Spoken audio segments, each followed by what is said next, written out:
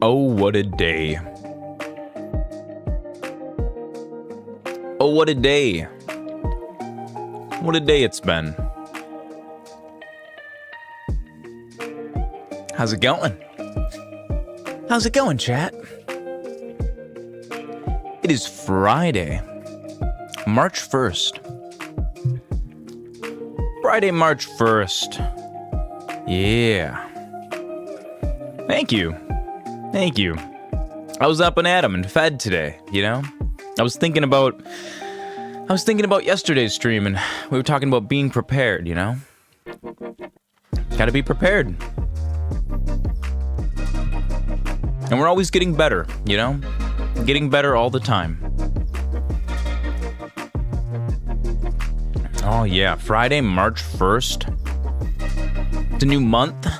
New month, new life. Look at this. Gotta be prepared, Jerry. Always gotta be prepared. Always gotta be prepared. More Hogwarts Legacy today. Oh, I gotta find my controller. Make sure my controller's charged up, ready to go. Yeah. It's Friday. It's a lovely Friday. It's been a lovely Friday so far. I spent most of it sleeping, but that's okay. You gotta sleep too. Our theme from the Book of Wizardry today for Friday. It says February 30th, but there isn't a February 30th. That was just me being silly. It says have a good time. That's going to be the theme today. We're going to have a good time. It's really important to have a good time. Because if you're not having a good time, then what's the point? Right? If you're not having a good time, what's the point? Sir, this is a Wendy's. You're not allowed to have a good time at the Wendy's. You always got to have a good time. Whether you're at Wendy's, whether you're just hanging at home, whether you're out at a bar, you know? Good times come and good times go. So while you can have them, make sure you have them. Oh yeah. Doing some stream getting started stuff. Getting all up and ready to go. I installed Elden Ring yesterday. Woof. I reinstalled Elden Ring. I was playing it. I'm learning a super crazy run. Yeah.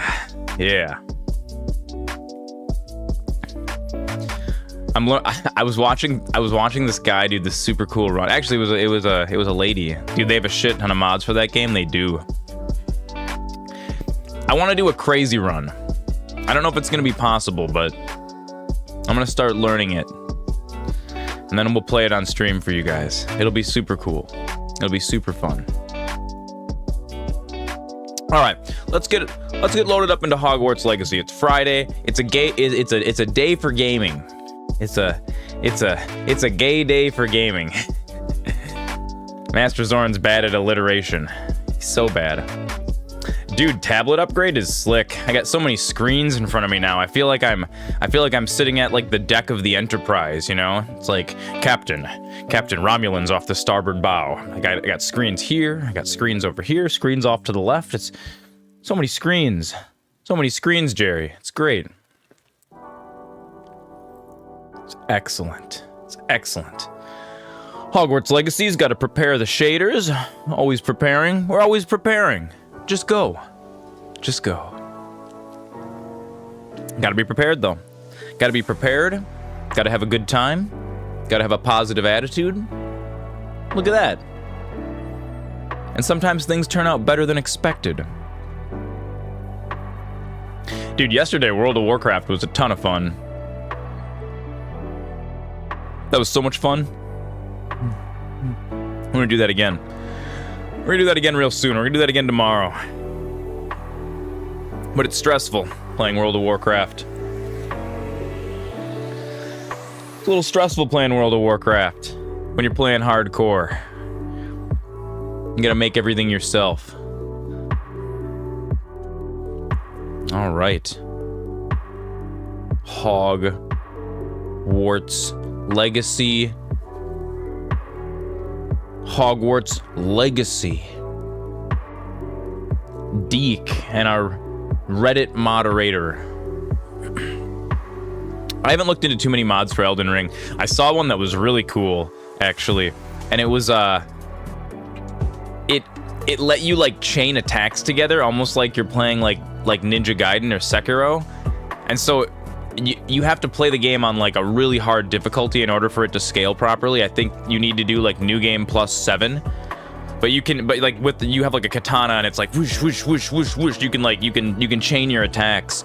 It looked super cool. It kind of makes the game into like a high-powered samurai, like a super quick samurai kind of a game, which I thought was pretty neat.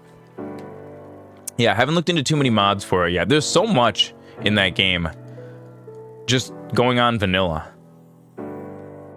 So I definitely want to have a good established character by the time, I think, what was it, July? I think it came out in July. The expansion.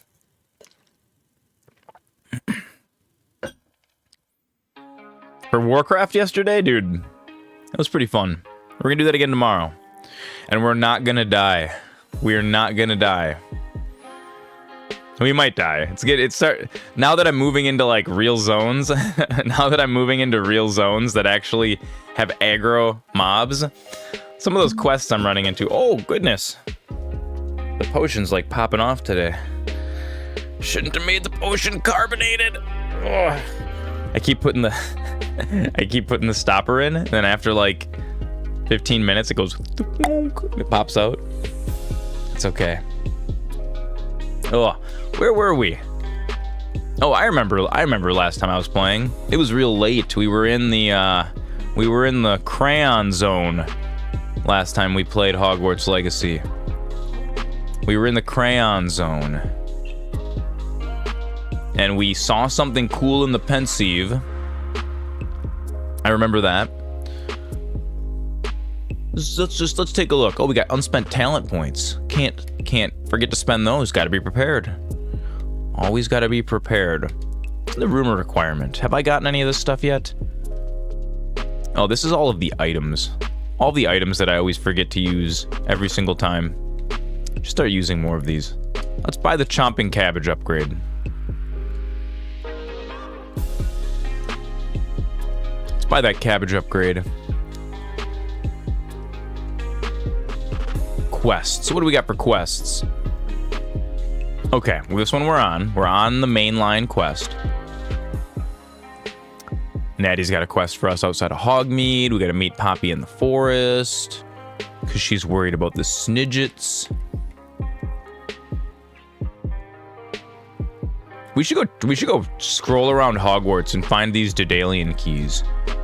I want to see what's in that house chest. I want to know. I'm curious. They wanted 16 tokens. 16 tokens. That's so many tokens. What else do we got?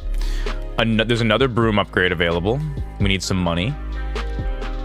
Deliver some potions. Meh. Zenobia's gobstones. Meh. Ooh, the Roland Oaks quest looks fun. We'll do that. And the floating candles. Okay. Let's do Fitzgerald's trial first.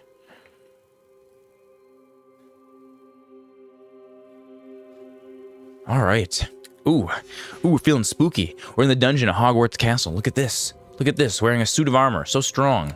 So strong. I think I gotta go sell some gear. I think my inventory slots are all full. Yo, yo, yo, yo, super horse. Hey, we didn't die yesterday in WoW yet. We didn't die yesterday. We're going to be playing more World of Warcraft hardcore solo self-found tomorrow. That's going to be... We're going to stagger that one. You can only have so much stress at once, you know? You can't do too much all at once. You're surprised I haven't died yet? I know, I actually am too. It started to get kind of spicy at the end, because now I'm actually in zones where you can aggro like multiple guys at once. Dude, The Geomancers, the Kobold Geomancers, dude. Those guys take out like a third of my health with their spells. It's too strong. But I learned fishing. I learned first aid.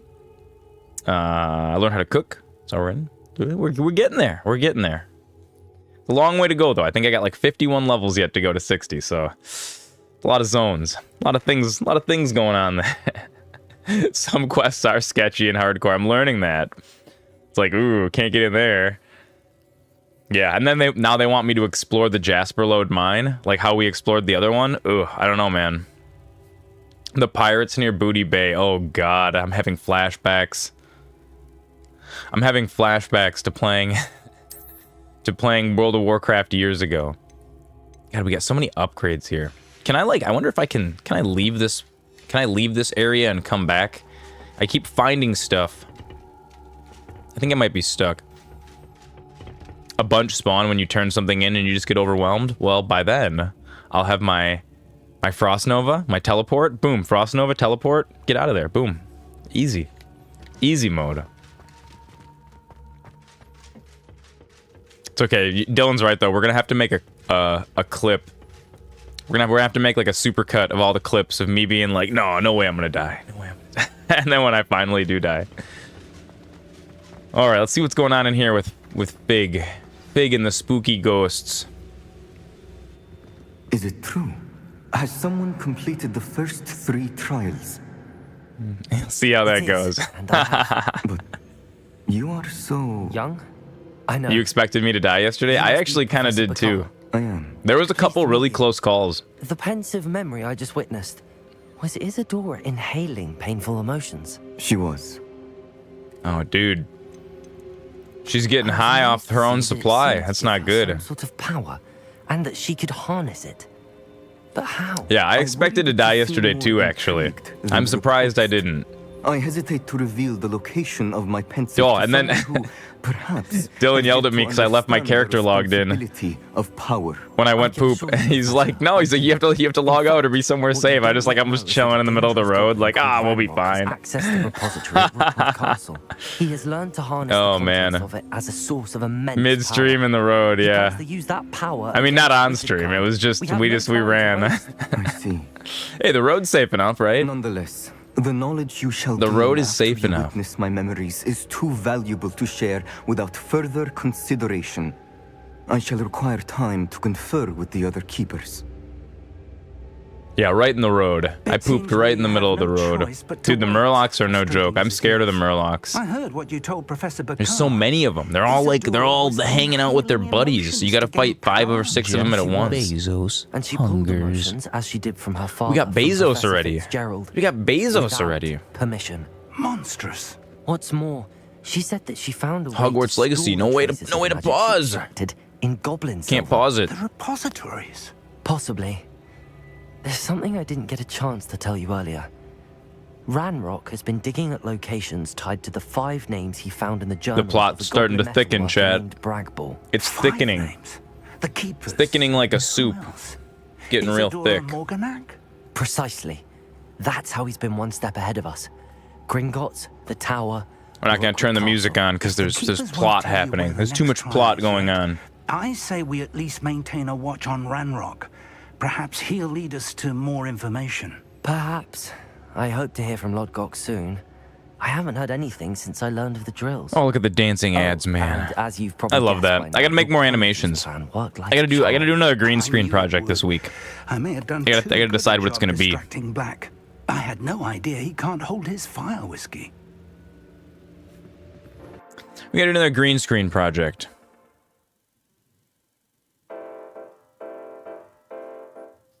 Something funny. Something funny like the ads guy. Something cool. I don't know what it's gonna be yet. Hopefully it'll be as crispy and groovy as these tunes, man. Bits, subs, follow, maybe. Ooh, we could start making our own like follower animation. That's actually not a bad idea. That's actually a really good idea. Every time someone follows, the spooky guy comes out with a little sign like thanks for the follow. He dances for a minute and then goes away. We could do something like that.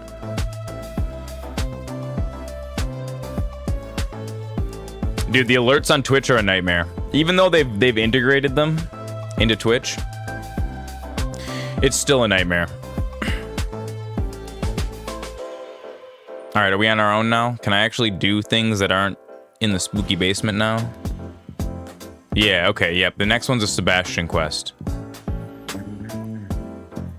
But yeah, dude, the Twitch alerts are, oof, they're such a nightmare to deal with. You're right, though. We should just make all of our own. I think that's probably the best idea. And then I like that. We're 8 followers away from the special stream. I still don't know what I'm doing for the special stream yet. I still haven't solidified exactly what it's going to be. We might make jerky. I think that would be kind of cool. To do like jerky stream. Make jerky for a bit, and then once we're done making it, go play like World of Warcraft or something. That would be neat.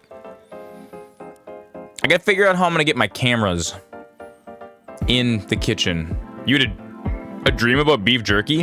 And Comrade Punky's over here dreaming about jerky. I think that means it's time for me to make it. I think we're gonna have to make some jerky soon. It was store brand jerky? Ugh. Yeah, dude, if I make jerky on stream, I'll make jerky that you guys can actually eat. I won't make it spicy this time. We'll just do like a I don't know, like a teriyaki. Just a straight teriyaki. Soy sauce, little sugar, some lime juice. It'll be really cool. You guys can watch me chop up meat on camera for a while. That'll be neat. It'll be neat. Maybe. Trying to think of how we would do that. Maybe I'll just drag all the jerky stuff in here. We'll make a big mess. That'd be fun. We'll figure something out. No, I don't know. I'm not exactly. Does teriyaki pair with any fruit flavors? Yeah, pineapple. Pineapple, but it's delicate to do pineapple.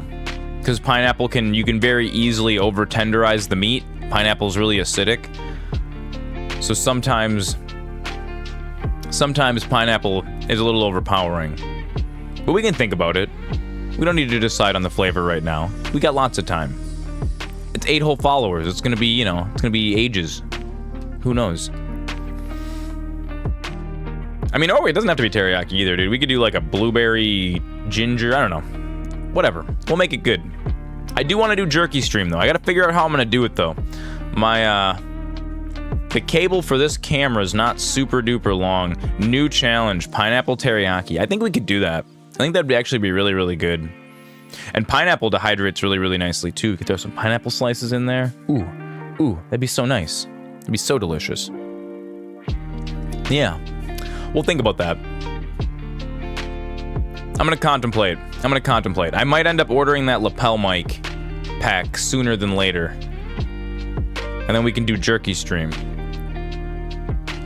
And we might have to do that one with a slightly worse camera than this one. This camera might have to stay here, and I'll run my Logitech C920 and a couple others over into the kitchen with some extenders and hook up the lapel mic pack and be like, boom, we're in the kitchen now. That would actually be cool though. We could switch back and forth. And you guys can see my messy kitchen. That'd be great. But yeah, we'll plan that. We're gonna plan that. I'm gonna get that all together and figure it out this week. And then yeah, hopefully next week. Hopefully like next week or maybe the following week we hit that 200 follower mark and we can do a cool jerky stream or painting stream maybe. I don't know. But I think jerky would be cool because then we can make the jerky for like a couple hours and then we can come back and play some games.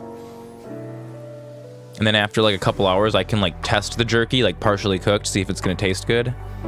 Yeah, that'd be cool. Making jerky is a lot of fun. Yeah, making sauces is a lot of fun too. And that's something I'd like to teach you guys how to do. How to make sauces. That'd be awesome.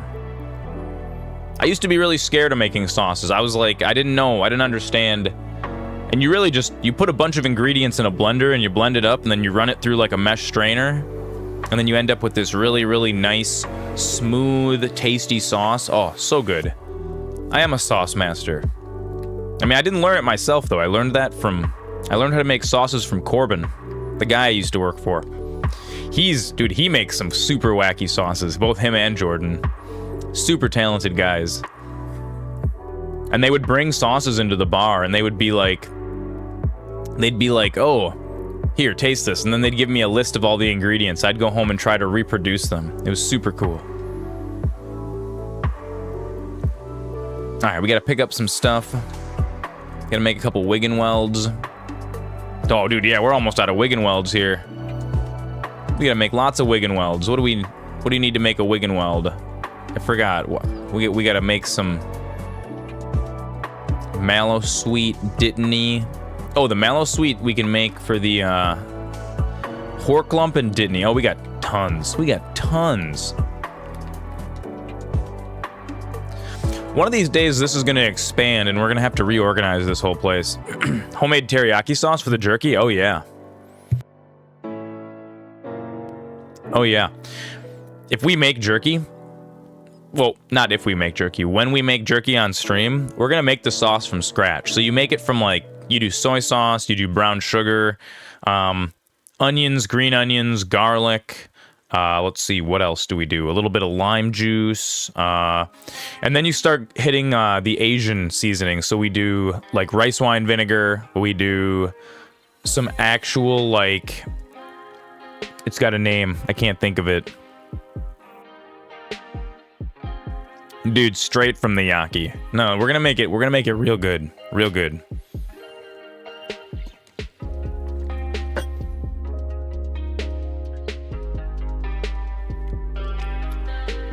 Oh yeah, I'll teach you guys how to cook on stream, don't you worry. Sake mirin, yeah dude. You gotta get all the Asian flavorings in there. And then you do, I've got like hoisin sauce or oyster sauce. That's like the secret. That's the one that like, when white people make like Asian sauces, they always forget. You gotta put like a funky brown sauce in with the sauce.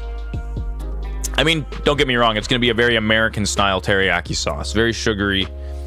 Especially when you're making jerky, you do want a good amount of sugar, you want a good amount of acidity, and you want it to be real salty. And then, there's additional secrets. So, I'm going to have to do a little bit of prep. One thing that to make the best jerky possible, you'll notice that a lot of times, if you look at like a store-bought jerky, you know, they have these really deep, intense flavors, right? Have you ever wondered how do they make those? How do they make them so concentrated and so delicious? There's a way to do it. There's a way you can do it naturally at your house. And the way that I do it is you dehydrate a bunch of vegetables, and then once they're dehydrated, you blend them up, and then you run that through a strainer, and you make your own vegetable powder, like your own vegetable flavoring concentrate. And that really, really enhances umami flavoring, like a ton, like so much. You have no idea. So you make that, you dehydrate some onions, some green onions, some carrots. Celery is very important. So when people make jerky, they usually will use like nitrite salts, which is like this pink salt that's used for like curing jerky so that like no bacteria can grow. However, nitrite salts give some people headaches. So there's other ways to do jerky curing without using nitrite salts. And what you do is you use coriander and dehydrated celery, because both of those things contain natural ingredients that can be used for curing. I was talking to some food safety people about it, and that's like the other way to do it. And so I've done that before in the past, and dude, the jerky I made turned out so good. It was magnifique. It was manna from heaven. And yeah, I've got about like, I don't know, 30 pounds of beef sitting in my freezer downstairs, and it's been in there too long for me to make like steaks out of it, but just long enough for jerky. It's gonna be great. Yeah, maybe we'll do that. Maybe we'll do jerky stream when we hit 200 followers. We're 8 away. We need eight people. So we're so close. It's like one group of drunk bar goers, you know? Super easy. All right, let's go check out our gear. Let's check our gear out. We got some new cool stuff. What is this? Oh god, lupus protection. Decreased damage taken from dark mongrels. Yes, don't mind if I do. We got some new specs. More lupus protection. Oh god, these look ugly. They're so ugly. Let's put our Reddit moderator glasses back on. He's got the transition frames. He's got the transitions. They're great. Look at that. 8 Smurf accounts away. Exactly. I know. I'm just gonna spin them up on my phone and follow. Nah, that doesn't really help. I've heard some other people put it best, and they're like, dude, subs don't matter, follows don't matter, active viewers, that's what matters. And I agree with that. And you know what, dude, we've already got a bristling community here. It's popping off. Do we want the high society fedora? I like the flora fedora. It looks a little... Nah, the rugged fedora looks the most ugliest of them all. We'll go rugged fedora for now. I like that. Let's see. Our scarf is the best already. Dude, it feels so cool to have all these screens in front of me. I actually feel like I'm aboard the Enterprise. It's everything I've ever wanted. Or like one of the operators from The Matrix. You guys remember when Keanu Reeves would like log in? He had to have the guy like with all the screens, and he's like, you know, loading up the program and stuff with his busted up glasses. Yeah, that's what I feel like right now. I'm jacked in. I'm coming from 7 different directions. We got so many streams of data. It's excellent.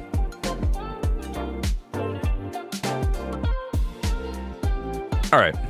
I've had enough of the room of requirement.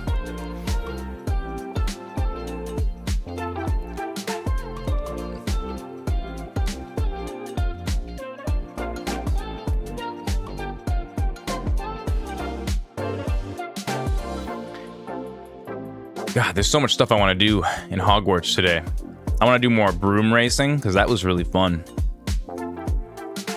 Let's get down out of the astronomy tower. I have to find more of those Daedalian keys. I'm sure we could like look up a list of them. But that seems a little... It seems a little against the spirit. What do you need, Mrs. Franklin? Tell me. Hello, Sophronia. How can your friendly Reddit moderator help you? How can I help? Now? Good test of one's knowledge, isn't it? I'm actually working on something equally interesting, but need help. Oh, this isn't more quiz, is it? Good you came along. Are you familiar with Herodiana Byrne? Don't answer that. Of course you're not. No What a stuck-up Ravenclaw. Me. She's only the single greatest Depulso master of all time. Even taught at Hogwarts, briefly. A Depulso master? Can I learn her masterful abilities? How interesting. I'm amazed I've never heard of her. It's a travesty she's not more well known. I often read about great witches in my limited free time. There are many. Whilst reading about her, I learned that she built a secret Depulso training room. Ooh, here a at secret Hogwarts. training room. But in Am I going to learn how to use my spells even better? Speaking of that, I feel like we have to rearrange our spell hotbar. Of course, third years aren't My taught. bars are getting a little You're messy. a third year, so Quick one, aren't you? According to what I've read, her signature outfit may still be Ooh, there. a special I outfit. would love to see it. Would you get Herodiana's signature outfit and show it to me? I'll get it. if you tell me where to go, I'll see what I can do. I'll about go it. get the outfit. Simply go to the Hall of Herodiana. It's at the base of the Defense Against the Dark Arts Tower. There, you'll find a series of Depulso puzzles concealing pieces I feel like we've already of gotten Herodiana's this. ensemble. I feel like Very we've well. already done I this, shall let but you know if I find anything. I must not have. I can't wait to see Herodiana's famous ensemble. Surprised she doesn't ask me to have it herself. All right, we got to go to the Defense Against the Dark Arts Tower. We're gonna learn how to use Depulso. That's a spell that I don't use very often. I like my Wombo combo. You guys know how I feel about that. I still truly believe that I can beat the final boss using only the 3 basic spells they teach you at the beginning of the game. and my wand attack. I really think I can do that. That's actually Flammy Z, so spoiler alert. That's actually the Elden Ring. The Elden Ring playthrough I'm learning is Wretch. Beat the game level 1 Wretch. No level up with just the club. That's the playthrough. It's a super crazy route, and it's so wacky. I watched this person do it in like an hour yesterday, and it was so cool. You basically you start out as Wretch level 1, and you have your club, and you get a shield, and you put the parry Ash of War on it, and that's it. That's your full build. And I think you pick up like the turtle amulet, so you have a little bit more. See you later, Comrade Punky. Everyone say goodbye to Comrade Punky. She's going off to work. She's so strong and brave. Where's the Defense Against the Dark Arts dungeon? Is it the Slytherin common room? No. I don't even remember where any of this stuff is. There it is. Let's go here. Yeah, it was super cool. It was so cool watching. You just basically you learn all of the the different boss patterns, and then you just parry them every single time. It's super neat. I'm gonna start speedrunning Elden Ring. It's gonna be great. Is this Defense Against the Dark Arts tower? No. No.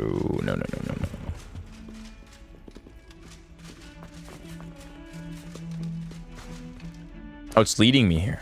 It's leading me right to the entrance.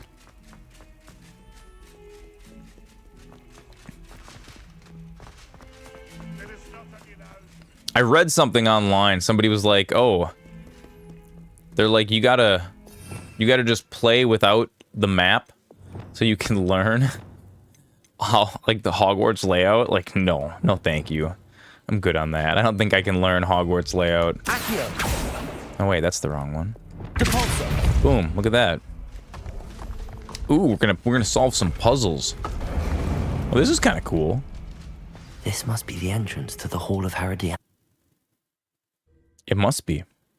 The Hall of Herodiana. Better go inside and find those puzzles. You know we love puzzles. You guys know we love puzzles. Oh God, it's like the movie Cube. Said she was. It's like the movie Cube. Oh no, what is this? Oh, I see. I think I understand what you got to do here. Okay. Revelio. Depulso. Oh God, what is there not like a path and like a secret path you got to do? Is it? I was ready for that to be a little more complicated. That chest looks interesting. That wasn't too hard. Wonder what's next. Oh, boom, easy, super easy, easiest puzzle in the world. What are you gonna make? You got another brain buster for me? This one looks a little confusing. I don't understand what we're doing here. Oh God, we can just smack it around. What about this? Can I bring it towards me? Oh God, I can. Wait, did it crush me? Did I just die? Did I just die? I think I did. I think I just got smashed. I got smanged. Yeah, brain immediately broke. It was like, first puzzle was so easy. Here, wait. What happens if I do this? Oh, it smashed me. It smashed me again. Okay, so you can't be smashed by the blocks. Thankfully, Hogwarts has a real aggressive respawn policy. We're allowed to respawn. That's okay. Can I like kind of hit it from this? Can we kind of hit it from the side? No, we can't. What if I stand kind of off at a diagonal here? Yeah, there we go. We can do that. Perfect. Now, what if I hit this whole thing? Boom. Yeah, look at that. Oh no, wait. I didn't want that. It's too locked in. How am I supposed to get up there now? Okay, hang on. We're gonna drag it back.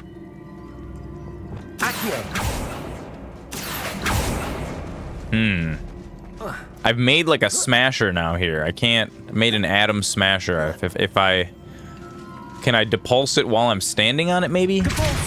Nope, can't do that.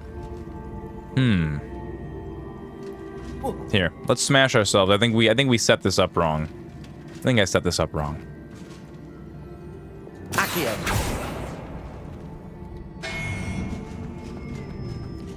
Surprised the faculty would leave such a crazy puzzle contraption just chilling for the students of Hogwarts.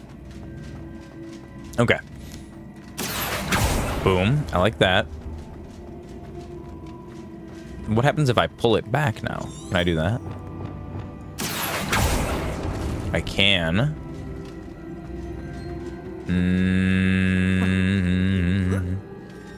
Ooh, I got an idea. Oh, wait, no. How many... Oh, yeah, that's only one block deep. Here, look at this. Ready? Oh, no, what? You're stuck? You're locked in?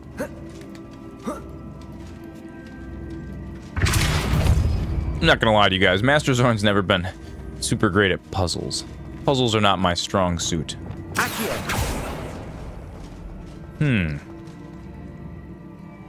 What's all that stuff up there? It's like the extra secret puzzle.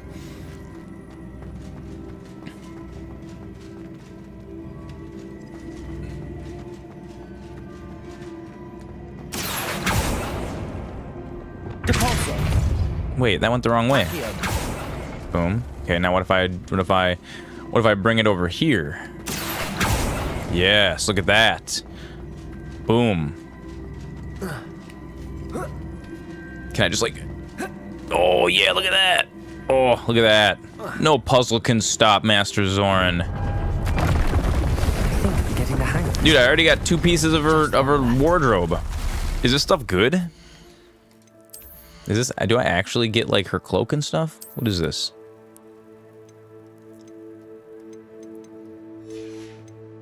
Is it just like a...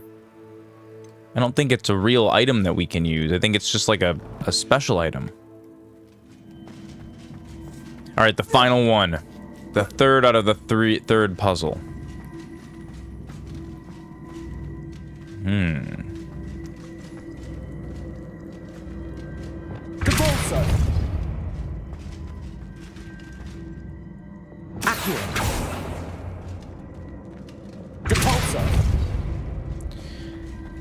That looks right to me. And let's pull it back over this way. Look at that. Just complete the bridge.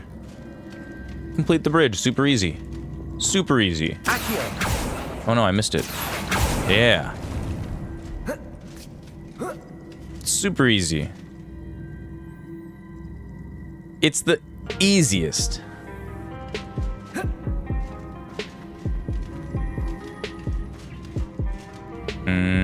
Except for I don't know how to get over here now.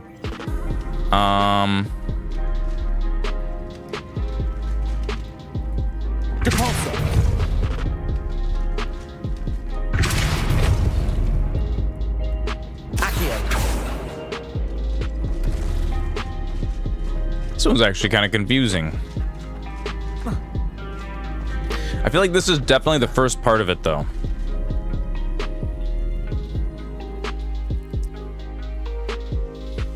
We're so close. 2 out of 3.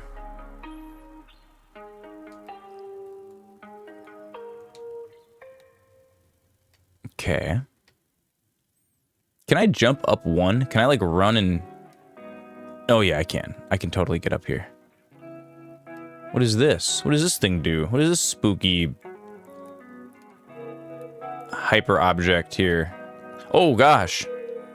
Oh, no. The switch resets everything. Oh, okay. Wait, I'm stuck down here now. How do I get out?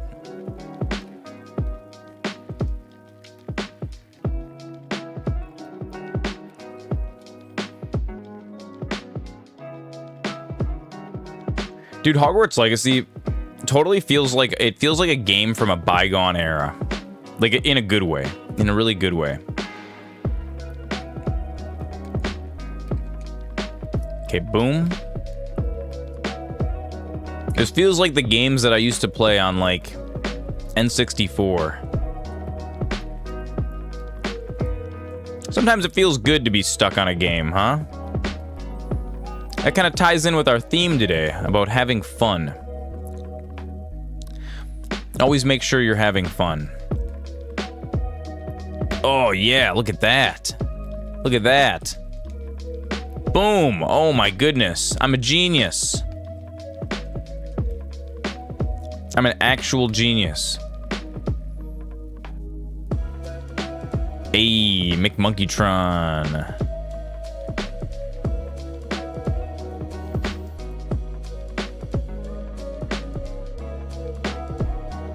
Oh, what's the last piece of her ensemble?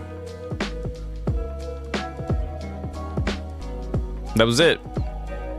Little simple little puzzle chamber. No big deal. Super easy.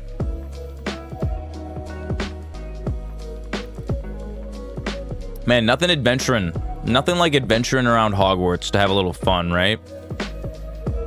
Very Christmassy. Repulso, yeah. Exactly. Have you finished this game?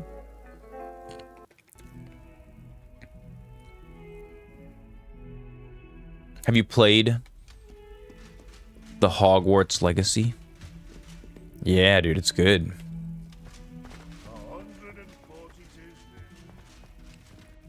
142 staircases, he even says. Dude, we really should go try to count all the staircases. You did a Gryffindor and a Slytherin. I feel like those are two good runs. I've always been a bit more of a Slytherin, but like a heroic Slytherin, I feel like I would fall somewhere in between. Oh, I already opened that one? I already opened it. Look at that. Alright, let's go give this chick her ensemble. I solved these brain busters for you, Safrina. We did it. McMonkeytron, we're gonna do more World of Warcraft tomorrow. The boys, they still don't think I can go the distance. You did an evil Gryffindor and a good Slytherin. That's amazing. That's great. You know what? I'm kind of doing like a good Slytherin playthrough. Where's this chick? Is she like sleeping right now? Oh, she's just chilling. She's waiting here for me. She's like, I stayed up all night. I can't go to bed until I see her wardrobe. Sophronia, I solved all the puzzles in the Hall of Herodiana. Incredible! Then you found Herodiana's outfit. May I see it? Yes, for a fee. No, you should have found it yourself. Of course. So mean. Behold. It's too mean. Oh, I can't be that mean. Jeff Bezos hungers. Oh, Jeff Bezos.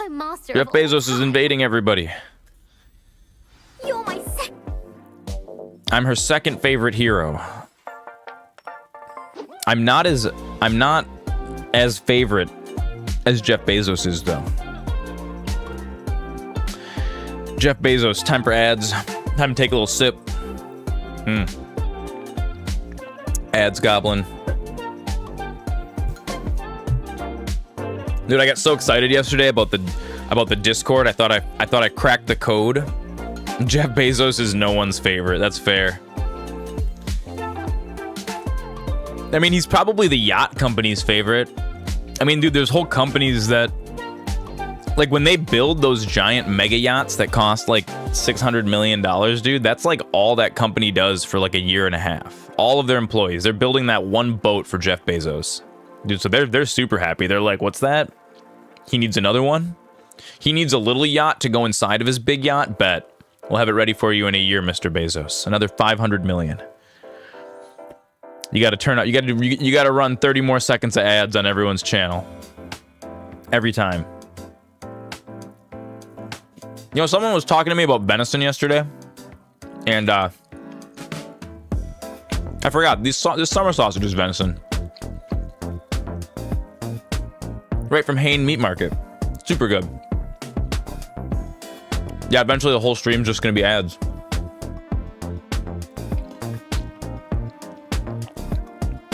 You gotta watch 59 minutes of ads to see 1 minute of content.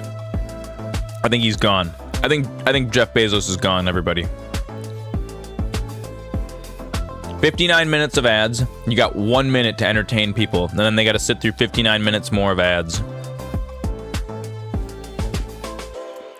How was Dune? Did you go and see? You went and saw Dune Part 2 yesterday? I keep seeing ads for it, like it knows.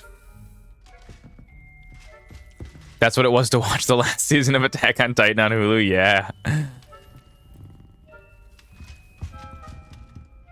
Dune was good. Dude, it's got so many good reviews. I'm pretty excited. Me and Jen still gotta watch the first one. I know it's gonna be good. I know like the source material is great, and if they do it even like 40% justice, we're good. Oh, you know what? You're gonna see it again? Excellent. Dude, those are my favorite kind of movies where you're just like, oh, I gotta go through that again, because like there's just, you can only look at so many parts of the screen at once, right? It's like you gotta re-experience it. That's great.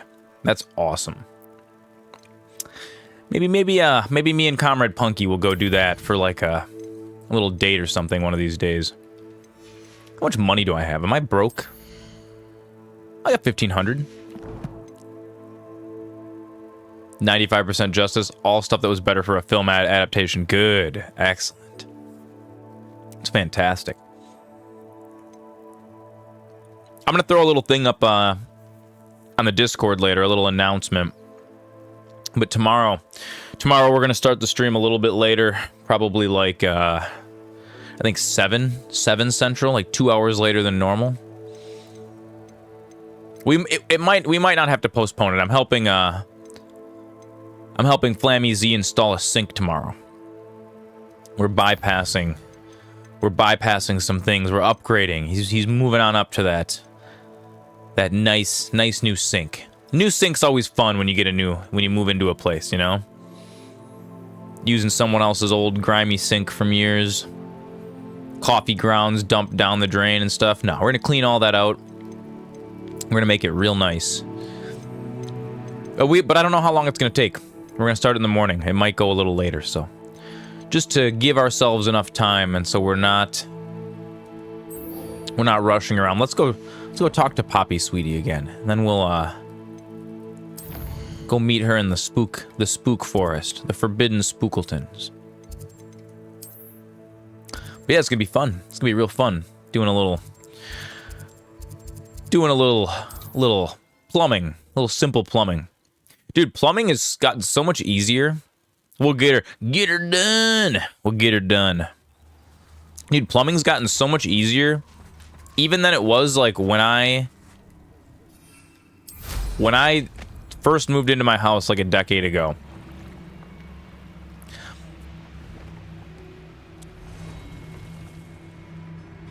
Ever consider a just chatting book club thing, like on Twitch? Read through Dune, dude. Oh yeah, I've thought about doing like reading a book on Twitch before.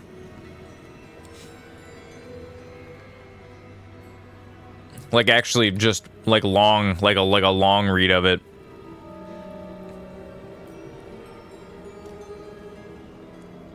I feel like we could do a book club thing once we get some more people. They will want to help. Once we've amassed. Oh, read through it before the movie. Oh, I've read Dune already.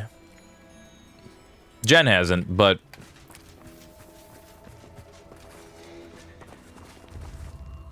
Is this where we're meeting the Centaurs?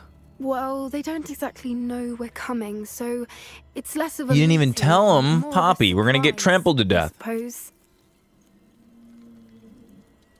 Once we tell them about the Snidgets, they'll understand why we came and they'll want to help. I hope you're right. Perhaps they'll be able to tell that we're sincere. There's something about them that's so knowing. It's almost unnerving. I suppose they are known for having an air of... I like how you can just, every single exactly the right response you word. get is like, you get one kind of nice response, and then you get one, like, the response that truly. someone who doesn't have any self-awareness and is just, like, mean all the time. To hide.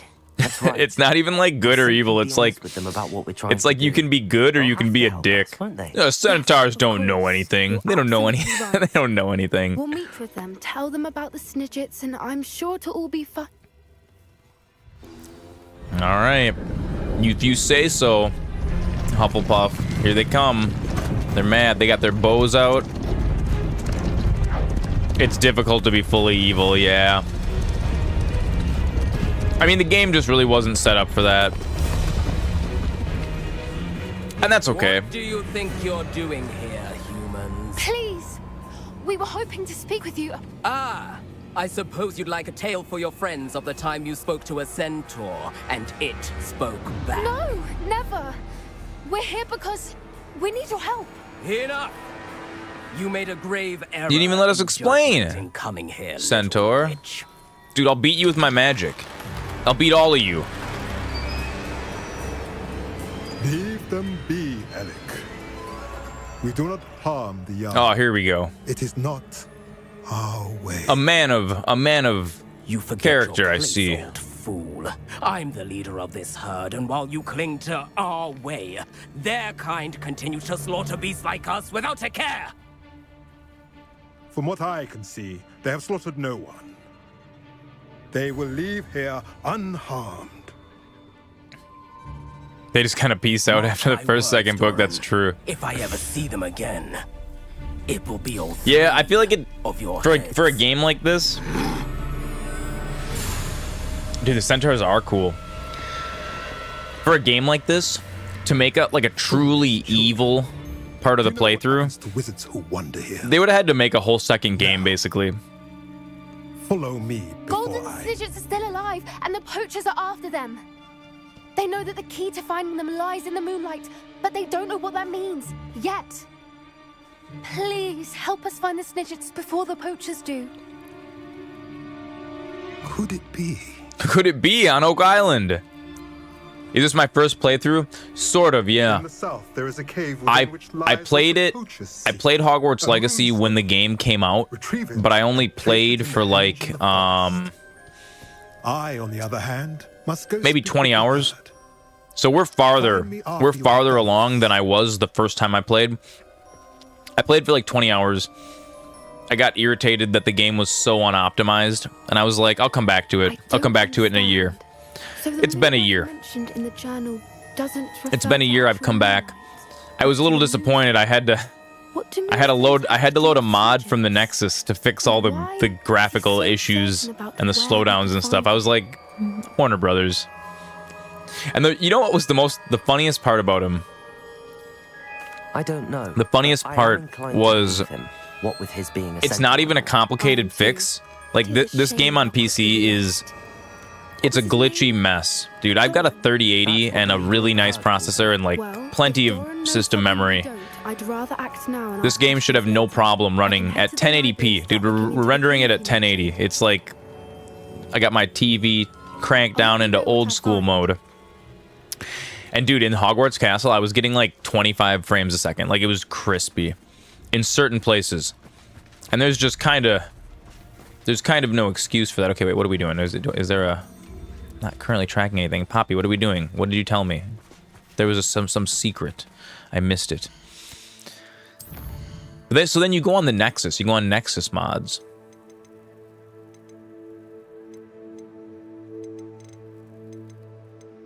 I bet you it's waiting for me to leave the zone, and then it's gonna give me. Are you still following me? Are you just gonna chill here in the middle of the forest? I guess we'll go up here. You have to go on the Nexus, and you download this fix. And what's funny is the fix was released like a year ago, like a week after the game came out. Somebody on the One of those Nexus. tables Professor Shaw mentioned. Oh, this isn't what I need to do for this quest, but you know what? Let's get it anyways. So you go on the Nexus and you load up this guy's mod, and all that it does is it's like tweaks. It's like engine tweaks, which I think is so funny.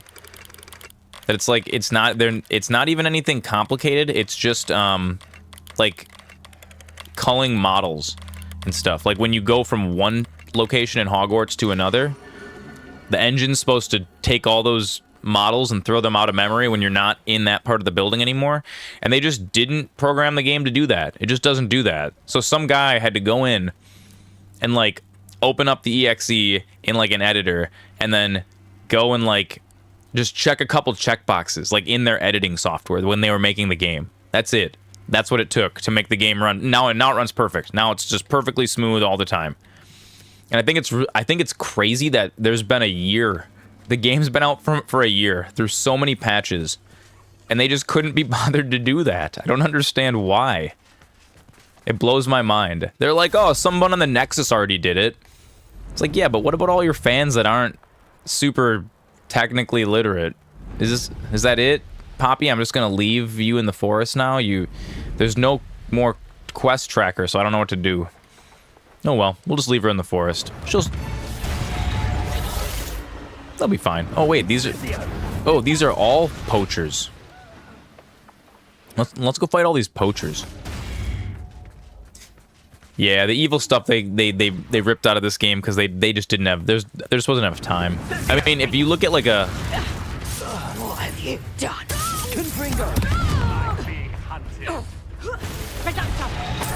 oh damn. Did I hurt you? Dude, Centaur is strong. Look at a game like Baldur's Gate and how much development time. Like I think they worked on Baldur's Gate for like 6 years. And then I think the last 2 years of that was the last 2 years of it was it was in alpha.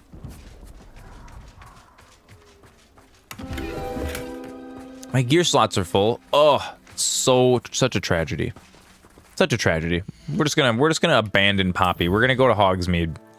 Sorry, Poppy. I gotta pawn some of this stuff. My inventory's full. It's not worth it. I'm gonna play Elden Ring after this. Any tips for anyone starting it? Yeah, I do have some tips. Go slow. Go slow, and learn the systems of the game. You're gonna have to start clean, yeah. And starting clean Elden Ring playthroughs are fine. Gosh, let's see. Don't be afraid of using magic, because magic is really, really strong. There's some people that kind of consider magic to be like easy mode. I don't know if I necessarily agree with that. I was always more of like a greatsword guy.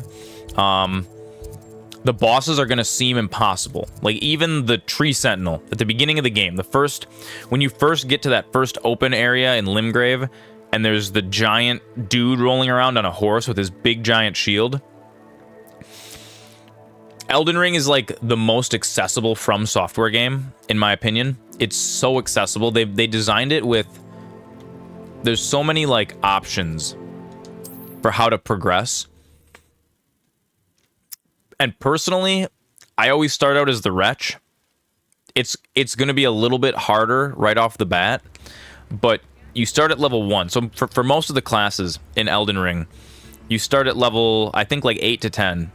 And you already have some gear, and they kind of start you out like with a little bit of a toolkit to conquer some of the beginning of the game challenges. Start out as the Wretch. Do it. He's naked and he's got a club, and it makes the beginning of the game a little bit harder. But like, go through the first tutorial dungeon. You're gonna spawn. You're gonna fight the grafted scion. He's not meant to be killed.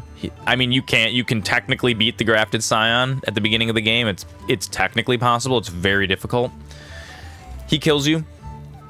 Go through that little tutorial dungeon. Right when you spawn, it's gonna say, oh, if you go down below, there's like an intro that'll kind of teach you how to fight things. Go get equipment from there. And if you start out as the Wretch, what's really nice is you really get to Hello there. You really get to flesh out your character.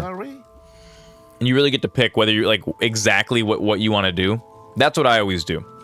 But if the beginning of the game is too hard, don't feel bad about just picking a default character. The only downside to that is when you respec, you only get to respec down to what the character started with. So some of the characters will have some of the starting classes have some stats poured into like stuff you're not gonna want if you're gonna like respec, if you want to try like a magic build or something. And if you don't start with the Wretch, you can only respec down to like level 10. If you start with the Wretch, when you respec, you get all of everything back, and it goes back to like your level 1 with just 10 and everything. So you can really kind of dial your build in. And I would also say don't rush through the game, because the game is kind of structured. When I have this Wretch footage in my play, it'll make a good short for when I have the Wretch footage in my playthrough. Yeah. Oh yeah. I mean, I'm by no means an Elden Ring expert. I've played through the game once. I think I got like 2 bosses away from the... I was like right at the end. I was like a couple hours from the end of the game.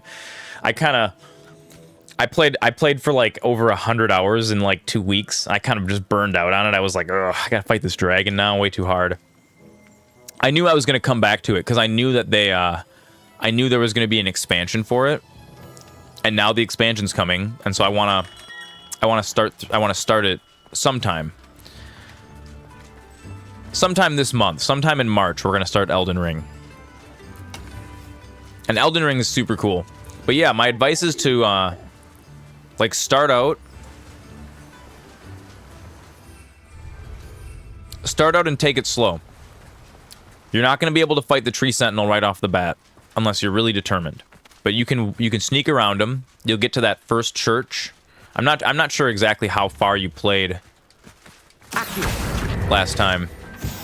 And then if you keep going, I think it's, I don't remember which cardinal direction it is, but you keep kind of following the path from that church.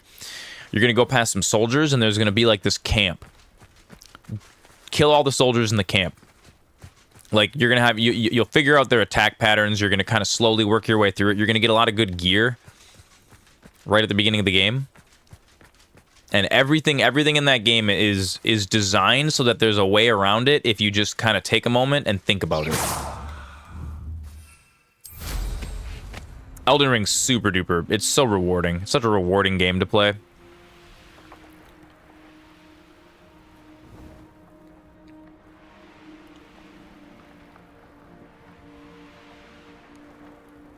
Through the dragon. Oh, did you fight Margit the Fell Omen or Godric? The first dragon. Okay, so you already got you got past all that stuff at the very beginning. Dude, right now I'm learning how to fight Godric at level 1 with no equipment except for the starting club. It's so hard. Yeah, Godric's like the guy, like, so you fight Margit, and then Godric is like in the big castle, like right at the beginning. He turns his arm into a dragon, and he like sprays you with fire and stuff. I've been watching playthroughs of people doing that at level 1 with the Wretch loadout with just the club. What do you have in store for me this time? All right, Merlin.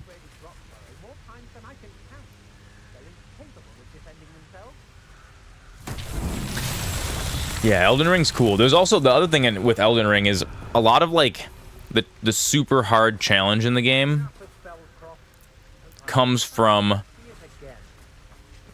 people doing things when they're not prepared. Like if you get the right items, the game is super easy. If you make your build correctly, the game can be so easy. What does this do? I can like technically lift this, but do I have to Leviosa it? Leviosa. No. What about Flipendo? Flipendo. Ooh, I can Flipendo it. It's kind of neat. Is there another one of these floating around somewhere? Oh yeah, Revelio. Revelio. What else? Oh, there's 3 of them. There we go. But yeah, there are some builds in that game that'll you can just break the game wide open. What was that sound? I know, I'm not hearing things. And so a lot of people like that play Elden Ring and they want it to be like super duper hard. They'll intentionally like not use certain items to make the game harder.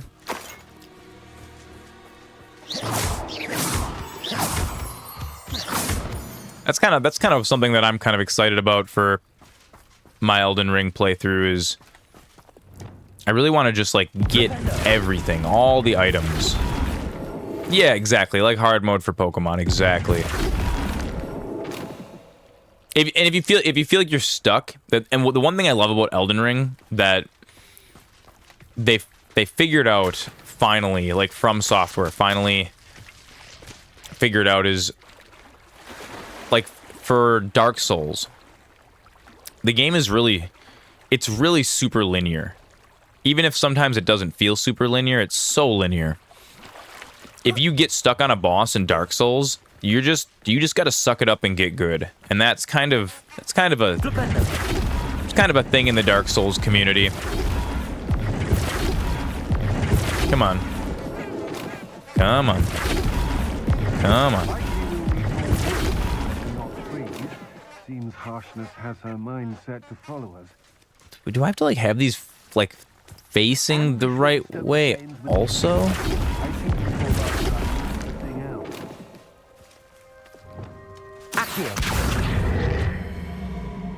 Oh yeah, dude.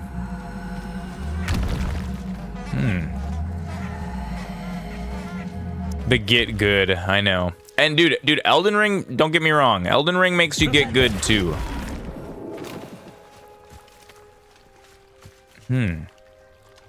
That's interesting. I got all these symbols on here. I don't really know. This might be a harder Merlin. This might be a harder Merlin trial. Do you have to like actually get them to face the right way? You're deciding if you should get a new Lego Medieval Town Square or the Lego Snow White House. Ooh. That's interesting. The Snow White House did look really cool. All right, I don't know what to do for this one. We're gonna give up. We're gonna give up on Merlin. We're gonna go find a different thing to do. Merlin's not as rewarding as I wanted him to be. Let's go get that broom upgrade from Albus. Let's go do that.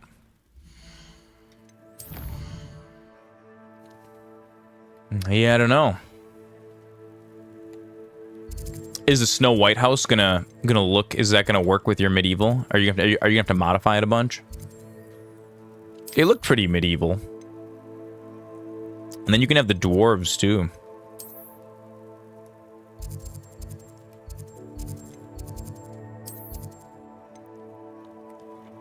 Yeah, Elden Ring really Oh, you just have to add the back because it kind of splits open. The dwarves are ugly. That's because they're not really dwarves. They're like... I feel like the 7 dwarves from Snow White are they're more like gnomes, kind of. They're like a gnome-dwarf hybrid. They're not really dwarves. Not like classic dwarves. The new Lego Harry Potter sets looked really cool. Dude, they do. They do look really cool. I really like all of the, yeah, Lego Disney minifigs are all ugly. I really like the Lego, like the Lego Advanced building stuff. Like, I've got, like, flower bouquets and stuff like that. The old ones are cool before they change the colors and the skin tones and stuff, yeah. Disney's always kind of done that, though.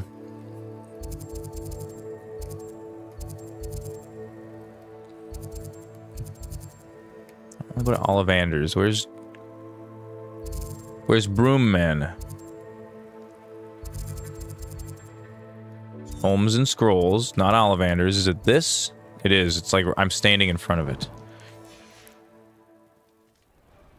It's right here. His little sporting goods store. Hello again.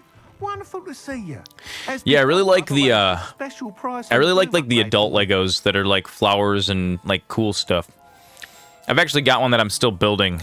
I gotta finish putting together the it's like the Japanese like wave painting, but it's all dots. That one's super cool. It takes way longer than I expected it to. 4,000. 4,000. J. Pippin. He's like, what? You're my only customer. I gotta pay the rent. Thanks for stopping by. J. Hope to see you Pippin. again. Come on, buddy. 4,000. It's too much. Too many money. Too many dollary dues. I should pay him the other 400 in the Vanishing Galleons.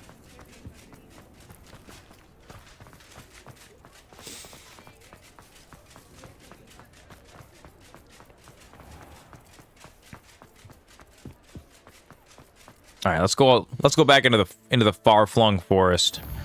We're gonna go battle some dark wizards and get some money. It's a necessary evil.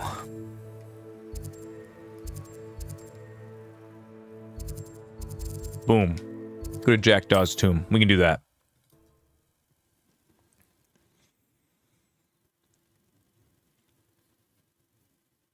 I'm actually pretty stoked for the Elden Ring expansion. There was a lot of like stuff in Elden Ring that was like buildings that were placed in the game that didn't have any like use, and I'm pretty excited to see what they actually like flesh out, if they actually add a bunch of like secrets and stuff to it.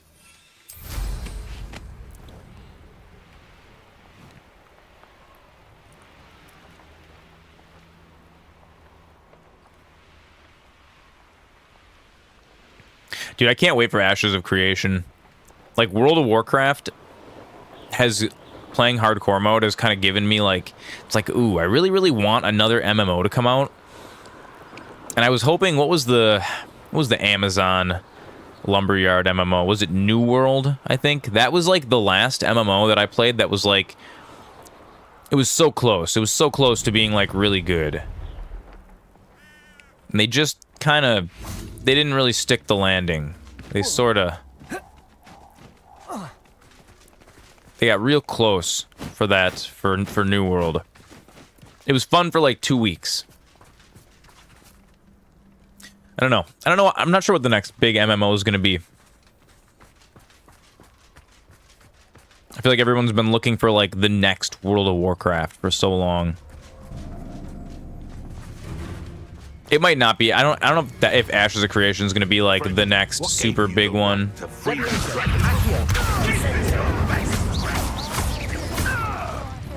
Just because it's like it's a little hardcore. Might be a little too hardcore for most people.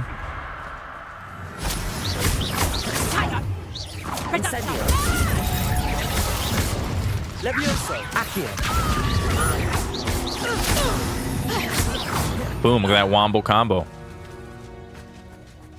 All the top hats in the world can't protect them from my might. You're just standing there, like, what, waiting for me to attack you? Jeff Bezos hungers. Oh, we got Jeffrey boy. We got Bezos, he's rolling in. There's like the Triforce of Wisdom upside down. Jeff Bezos. Jeffrey Bezos. Gotta do the Jeff Bezos dance. Gotta let him know. Gotta let him know where. It's like doing a rain dance, you know? It's like to appease the gods, you know? And they make it rain and your crops grow big. We gotta sing and dance. We gotta praise Jeff Bezos' name, and then maybe he'll boost our stream. All right. BRB.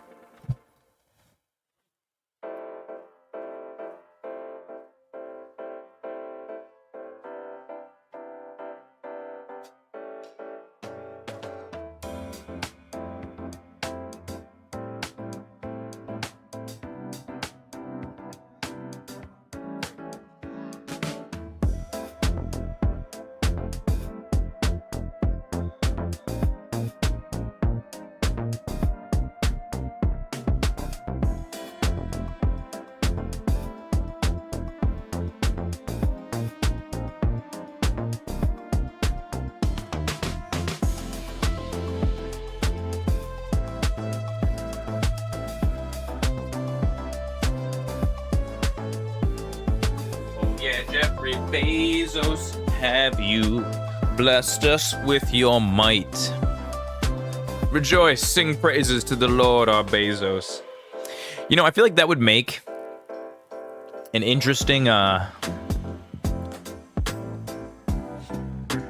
got the new Hagrid's hut to go with your medieval stuff? Dude, the new Hagrid's hut looks super cool. Oh, yeah. Yeah, dude, I'm interested to see what is it, 2024? It's 2024. I'm interested to see what, Meijer is a depressing store. That's funny. What's so depressing about Meijer? I don't think I've ever shopped at Meijer. I've heard a lot of people tell me that I should shop at Meijer, though, because they have really, really good deals on stuff. I'm all about the deals right now. Those deals. Dude, you guys want to hear something gross? I'm still drinking the milk that I got from the food drive. Jen is like super upset about it. She doesn't like it. It's still good though. So we got like 4 gallons or 4 half gallons or whatever, like in the cardboard whatever. From the little food pantry thing. And they expired on like February 9th, I think. So they're like 20 days past their expiration. But they were still sealed. And so like, you know, they're sealed, they're pasteurized. They're fine. I cracked one open yesterday and Jen's just looking at me and she's like, I'm like, are you gonna think less of me if I eat a bowl of cereal with this really expired milk? They only play music in the shoe section, so you only hear their loud HVAC. Makes the store feel super empty. They have really long sight lines. you wouldn't drink the super old milk. So the thing about dairy is it's like the nose, right? Dude, so because I used to work in a bar and one of the ingredients that we would use is cream. And you know, you'd open the container of cream at the beginning of the week. You'd open the container of cream at the beginning of the week, and sometimes the cream was like, sometimes the cream would go bad really, really quick. Like it wouldn't even be expired, but 2 days after you opened it, like you'd taste it and be like, ugh. Because the thing about dairy, right? When dairy goes bad, it is extremely apparent that it's gone bad. There's no like maybe it's bad. There's very few times when it's up for debate whether the cream is bad. And so that's why I've always kind of been one to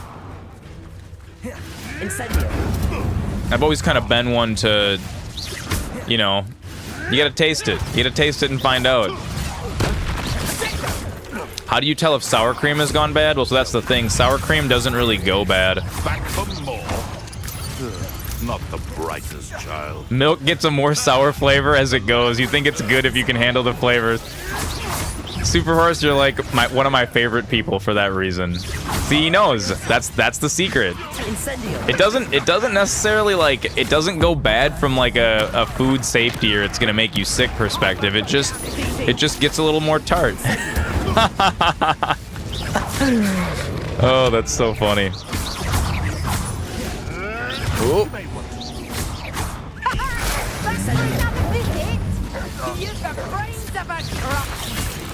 Oh god, we got dude, spiders, Aragog's coming out of nowhere.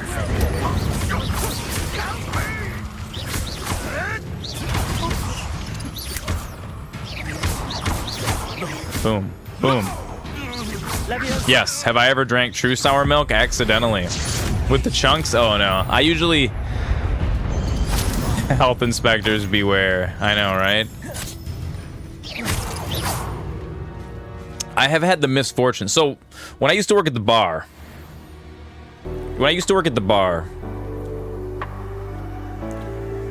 One of the things that I had to do, one of my jobs, was to like check and make sure the ingredients were good, right? And, you know, dude, you're in a bar, and so the requirements for like the stability of your cooler temperatures are not as stringent. Hey, is this one of those things that I gotta rescue? I think it is. The requirements for like the stability of your coolers is not as stringent as it is in like a restaurant, right? That's actually there's two separate licenses. There's alcohol bar only, and then there's bar with food, and they're two completely different things. If you're just running a bar, it's kind of lax because they're like, you're adding alcohol to everything. But see, I'm super OCD about that, and I am one of those people that like, oh wait, can I vacuum it in? Dude, can I vacuum the Jabbernel? So I'm one of those people that like, I'm pretty obsessive about like food quality, right? And I don't know, I get like real weird about like if stuff goes bad. Like, so that's why part of the reason why like I'm comfortable eating things that are slightly expired is because like I have a super fine-tuned, I can tell, dude, if something's off, it's like it's got a specific flavor that there's very few incidents where something's going to be spoiled and like it's going to make you sick, but you can't tell by tasting it. And so you do the same thing as you do for like, you know, like if you're in the woods and you got to figure out if a plant is edible, you taste a little bit. And so I used to do that like every day at the bar. We had these, our back bar, our coolers were like super old, dude. They were from the 50s and they worked great. They had these big giant compressors that were like meaty or whatever. But sometimes like there would be like 1 week in the summertime where it gets super hot outside and the coolers would be like, I don't know, 44 degrees or something, like a little warmer than I wanted them.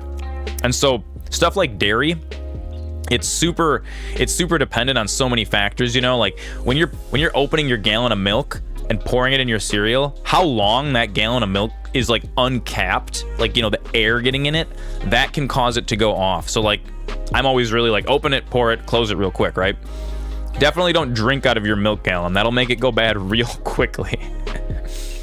They probably ate electricity for breakfast. Dude, they did. Dude, it was super crazy. The compressor that ran all of like our coolers in the bar, dude, they were like from the 40s or the 50s. It was imagine like a motor, like a lawnmower engine in the basement. It was just sitting on 2 blocks running. So like when you open the door, it was like just like, it was so loud. It was like an old-timey engine that had all these copper tubes running this big spider pattern all over the place. It did function, it worked. But so one of the things is like, you know, as a professional bartender, the last thing that I want to do is serve someone like a Russian with some cream that's like, you know? So what I did every single day when I opened the bar, part of my setup was tasting everything.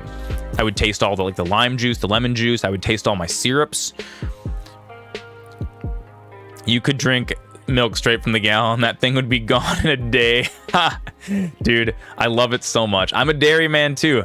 Dude, we got 4 gallons of milk last month for the food drive.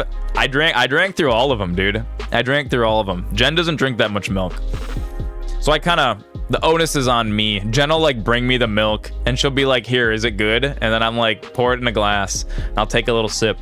The thing about dairy, my original point, if dairy's gone bad, even just a little bit, it has a very particular flavor and it leaves a bitter taste on your tongue afterwards. Like, because like, you know, if you're smelling dairy, it's like, depending on how whole your milk is, like whole milk, dude, it has like a funky kind of a farty smell to it. Always. Like, that's just how milk smells. And so people are like, oh, I can't tell if the milk's gone bad or not. Here's what you do. Pour a little tiny bit in a glass and just like dip your tongue in it, just a little tiny bit, the tiniest bit. You will know immediately if that milk is palatable or not. If it tastes like butter, you're good to go. If it tastes acidic or like sour, yeah, dude, the science taste. That's what it is, dude. How do you think chemists used to do it? Dude, back in the day, chemists would like, how do you think they used to identify chemicals? Like even toxic chemicals. The thing about chemical toxicity, people like to act like chemicals are like, oh, if something's toxic, like any little tiny drop of it is gonna like instantly cause you to just dissolve and die. That's not how chemicals work. It's like, it's an amount kind of a thing. And so chemists back in the day, if you had like an unidentified chemical in your lab, you would You would touch the tiniest little bit of it to the end of your tongue, and like depending on what kind of reaction. I've actually done that. I've done that in the bar before. Not at the last bar I worked at. A few bars ago, there was we had these little squeeze bottles that we would use for simple syrup, and I always put labels on them. And one day I showed up and like, there's simple syrup, what looks like simple syrup, but it's clear, right? And it's in the cooler and it's unlabeled, and I'm like, that's something's wrong with that. And then I looked at it and I'm like, oh, this is water. Like there's, because it was whatever. And I'm like, oh, this must be a squeeze bottle that like the cook was using to clean the grill that got put in the wrong spot. And I'm like, it's water. And then I kind of like, I opened it up and I dipped my finger in it, and I'm like, it had a weird silkiness to it that I was like, I don't know if this is just water. And so I dipped my pinky in it, and dude, everybody at the bar, they were like, Spencer, don't ever do this. I told everyone, don't ever do this. I touch it to the tip of my tongue. Immediately, my tongue starts burning, and I'm like, oh, it's bleach. It's bleach. It's straight concentrated bleach is what it was. I got a little bleach burn. And then one of my coworkers was like, it's not bleach. Nobody should be putting bleach in this bottle. And she's smelling it. She's squeezing it. And the tiniest little drop landed on the tip of her nose and started burning. And like, she had a little burn spot on the tip of her nose. And I was like, no, I'm like, let me do the science taste. Yeah, the science taste. It's a real thing. It's dangerous. Chemists don't really do that anymore, let's say. Chemists don't really do that anymore because, I don't know, modern laboratories have slightly spicier chemicals than they had back in the day. There are some things in modern laboratories that you don't want to get any on your skin. You're gonna have a bad time. Let's just traipse around with our centaur homies for a bit. Look at these guys. Where are these guys going? You guys going on a hunt? Can I come with you? I got magic. I could be like a wizard for your party. You got 3 rangers. You all have bows.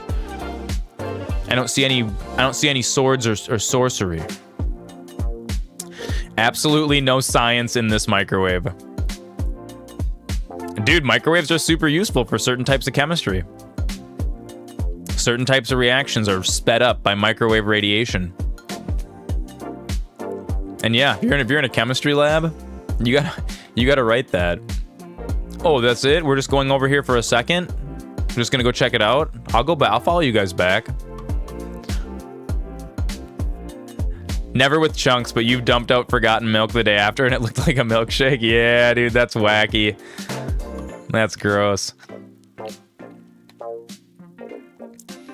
Nah, I'll tell you something I have done though. So sometimes, if you have, because I like whole milk. I'm a whole milk guy. Dude, actually, I like heavy cream. I'll never forget, we used to make ice cream at my uncle's house when we were kids. And it was my first exposure to heavy cream. Like, I loved milk as a kid. Milk was great. I still love milk. Some people think it's gross. Some people think, oh, it's, dude, PETA, don't even go on their Facebook or any of their, dude, they get so mad, dude. They're like, it's unnatural. You shouldn't be drinking. You shouldn't, no other animal seeks out the milk from other animals. And I'm like, yeah, PETA, you know what? Other animals just seek out the flesh. They consume the whole thing. They eat their bones and everything. It's like, all we're doing is taking the milk. That's it. We're not even doing that bad. We're just taking their milk and leaving them be. Yeah, exactly. You're right. They do. I know, dude. Dude, PETA's out of their minds sometimes. I think, dude, didn't they do a Darius looked down upon in LA? I can see that. It's a very hippie lifestyle thing, dude. You try and get one side of your sippy cup. Have to be the rebel with the half and half in your coffee. Oh God, tainted you for life. Oof. Yeah, dude. You know what though? Versetto, you're a Wisconsin boy. It's in your blood. We drink milk around here, dude. Milk's great. Milk's especially great. All forms of food are just a vehicle for getting cheese into your body. Yeah, you know what happens? You know what happens when you drink milk? It turns into cheese in your guts. It mixes with the acid and coagulates. It does. That's why milk fills you up and keeps you full. Dude, milk is great for people that have trouble eating the number of calories that they need to eat in the day. That's actually so I'm gonna blow your guys' minds wide open with something, right? You guys have heard of keto, right? You guys have heard of like fit bros and gals doing keto. I'm gonna tell you guys something right now. This might be a little unpopular. Keto's a scam. Milk, the drink that eats like a meal. Oh god, I love you guys so much. I love you guys so much. So keto's a scam. It kills your girlfriend though. Cheese is her favorite thing. She's recently become very lactose intolerant. There are certain kinds of cheese that are good for, like, are okay for people that are lactose intolerant. So one of the things that I used to do at the bar, I used to make milk punch. Milk punch is a Victorian era cocktail where you take whole milk and you infuse it with flavor, and then you take alcohol and you take juice, like citrus, and you mix it all together and it curdles, and then you pull the curds out and you're left with a cocktail that is washed with whey. Yeah, dude, you remember the milk punch? The milk punch was so good, dude. I'll make more, dude. You tell me when you're gonna be in Wisconsin next, and I'll make a big batch of it, and we'll bring it to like a family gathering or something. Dude, you know what we could do? I'll make milk punch. I'll send it to you in the mail. We'll smuggle you some illegal alcohol across lines, dude. We'll figure it out. So I used to make milk punch, and people, they would always be like, "Oh, well, I'm lactose intolerant, but I can drink the milk punch because it's had all of like the milk solids removed." And I would always tell them, "No, it's actually the opposite of that." So milk is made up of like fat solids and then like a lactose water. Okay, lactose is the sugar that's in the milk. When you make cheese, yeah, family mafia, prohibition style, exactly. When you make cheese, you actually, it depends on what kind of cheese, because some kinds of cheese are like soft cheeses tend to have some of the lactose still in them, but really hard cheeses like Parmesan has almost no lactose in it, because all the lactose is like, it's left behind in the whey. So lactose is like the sugar, and it's actually really good for when you're making cocktails like a milk punch. You want the lactose because the lactose is what sweetens it. It's better than washing it with water, right? Normally in cocktails, there's a concept of like when you shake a cocktail, you dilute it with water a little bit, right? Because of the ice melts. With a milk punch, you're diluting it with the lactose liquid that was in the milk. So you're basically using whey as the wash. Now, when you're making cheese, depending on the kind of cheese, the whey gets left behind. So there are actually cheeses that are like, if you do a little bit of research, you can find cheeses that are good for people that are lactose intolerant. So I'm gonna drop some knowledge that would probably upset most of the people in California. Actually, I mean, even around here, I know a lot of people that do keto as like a fit lifestyle thing, and keto's not healthy for you. It's not. And I know people around here that do it. They'll do it temporarily to like lose a bunch of weight and stuff. And you know what? It does work like that. But there's a certain misinformation that a lot of people have about what exactly it is when your body goes into ketosis and what that means. Because people are like, "Oh yeah, your body goes into ketosis. It's not using the sugars, or you're not supposed to." There's all these requirements and whatever. You replace your sugar. Yeah, Pepsiosis. Oh no, dude, you can't go into ketosis if you're drinking the Pepsi. Definitely not. The whole idea is you cut sugar out, and you cut out anything else that your body turns into sugar. So like bread just gets turned into sugar, basically, once you digest it. What you do is for ketosis, the whole idea is, or for keto, the whole idea is that you replace all of the sugar that you would normally require with fat. And then your body does something really, really wacky when you do this. It starts burning the fat, and it starts turning the fat into sugar called ketones. It's a special thing. And the ketones are like, your body uses them just like sugar, and it's this kind of neat thing. But what people don't realize is, in order for this to happen, first of all, 99.9% of people that are doing keto and they say they're going into like ketosis, they're actually not. They're actually not. And part of that comes from like people don't actually understand what ketosis is or what it was originally used for.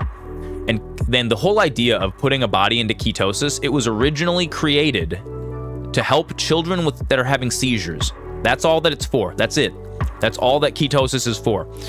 And it laughs, dude. I laugh. It laughs. I laugh. Whenever I hear my friends that are like, oh yeah, I'm doing like a little ketosis, I'm doing a little keto stint.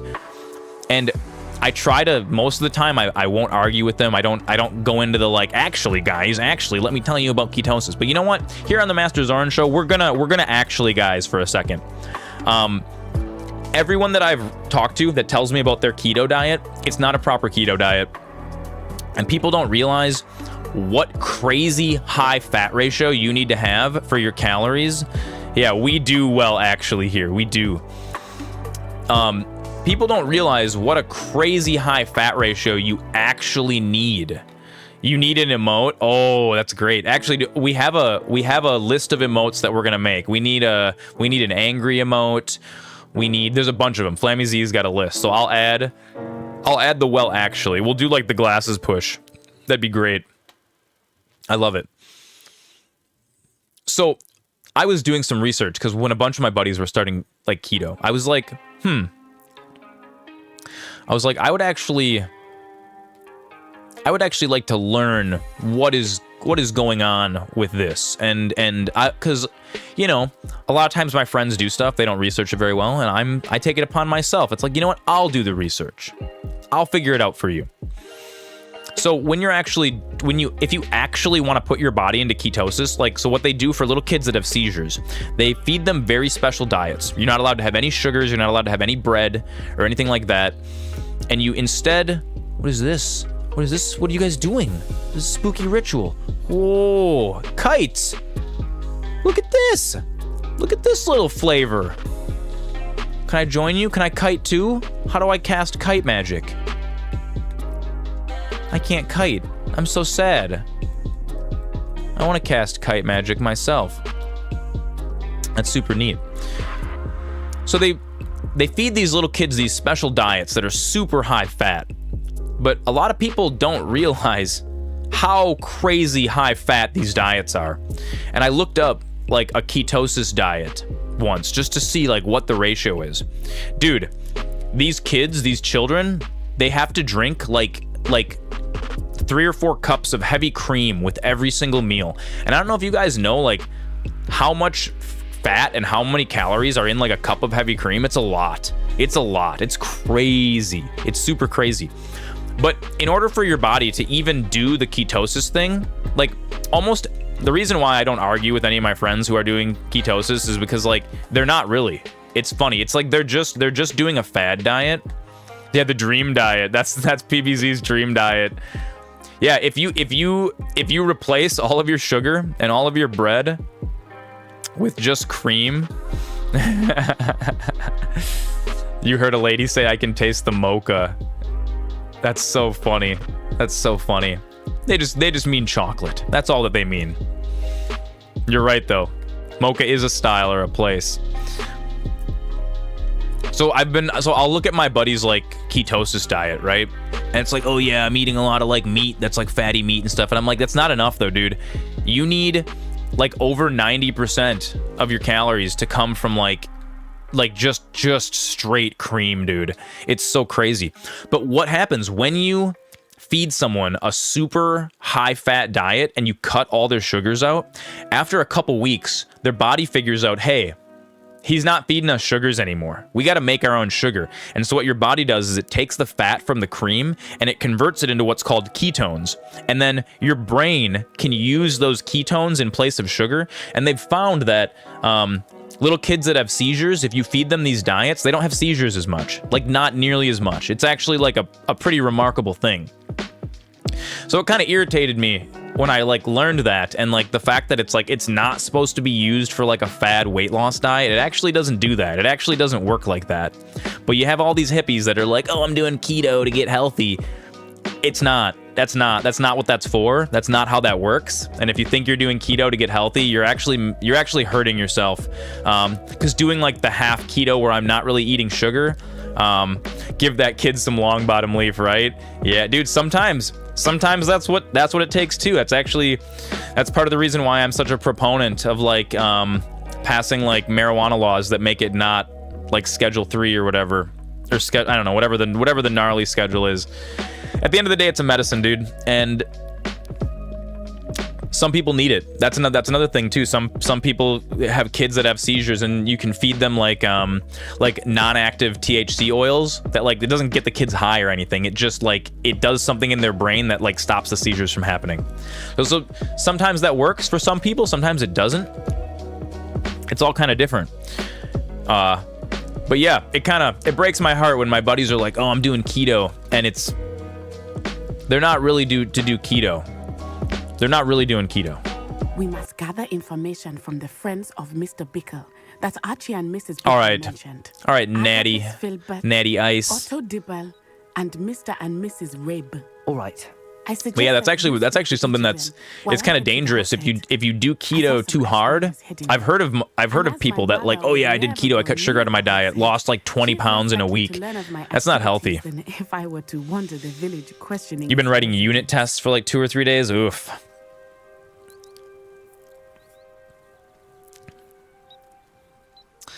Yeah, sometimes you gotta do boring stuff. Sometimes you gotta do boring stuff. That's why it's important to have fun as often as you can, you know? That's why I like games. That's why I'm a gamer.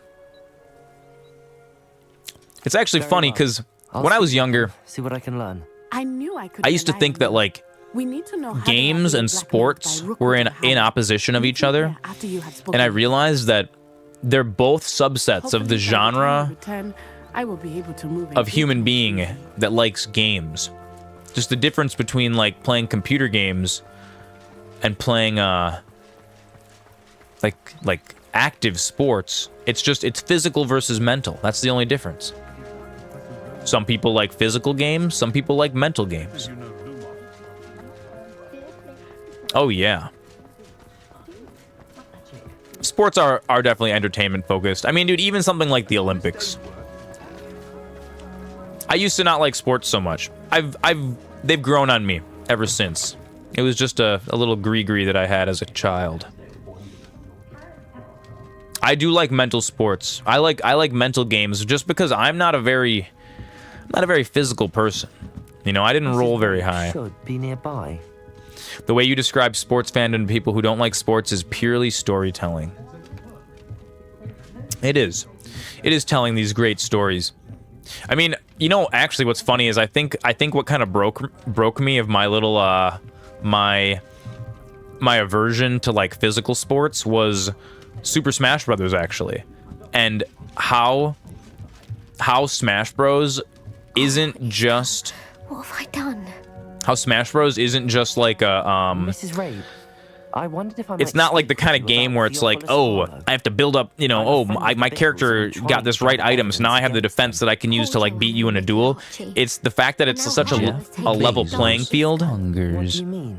Why? Oh, dude, Bezos is back. God, I feel like Bezos has been just coming in hot today, dude. He's coming in hot. He must have turned it up. Nah, we just been having good conversations already. It's already 7 o'clock. Look at that. Dude, time flies. Time flies when you're having fun. That's the theme. That's today's theme. Have fun. Make sure you have fun whenever you can. It's really important. It's really important. You gotta make sure you can have fun. Whenever you can. Whenever you get a chance. Don't take things so seriously. A lot of people take things way so seriously, you know? And I think it's not useful. I mean, there's some things you gotta take seriously. There's some serious stuff. There's some serious stuff in life, but at the end of the day, so I was actually talking to Comrade Punky the other day about game theory.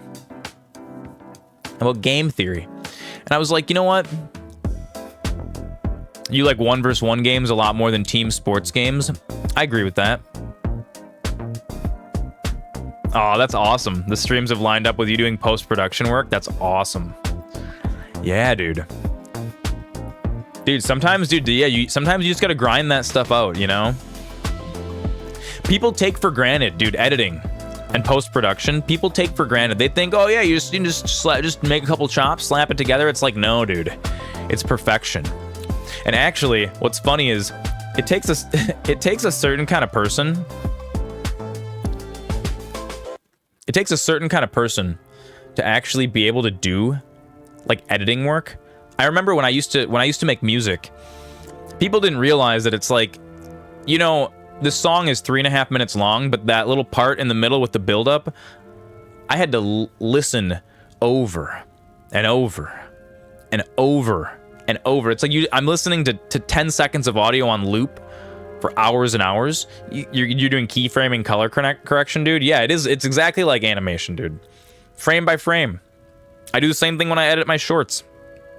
It's frame by frame. I was actually, I was editing a short, my motivational speech short that did terrible, dude. It got like 400 views, just flopped.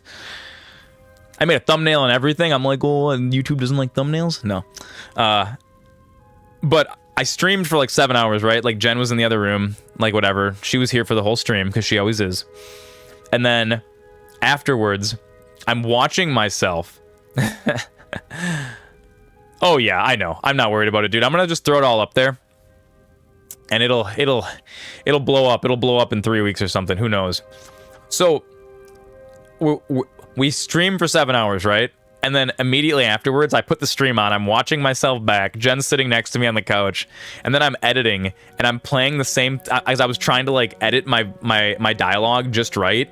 And I'm playing the same word over and over and over again for, like, an hour and a half. And I can see her just staring at the wall. And I'm like, is it starting to wear on you? She's just like, it's just a lot of Spencer. It's just, I'm surrounded by Spencer on every single screen. And it's like, you're sitting here in real life. And it's... and I couldn't help but laugh. I was like, oh, my God. Thank you, Mrs. Rabe. That's true. It is a lot of Spencer. Is helpful, albeit more than I'm actually. I feel like editing audio for so long kind of like set me up with the ability to all I can to get evidence against Harlan. to sit and like, dude, editing video of yourself is so hard because you got to be like so self-aware, and I'm not. I'm just not sometimes. It's real funny. Jen needs a tiny sofa or a comfy chair in her room. She does. She really does. We're working on that. She, when she bought her wardrobe, she bought kind of like a silly large wardrobe. It was maybe a tiny bit too big for the room. There was another option that was like 1.5 feet smaller, and I was like, ooh, we should have gotten that one. Dude, that wardrobe that's built in her room, we can't, it can never leave her room. Ever again. Like some of that IKEA furniture, it's really easy to put together, but you can't exactly take it apart afterwards. So it's kind of permanently in there. Not in one piece, no, dude. Yeah, we'd have to break it back apart, and then when you put it back together again, it would never be quite the same. Like it's not going to be perfect, which is kind of funny. Mr. Dibble, may I speak with you? It's about Theophilus Harlow. I have nothing to say. I was really sad because there was another wardrobe that looks almost the same. It's just about 6 inches less deep. And I really wanted to have the wardrobe slided right against so that when you walk into the room, right? But when you have the wardrobe in that corner, the pull-down staircase doesn't pull down anymore. And I was like, oh. And it was like inches, dude. It's like inches. It's like, I just want to like shave the end off the staircase, you know? It started a few weeks ago. I was distracted. That's how you end up with like a crazy house. When you know who came into the shop. Imagine also being Spencer. Yeah. To help him. Yeah, dude. I'm like, honey, you think it's a lot for you? Imagine it for me. I'm up in here too. I'm in my head all the time too. But yeah, dude, the editing work is hard. It's hard work. It's and it's hard work, and a lot of times it's hard too because you're like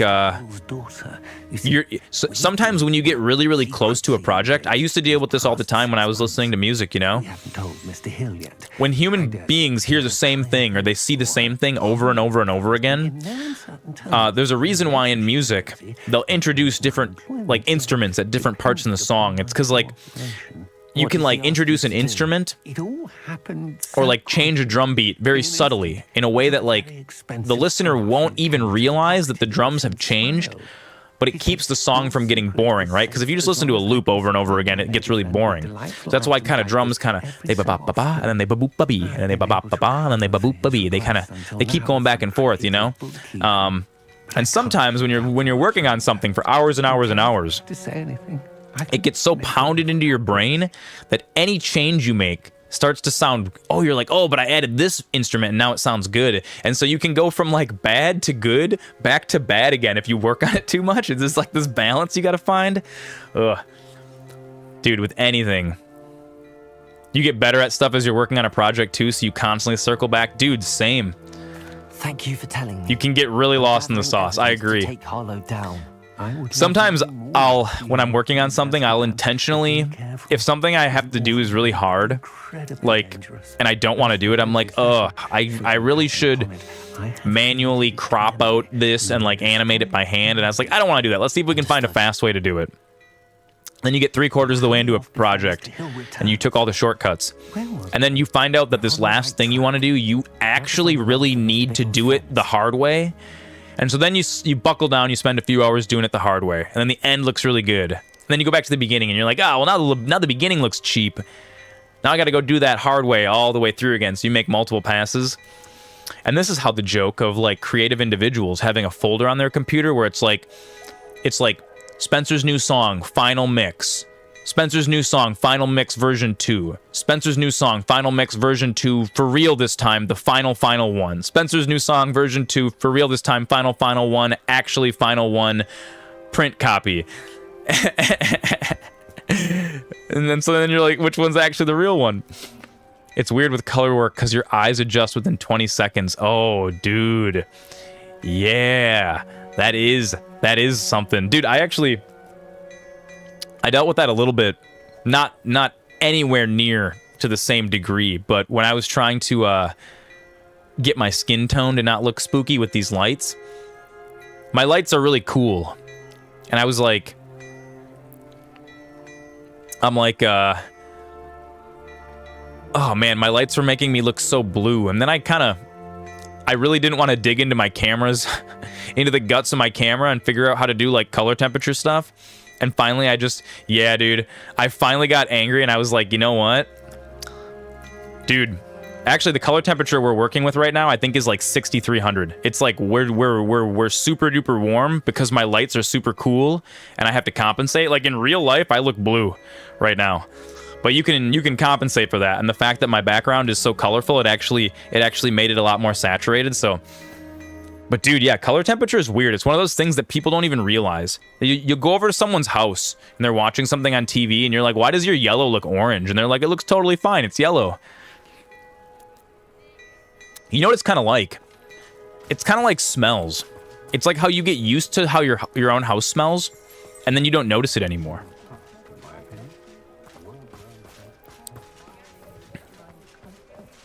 Then you go over to someone else's house and you're like, oh, it smells like onions in here. And it's like, onions? We cooked onions a week ago. And you're like, yeah, it just smells overwhelmingly like onions. But you didn't notice it. It's so weird how good the smelly smell.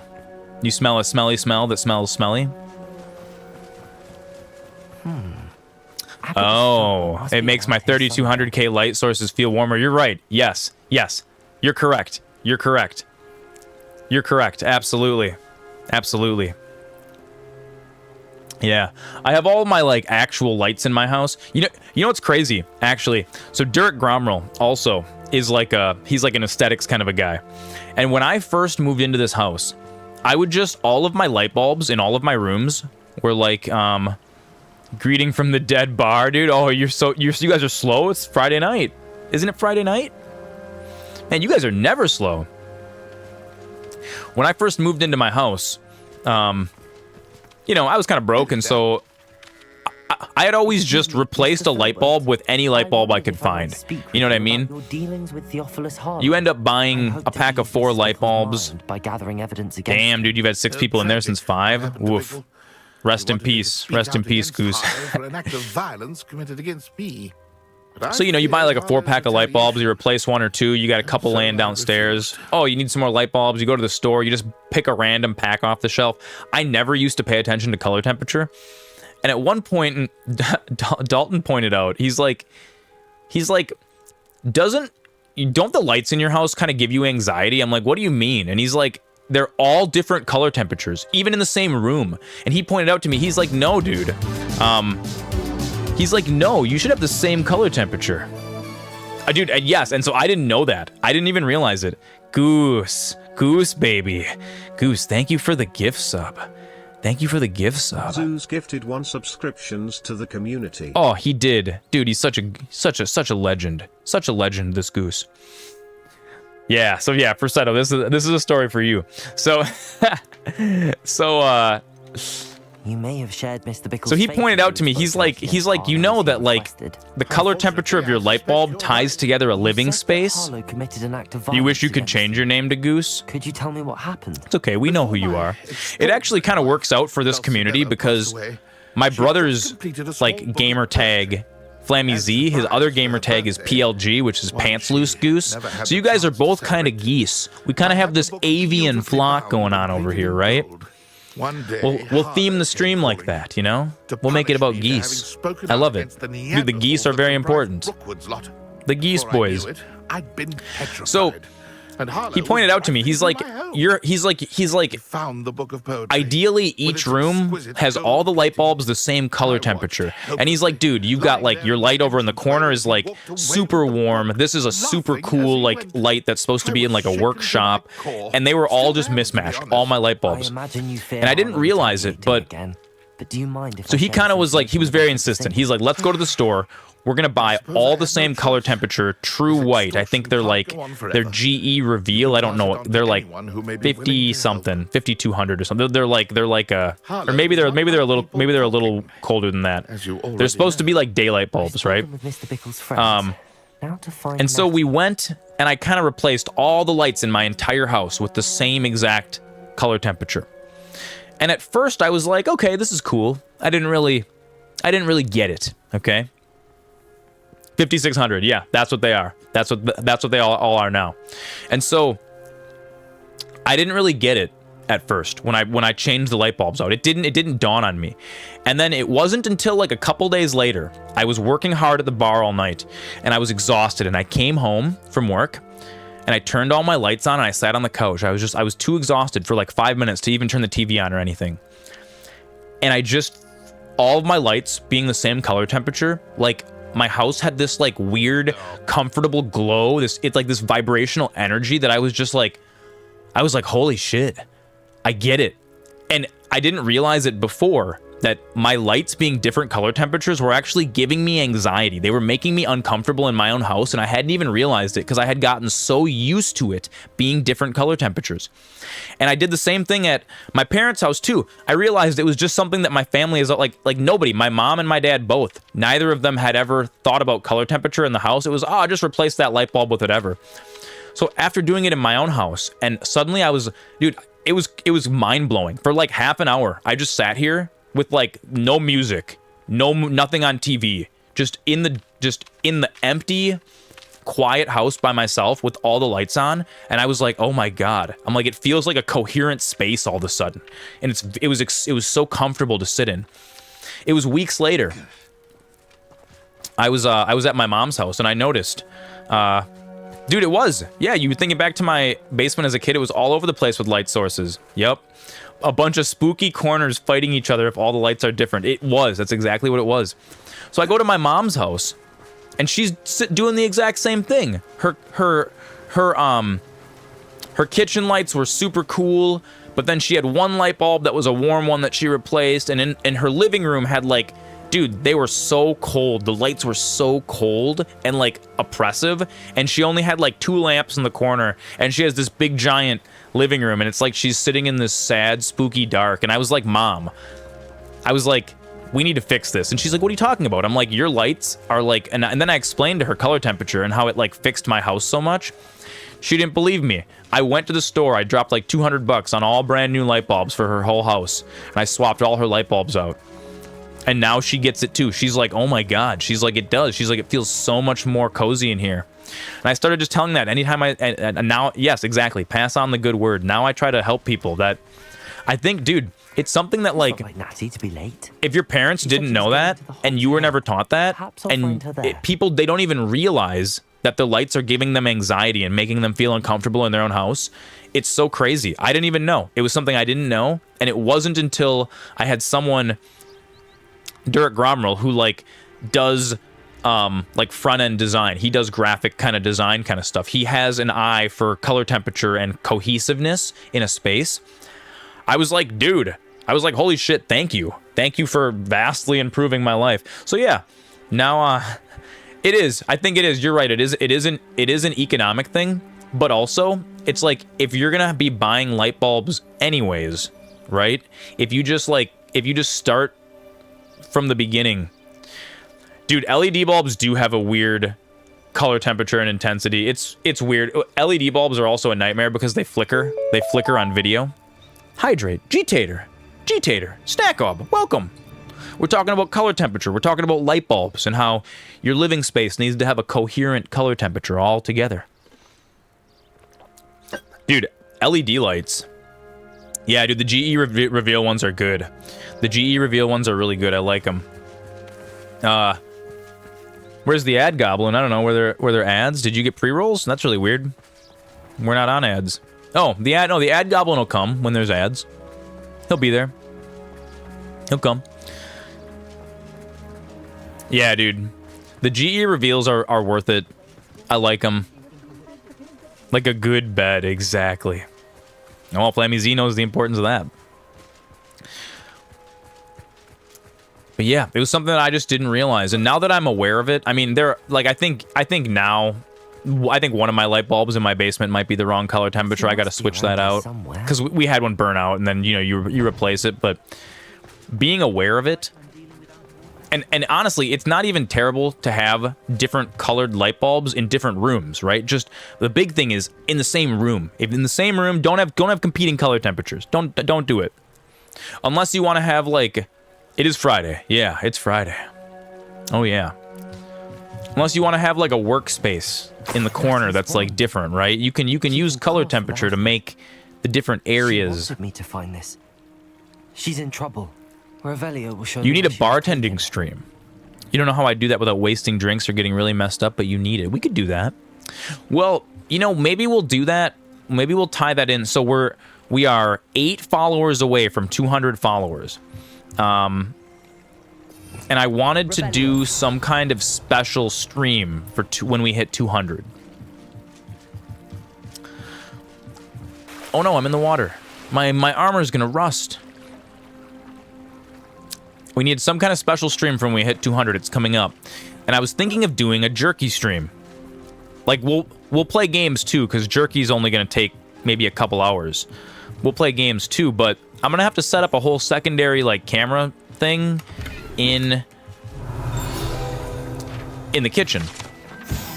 And so maybe once we're in the kitchen, how they clean chainmail, dude? They probably didn't. They probably they rubbed it with lard or something. Or yeah, it was some kid's job. It was like, oh, you're the ward of the castle now. You get to clean these links. When you step into the room, everyone hits pause because it's the one and only Peep Pause. I love it. I love it. I love it. He's so musical. Follow the trail.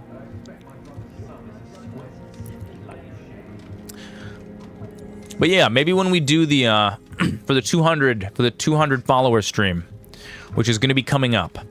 Not exactly sure when. Sometime. When we hit that, we're going to do jerky. I want to do jerky. If I can figure out the logistics of making a jerky stream happen, it's going to happen. Been taken this way. I need to find her quickly. And then maybe if we're in the kitchen anyways, maybe I will maybe I'll design and go through some cocktails. Lab stream. The lab stream is also going to come, but that one's going to be a little more difficult. I got to clean the lab first. And my kitchen is a lot closer to my stream than the lab is.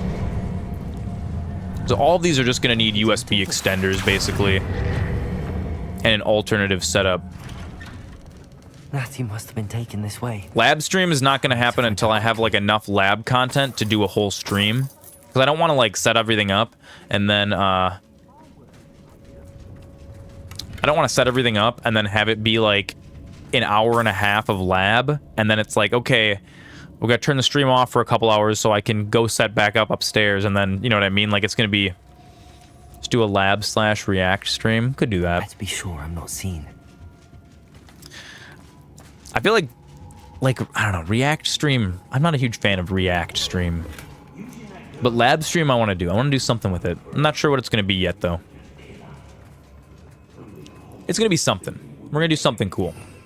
But yeah, I do like the idea of making jerky and then... Oh yeah, we got to do a little stretch. I want to make jerky. That'd be cool.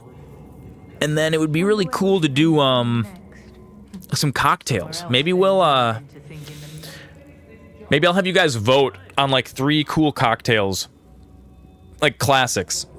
Or, you know what? Maybe I'll just go through like the basics of making cocktails. Because there's... The thing a lot of people don't realize about making cocktails is it's exactly like cooking. Like, it's all based on like... It's all based on like a format, right? So if you it's like if you learn all the recipes for the mother sauces, right? Then you know how to do just about anything as far as cooking goes. And then it gets to the point where like the ingredients don't matter. I used to be stationed. Dude, the other day I was making like Asian chicken, and more times than I can count. I didn't have. Wait a second, didn't I like get an invisibility cloak? Do I like not have that? We may be working with the goblins for now, but Was that only in like the invisible world? Am I supposed to sneak by these guys or just beat them up? I don't know.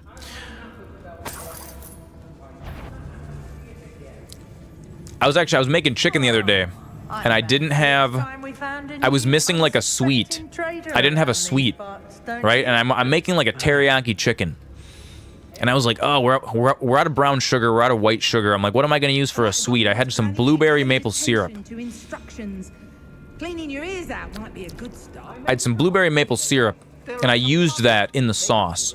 And I was like, ooh, this might turn out a little weird because the blueberry, it didn't. It doesn't matter. It doesn't matter what ingredients you use as long as you follow the rules. And bartending, making cocktails is exactly the same as that. Someone there? Can I just like pick them down from hidden? Oh God. Oh no, I can't do it. Oh, boys. I'm fighting someone that's too high level. This is bad. Level 30. I made a mistake.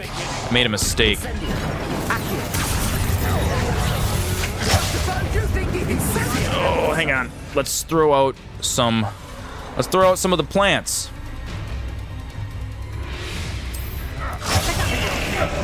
Let's throw out some chopping cabbage. Come on.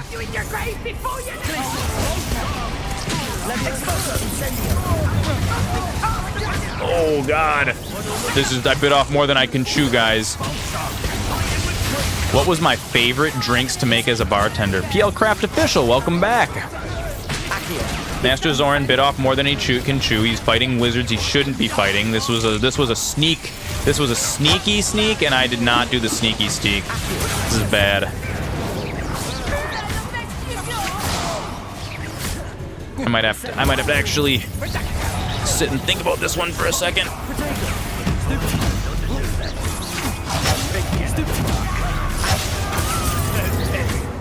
Oh, come on. Come on. Oh, gosh. Oh, no. I accidentally... Just sometimes... You can't make me hydrate. No, you can't. It's once every 5 minutes. Once every 5 minutes. You can make me hydrate more. It should all be fixed. Dude, sometimes when I'm like in rocket combat here, I accidentally swap out, like I swap out my spells by mistake.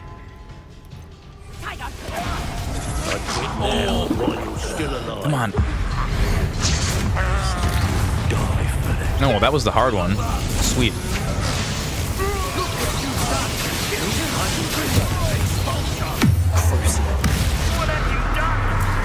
Dude, he's got so much health. Look at him. The meaty boy.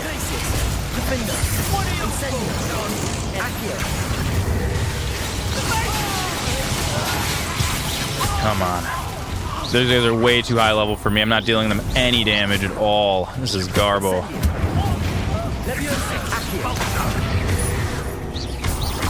What are my favorite drinks to make? I'm gonna try to not die while I try to think of this. I know, I'm gonna do it. I'm gonna do it. Come on. Come on. Come on. I just gotta keep hitting him with enough of the wombo combos. Come on. Wombo combo. Do it. Do it. Attack me. Attack me. Yeah, with the curse. There we go. There we go. We're getting it. We're getting it. One more. There it is. There it is. There it is. Oh, Dirk Gromroll. Dirk Gromroll. Thank you for the gift sub. PL Craft Official. Welcome. Welcome. You're a wizard now. You're one of us. Go join the Discord. Link your account. Gromroll gifted a tier Be a 1 wizard with us. subscription to Pullcraft_official. What is my favorite?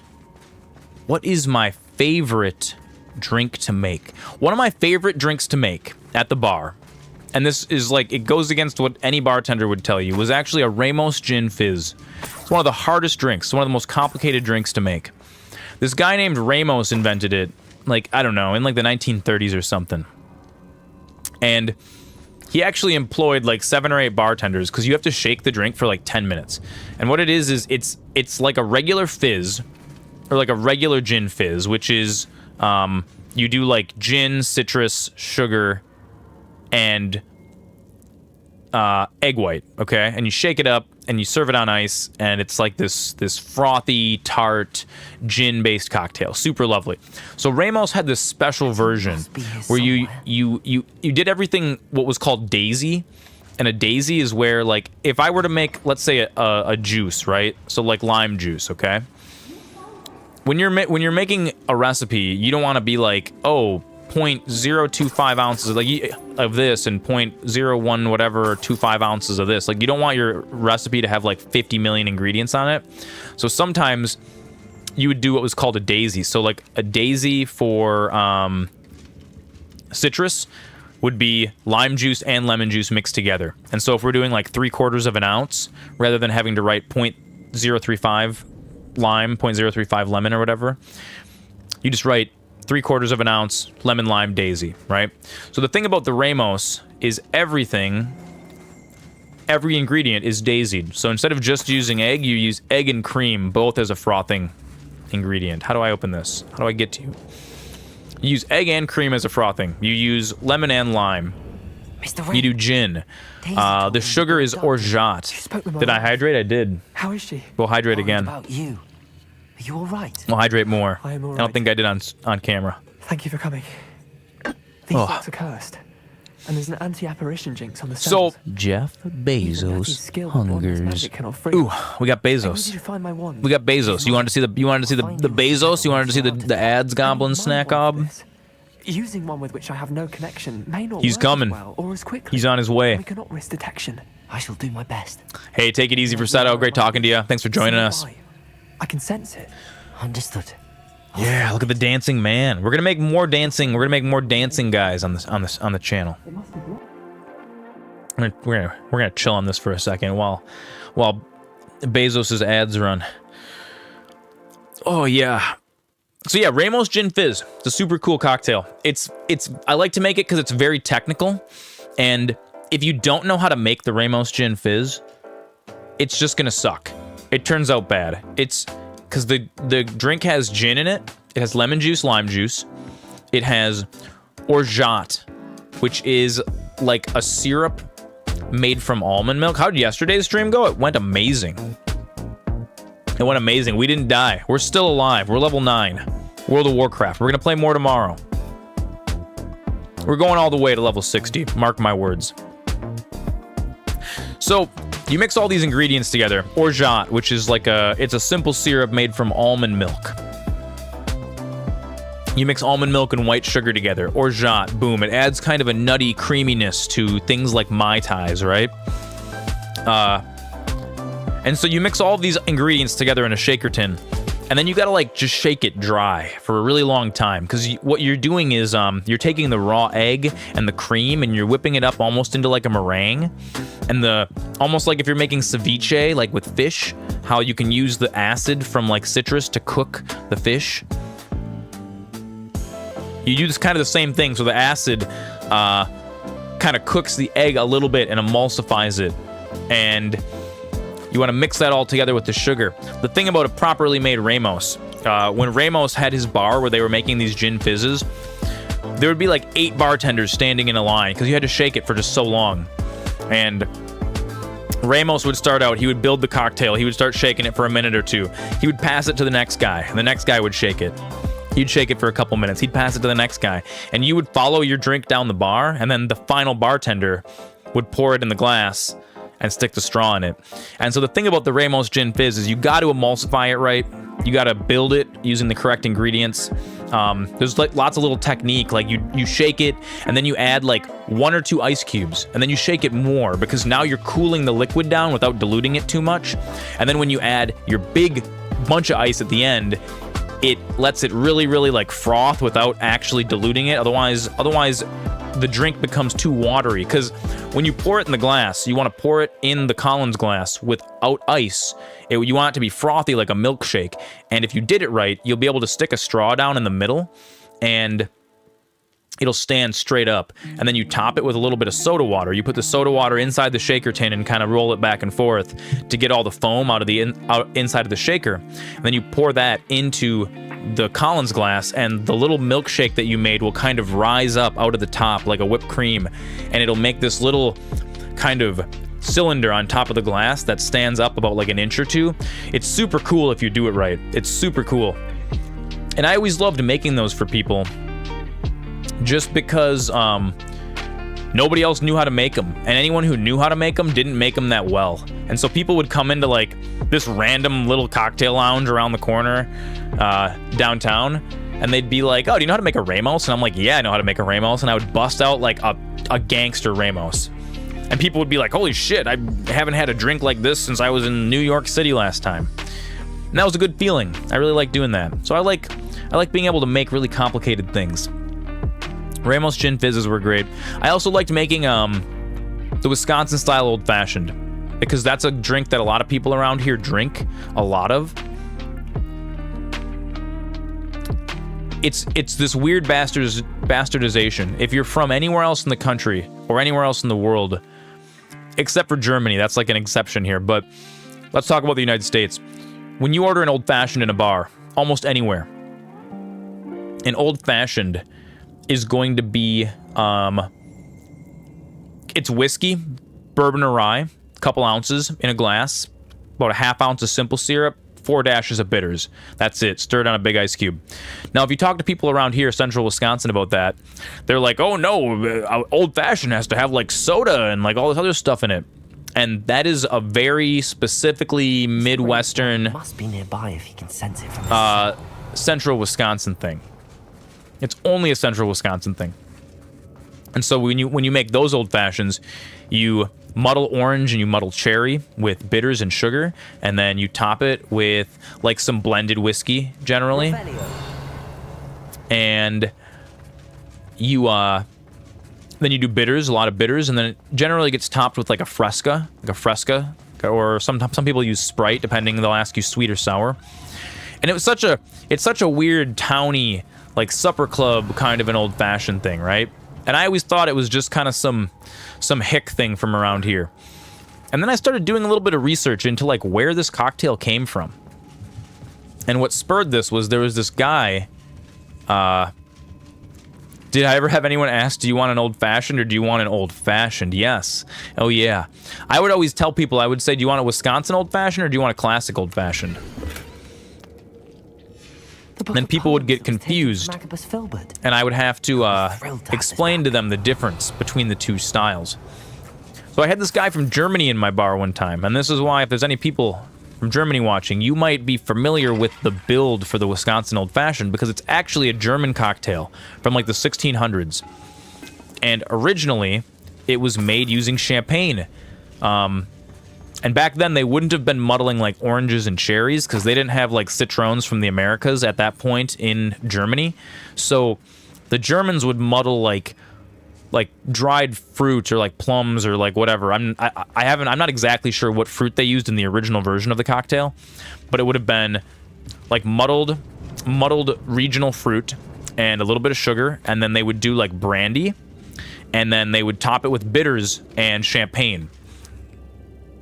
And it all kind of clicked because I was like, there's lots of German immigrants around here, and I was like, holy shit, people from Germany moved to the Midwest. Like, back in the day. Revelio. Dude, I don't know where your wand is, dude. I don't see it anywhere. Is it supposed to be in this room? It's got to be somewhere in this facility. I gotta explore more. So they moved to the Midwest, and they couldn't get a hold of champagne, because you have a bunch of poor immigrants. Champagne's expensive, you know? So they were like, well, what do we have? At the time, it was like sour. It was sour mix topped with, like, bubbles, you know? And then after a while, when Fresca came out, Fresca's like the perfect bubble mixture to top an old fashioned with. So then they started using that, which I thought was really cool. So people get all high and mighty about like the classic old fashioned, and they go, "Oh, the classic old fashioned was the original." And I say, "No, it wasn't. It wasn't the original. The original was the Wisconsin style, but it was actually the German style. Then that got modified." And that's kind of the entire world of cocktails. You know, somebody invented something, someone came up with an idea, and then another bartender modified it. Bada bing, bada boom. Incendio. Next thing you know, people are asking for it. Yeah, making cocktails is fun. Lumos. But I used to always just make them up on the spot, you know? I used to do this thing where people would just be like, oh, I want something with gin, but like a little tart or whatever. And I would just look at all my bottles and just my brain would start going wild. And I would just kind of make it up like almost like you're playing jazz, you know? I really like making cocktails like that. But I'll teach you guys. I'll teach you guys how to do that. When we do jerky stream, we will also do cocktail stream. And I'll make a few drinks. We'll make the basics, you know? I'll give you guys the ability to play cocktails like jazz. You know, I remember being in like high school or college, and you know, you'd be like drinking at like a buddy's house or something. Has anyone ever ordered an appletini from me? Yeah, I've had appletinis ordered. We never made appletinis. Appletinis specifically require apple pucker, and there's sort of a couple different styles of cocktail bartending. Are they good? They're really good if you like an apple Jolly Rancher and a really bad hangover. That's kind of the thing that, you know, bartenders will tell you. The hangover, yeah, it comes from if you drink too much alcohol, but it also comes from if you drink alcohol with a lot of sugar. And so, like, it's the drink JD from Scrubs orders every time. That's the joke. Yeah, dude. Yeah, the appletini is considered like kind of like a bullshit cocktail. Sort of the same thing as like people would come in and they would order like a Mai Tai.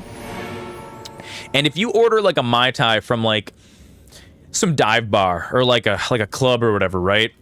You're gonna get pineapple juice and some rum and grenadine, and it's all gonna be a little coconut, cream of coconut, right? And that's not what a Mai Tai is. Mai Tai was a cocktail invented by Trader Vic back in like the 1920s with this very specific kind of rum. But people think that they're like, oh, it's creamy and it's got rum in it, so it's like you know, people go home and that's how they figure out how to try to make it. But a Mai Tai is it's light rum, it's orgeat that we already talked about, that almond syrup, and then it's lime juice, and that's it. You shake it up and you put dark rum on top with a little sprig of mint. That's the Mai Tai. That's like a classic like pre-prohibition style Mai Tai. And so at the bar that I worked at, we would do very classic cocktails. Like even our margarita, right? So the standard build for a margarita is like tequila, triple sec, lime, a little bit of sugar, shake it up, salt on the rim, right? But the owner of the bar that I worked at, his family's like Venezuelan, right? So he's like, nah, dude. He's like, we make Mexico margaritas. He's like, you want to know what they put in Mexico margaritas? Tequila, lime, sugar. It's got 3 ingredients. No triple sec. So he was a little bit of an elitist like that sometimes. He wanted us to use like classic simple ingredients. And so we did things in that bar kind of like the same way that a chef would cook, you know? It's like you got your sweet, you got your salty, you got your acidity. And it doesn't really matter what the sweet, what the salty, or the acid is. That stuff doesn't matter. I used to have guys at the bar come in, and they would try to challenge me. They would, like, bring in ingredients that were, like, gross and shouldn't go together. And they'd be like, can you make... He's like, can you make me, like, a drink that has, like, lime juice and olive juice in it, right? And I would just apply the principles of cooking, right? It's like, okay, let's make a cocktail. The olive juice is going to be kind of briny and kind of salty. So it's like, what cocktails do you want saltiness? Okay, so margarita. So we're working based on a margarita. Dude, we're like in this secret Ashwinder dungeon and there's no other way out. So I'd mix together a little bit of this, a little bit of that, some tequila, put a splash of olive juice in it, shake it up. And they'd be like, holy crap, this is actually really good. It's like, yeah, it's because it's got the same amount of salt as you would have as your salt in a margarita. Lumos. Except for I just use olive juice instead. I've done that with all kinds of ingredients, dude. I made a peanut butter and jelly Ramos Gin Fizz using Monster, or it was Red Bull as the bubbles instead of seltzer. And then it was like peanut butter, whiskey, and grenadine was what I used instead of the gin. And boom, it tasted like a PB&J. It was super good. It was super tart. It's really sugary. I'm sure Goose had a terrible hangover from that. But yeah, cooking and making drinks aren't so different. So confused. I went through a secret tunnel and suddenly we're back in the same place, but all the lights are off. Let's go find our way back to the tunnel again.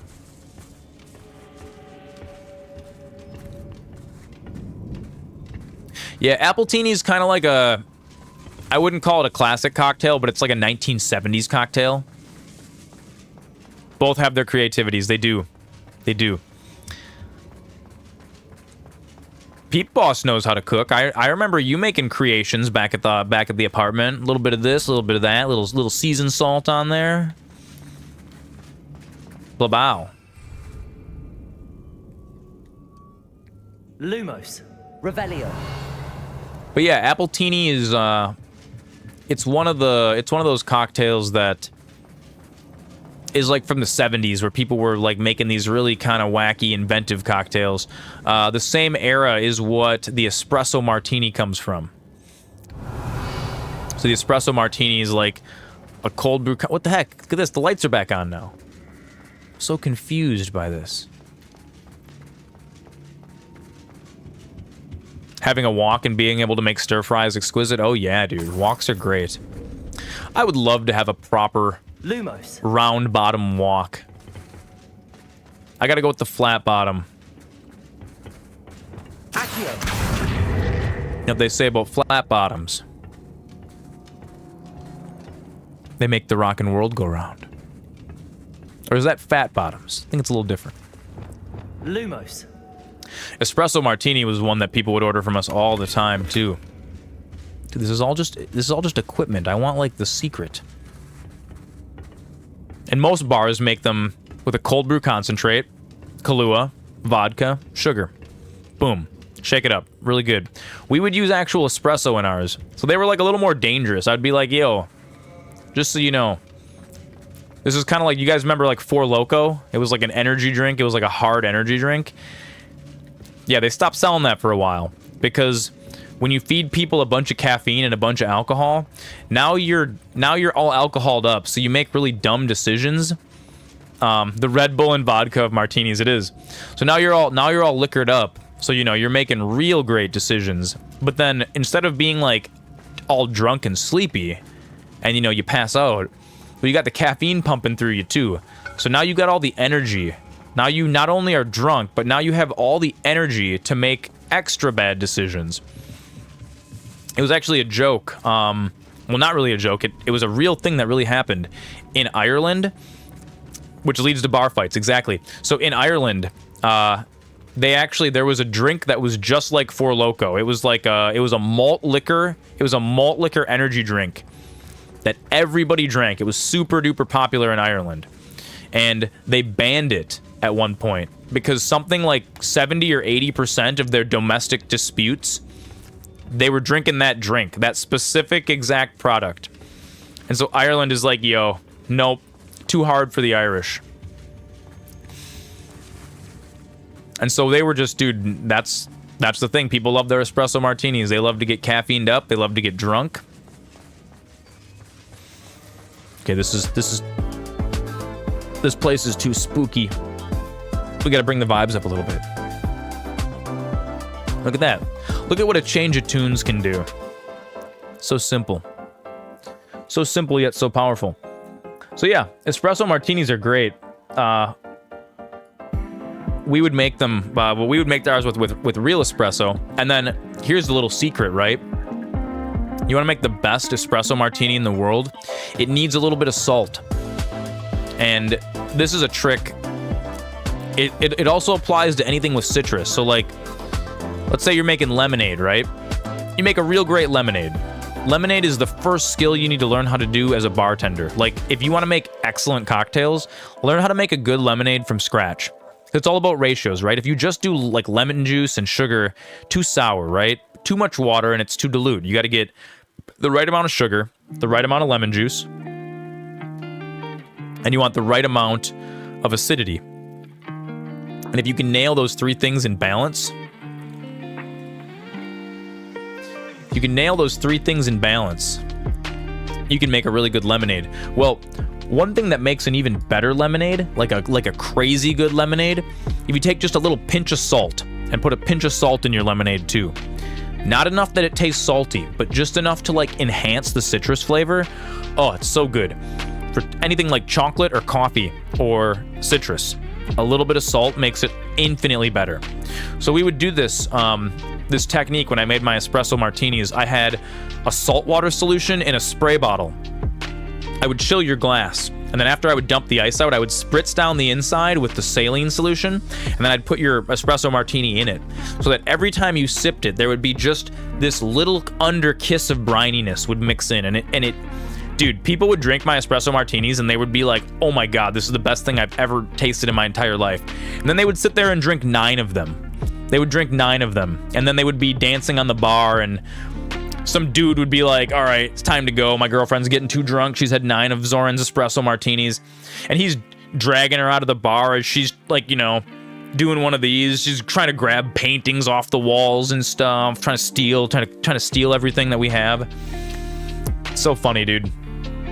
White chicks get drunk and then they want to steal everything off the walls. So after a while, we ended up we took these big like this long screws, and we just, every single decoration on the wall my boss went through one day, and he just like we just screwed them all to the wall, just dude, like right through the picture frames. We had frames that had glass, and he just drilled right through the glass, shattered the glass, left the shattered glass in the frame. He's like, whatever, dude, doesn't matter, we have insurance.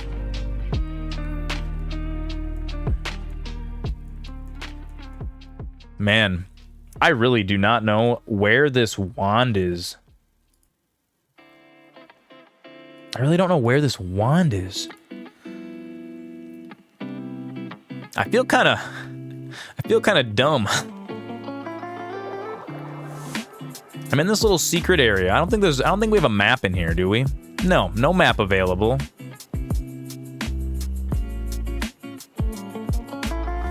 They must not have playtested this dungeon very well. Or maybe Zoran's just thinking about this way too hard. Is it in this room? Is the wand in this room somewhere?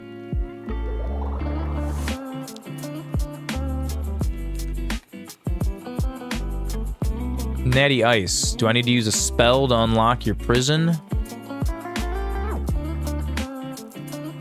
Find and return Isco Rabe's wand. This dapper gentleman. Do I light the fire? Nope. Nope. That's not it. Dude, so I remember being like... I remember being in like high school, college, and we would drink the most disgusting things in the entire world. Like, dude, we would just mix Kool-Aid with vodka. Oh wow, it was just actually it's actually just sitting on the table. Of course it is. I looked around this entire castle. We would just mix Kool-Aid powder with our vodka. We mixed Bacardi and Kool-Aid packets. I remember that. Yes, we did it. Me and you did it together. It was terrible. It was terrible, dude. If I could take my bartending skills back to like being 19 years old, dude, I would have been the coolest person because I would have showed up at the party with like, hey, you guys want to drink something that doesn't taste like garbage? Dude, that's the real skill. Wand. Is I knew it was nearby. Now, at Dustin's mansion at those parties back in the day. Oh god. You remember that bottle of vodka from like the late 1800s that we or like the early, it was like a very aged bottle of vodka that we found in his basement. You remember that? Definitely. I think we almost died that night. Dude, we didn't know anything about drinking back then. We didn't know anything about drinking in a way that was responsible. Thank you, Mr. Isco. There's like a meme these days where it's like, oh, your parents think you're sleeping over at your friend's house, but you're actually dying of alcohol poisoning in a field somewhere. That's real. Everyone in the land room just, yeah, dude, I remember crawling underneath my desk and just dying, and then I think I went and threw up in the, I think that was the first time I actually got like really greasy drunk. Be prepared for a fight. Really, really greasy drunk. I never found Otto Dibble's love letter. I'm kind of sad about that.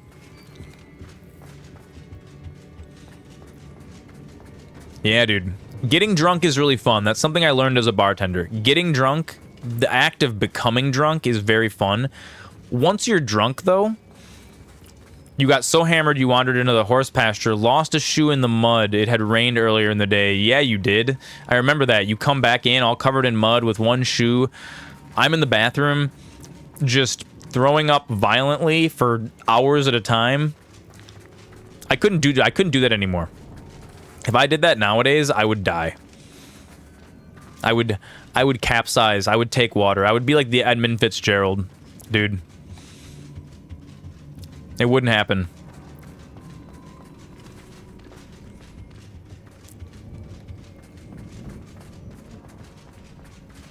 Let's find Officer Singer and put an end to Harlow once and for all. Dude, I'm guessing that Harlow's probably got the police in his pocket, man. This isn't going to be so easy. Yeah, that's something I realized as a bartender is like getting drunk is fun. Being drunk kind of sucks. I should have known. Lumos. And you, the troll dispatcher. Oh, thank Look at these old-timey police. You were pissed afterwards. Those were some nice shoes. They were. They were some nice shoes. Oh man. Yeah, dude, I've watched too many people get too drunk and have a bad night because they just got too drunk. Isco Rabe told me a couple of That's something I learned as an adult now is like when you're having drinks and you start to feel good, I sent him home to his switch it up. Have a drink, have a glass of water in between like your next drink and the one after it. Because when you're coming up, you're feeling good, right? It's almost like you're operating like, you know, 30 minutes in the future, right? You're drinking more alcohol. That alcohol hasn't gotten in there yet. So once you get to the point where you're like as drunk as you want to be, if you've been drinking the whole time, you're gonna go right past that point, and you're gonna end up in the I don't know what's going on zone. Next time, please let the authorities handle the Ashwinders. That's actually how I got this scar. I gotta. Oh wait, it's on the other side. What side is it on? It's over here. It's over here. I got a scar. You can't really see it very well anymore. It was a very long time ago. We were in Milwaukee. Yes, officer. and we were playing vodka pong. Don't ever do this. I'm gonna tell you a story about a game that you can play. Don't play it. We were playing vodka pong, so we're playing beer pong, but instead of doing beer, we just filled each cup up with like 2 shots of grape UV. And so anytime someone got a cup, you had to do 2 shots of grape UV, and there was like 24, or however was it, 12? 4, 6, 7, 8, 9, 10. So yeah, dude, it's like 20 shots. It's way too much. I played a couple games of vodka pong, and then we go to a George Webb in Milwaukee. And I eat the food, because I'm like, oh, I gotta sober up, right? But sometimes that's not enough. Sometimes you don't get the food in there fast enough, and the alcohol is still going into your blood. And I remember I started to feel kind of sick, so I'm like, I better get up and go pay this lady before I like leave without paying. So I walk up, and I got money in my hand, and I'm walking towards the counter, and I made it like halfway there, and I just blacked out. I lost consciousness, and I I just fell face flat, and I hit my head against the concrete. And I wake up, and I'm in the middle of George Webb, and there's like 30 people just standing around me, and I'm all covered in blood. I'm bleeding out of the head. The paramedics are on their way, and I'm like, I was really confused because I couldn't remember what had happened. And all I knew is I had to poop really bad. So I'm like, all right, I get up, and everyone's like, oh my God, everyone's like, don't move, you have a concussion. I'm like, I'm fine. I'm like, I can talk, everything's fine. And I fight through this crowd of people.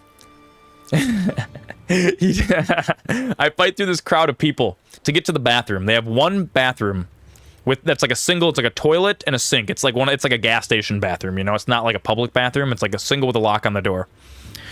So I fight my way through the people. I'm in the bathroom, and I'm in there, and I'm bleeding all over myself. I got like some paper towel against my head, and I'm just trying to poop. I remember that's all I wanted to do was poop in peace.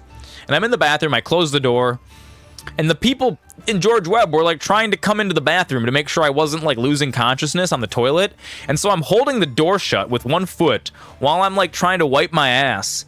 And I'm holding this paper towel against my head because I'm bleeding.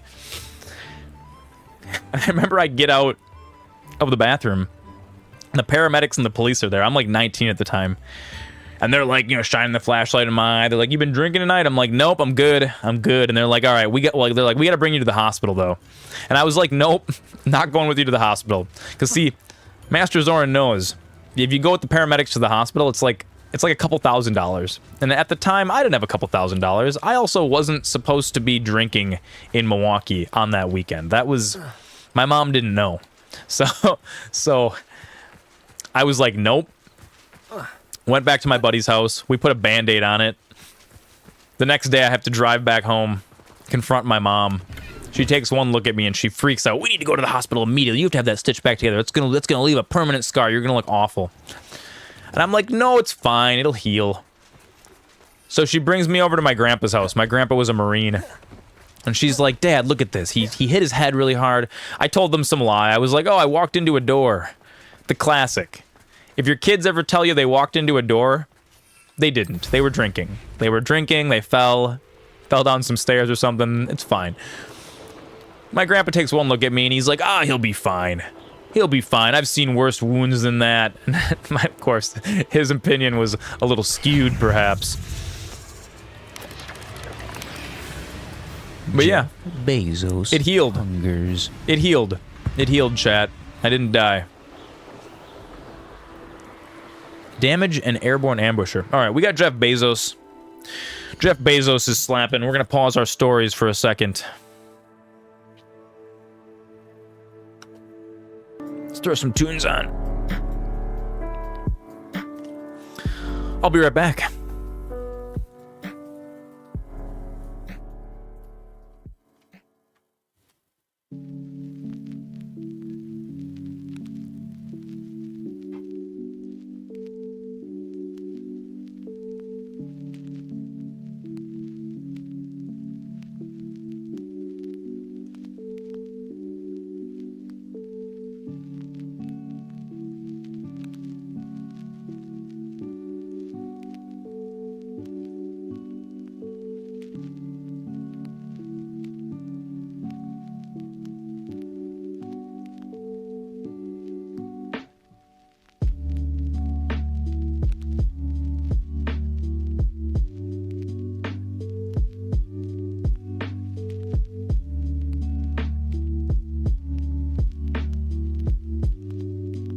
There was a party that you went to in Madison that had people from all over the state.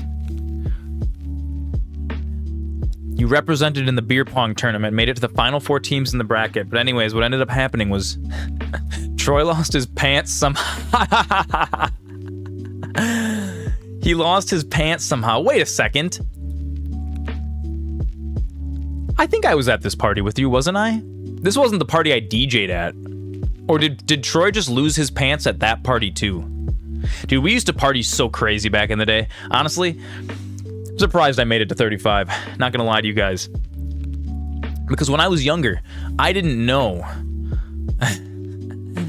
the pajama pants that he stole from the host of the party was carnation pink with penguins on them. Dude, it was the same party. It was the same party. Because it was, yes, I remember. You came. It was both of you guys. It was in Madison, wasn't it? No. It was in Madison. It was. Yes, it was. Yes, it was. Yes, it was. It was. It was. I DJ'd at that party. Yep. It was the first DJ gig I ever had, and I was too embarrassed, and I didn't actually so they weren't paying me. It was like, it was an unpaid gig. I was just bringing a bunch of my equipment, and I ended up not DJing because I didn't really know what I was doing. I had like 30 songs that kind of sucked, and I was like, I didn't show up prepared. So I ended up just letting the chick whose birthday party it was just plug in her iPod into the sound system that I brought, and we just did it that way. I was at that party. I remember. Oh man. Dude, we did some crazy stuff when I was a kid. When I was younger. And back then I didn't know. I felt terrible. Terry's reaction was priceless. It was. I felt so terrible all the time. Because I would like go out drinking without being prepared, right? And because I wasn't prepared, I didn't have a good time. And so the theme of today's stream is having a good time, okay? Have a good time. Have a good time. That's what life's all about. Have fun. Have fun. Be a child about it. You know what I mean? Don't take everything so seriously. But a really, really good way to help you have a good time is to be prepared. That's what we talked about on yesterday's stream. Be prepared. And part of that is if you're going to go out for like a night of drinking, or, you know, you're going to go to the casino, have some drinks, have a good time, you know, make sure you eat something first. I didn't always used to do that. I would sleep all day. Like, so I used to be a techno DJ. I DJ'd at clubs all over the state. Big techno party. I was super good. I was a great house music DJ, dude. I played super cool music. And, gotta stop using a first name basis as the stream blows up. Gonna dox us all, dude. It's already, we're all doxed. It's already happened. It's too late. You guys know the VODs all have the chat baked in, right? Okay, I'm gonna tell you guys something funny. I actually had to delete the first hour and a half of yesterday's stream from the VOD because I brought that package in from G-Tater, and I was like being very cognizant to like, okay, I have to hold my address away from the camera so nobody can see it. There was one moment where I spun the package around, and if you freeze frame at just the right spot, you could read my address. I was like, I went back and saw it. I'm like, the address docs, no. So yeah, I had to go back in, and I was in YouTube clips editor yesterday, like slicing like 30 seconds out of oh god. Definitely can't Google Flammy Z's and find all your stuff. Dude, a long time ago, I remember when I was in like when I was in like middle school, I remember they were telling us like, oh, never use your real name online. And I was like, yeah, sure, as my email address is like my full name. Dude, I talked to Jen about that yesterday. When the stream blows up, people are gonna send me some weird shit to my house. It's just gonna happen. It's gonna happen. It's too easy to find all my info out there. But yeah, that's actually why I've actually had people approach me in real life after watching the stream, and they're like, oh, they're like, do you know that I'm this person? Like, you know that I'm Sapotees on your... I'm like, yeah, I know who you are on my stream. I try to refer to everyone by their by their username, just for that reason, you know. But then here's something that really sucks, right? Because I'm multi-streaming on YouTube too, right? Dude, nearly everybody made their YouTube account with their just regular name because it's linked to your Google account, right? So I'll have like my friends join on YouTube, and I'm just like, you got your full name in the chat, dude. Like, but it's whatever, dude. People aren't doing anything with your name, dude. You know, you can look up you can look up my address. You're Super Dylan Z, yeah. Dude, you can look up, if anyone owns a house, they can look up your address just on Google. Like if I know what county you live in, yeah, it's from the Google Plus bullshit. It is, dude. Yeah, Google. You'd think Google would be a little more privacy focused, knowing that they're like the kings of the internet. They're not. They don't care. So a long time ago, you think there would be less toxicity in social media if you had to link yourself to an account? I don't necessarily agree with that, dude. Look at Facebook. Look at Facebook, dude. Facebook is everyone's real name and photo, and everyone is so angry and toxic on Facebook. It's like they forget. I think it has to do with not having people there in real life in front of you, you know? When you're not actually there in front of people, you know, keyboard warriors, it's like it's the trope. They do that stuff for Korea and Riot game accounts, and it cuts down on how many people cheat and stuff. Dude, what was the,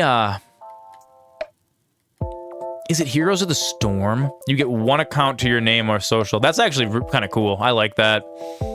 You get like one internet account, and if you embarrass yourself, it's like out there. I don't hate that idea.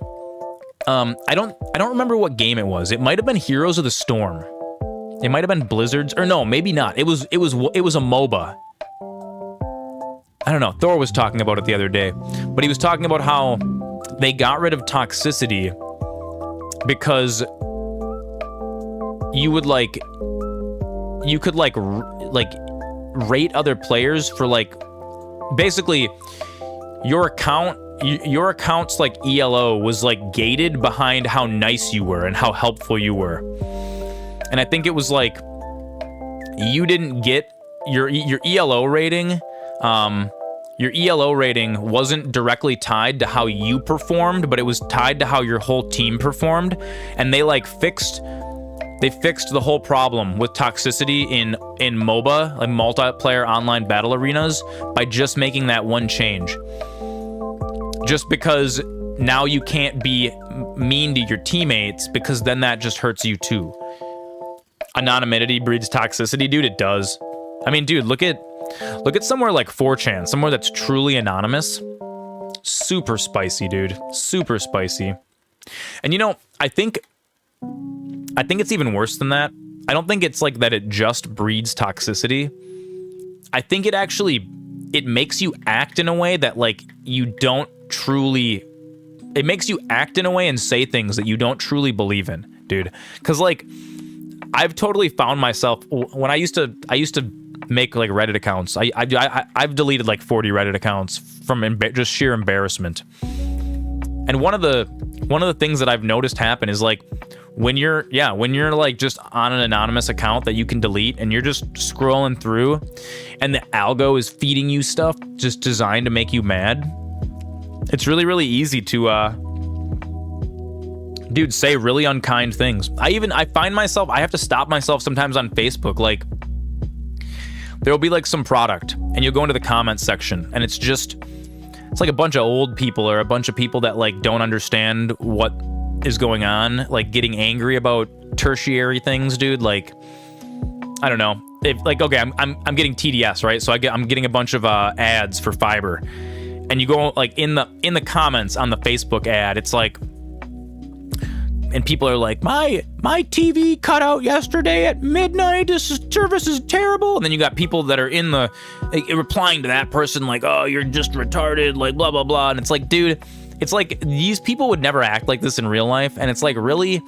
And so then I'm in the comments reading this, and I find myself just like jumping in trying to explain something to someone, and then I'm like, wait, no. I gotta tear myself, be like, no, delete the remove that comment, turn face, put the phone away. Yeah, dude, for sure. By not having your name known, you can spew nonsense. Oh, yeah, dude. Yeah.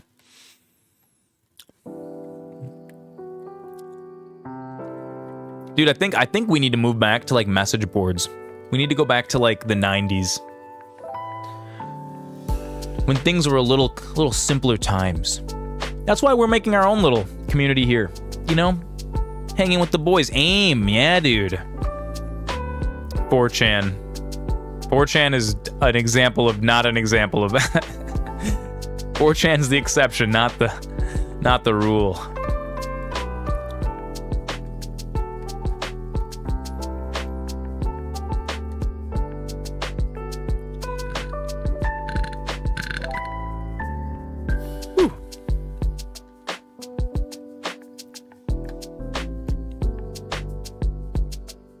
Dude, AIM, AOL Instant Messenger was its own crazy. Dude, like just talking to complete strangers online. I remember being in chat rooms. Oh yeah, ASL. Like, what part of the country are you in? Like, want a cyber? I'm like 13. Dude, it's like, dude, nowadays AOL Instant Messenger wouldn't fly, dude. You could make an AIM account with like nothing. Dude, yeah, I know. That's how old I am. ASL, yeah. Dude, I remember having an internet girlfriend who was like just some chick who I talked to in a message board like a couple times a week.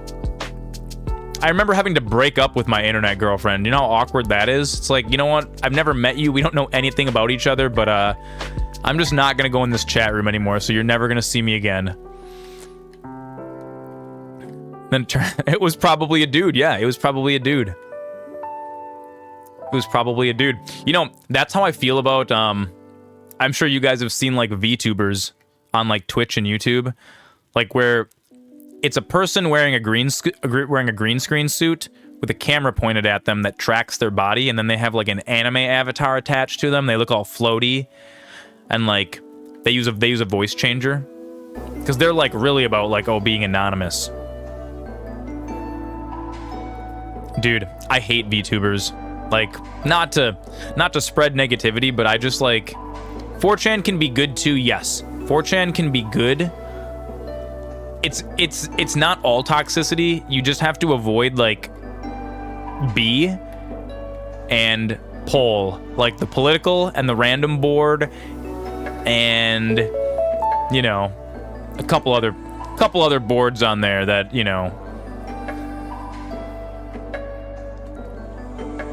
God, does Christopher Poole still run 4chan? Does Moot still control it? I wonder what he's doing nowadays. I remember when he was like in college, and it was like his goofy little corner of the internet. Yeah, some funny stuff's come out of 4chan. 4chan's been a starting place for, you know, lots of memes, lots of good internet tomfoolery. Dude, one of my favorite. So you guys know that like Internet Historian is one of my favorite YouTubers. He's hilarious. And one of his videos was God, it's not called Every Poll's a Goal. It's called Serious Business. It's called Serious Business. One of your favorite situations at 4chan that 4chan has done is going up against Scientology. Oh yeah, dude. Oh yeah, dude. Scientology's real bad. You know, I don't think that any people that are like part of like the Scientology group, I don't think any of those people actually believe in any of that stuff. Because if you actually like read, dude, L. Ron Hubbard was a sci-fi author, right? That's actually a thing that I used to say when I was younger. I was like, dude, someday I'm just gonna like write a bunch of nonsense and start my own religion, just like L. Ron Hubbard. And he's proven that it's so easy, dude. You can say the craziest things. Thetans. Space aliens have come down and they're haunting your blood. And we can detect the level of aliens you have in your blood. But, in order for you to move on to the next level, dude, like, South Park Matt and Trey took on Scientology. It's hilarious. We need your money, though. It's only a small subscription. It starts out at $200 a month for level 1. And then you can unlock your mind powers. It's complete nonsense. It's a scam. All right. Sebastian and his sister. The reincarnation of Elron. I know how it sounds, but if this can help you, it's worth the risk. Does Ominous know about this? He helped find the scriptorium where we discovered Slytherin's spellbook. Dude, Ominous was real pissed about that, though. Don't you remember that, If Ominous Sebastian? will be there, I'll meet you. We don't have much time. Solomon wants to leave Feldcroft. What? Dude, we're doing dark magic to try to heal his sister. Never mind. You need to stall him. Buy us time, Anne. Please. I shall do my best. I'll be in touch. Solomon can't take Anne from Feldcroft. Where would they go? When would I see her? Come on, Sebastian. Let's cure your sister. Let's do it. Uncle wants to leave Feldcroft. Anne's going to stall him. She must. We need time. Time? For what? I've learned more about the relic. I cross-referenced Slytherin's spellbook with everything in the library. Look at this. Relics and Children messing with dark magic they should never mess with. I believe the relic will only work inside the catacomb. We just need to get Anne to the catacomb. I'm going to encourage him. I want to see how far down we can go. Our biggest hurdle may be convincing Ominous. And we'll only give this a chance if he's on board. Yeah, dude. And we have to keep all of L. Ron Hubbard is a crazy man. Scientologists are he could be expelled. absolutely Let me nuts. handle Ominous this time. But I mean, you know what? I'm a crazy man, too. He's not an aura anymore. What he doesn't know, well I'm a little bit of a crazy man. I always thought that would be really fun to, like, you know, start up like a cult, but like as a joke. That's kind of what we're doing here on the stream. But like a cult of positivity. I've had people be like, "That you can't do that. That doesn't work that way." Good luck with Ominous. Like, watch me. Until watch we me. meet again. I shall let you know when the four of us should meet at the catacomb. You know, cult structured, Look for my owl. you know, but like in a good way. See you soon. I don't want, it's like, you know, I don't need your belief. I just want you to be a healthy person. I just want you to be a healthy individual and do cool things. Keep making stuff. Just like tomorrow. We're going to fix, we're just zooped away. Be careful that my cult of happiness doesn't become a cult of suffering and misery. Well, I feel like that's a pretty easy thing to avoid. Just gotta keep the trolls under control. Dude, YouTube. We haven't been getting too much YouTube chat lately, but like, dude, YouTube chat is so much wackier than Twitch. I don't understand what it is about, like, in general. Like, Wolf, you were one of the good ones from YouTube. Oh, yeah, dude, exactly.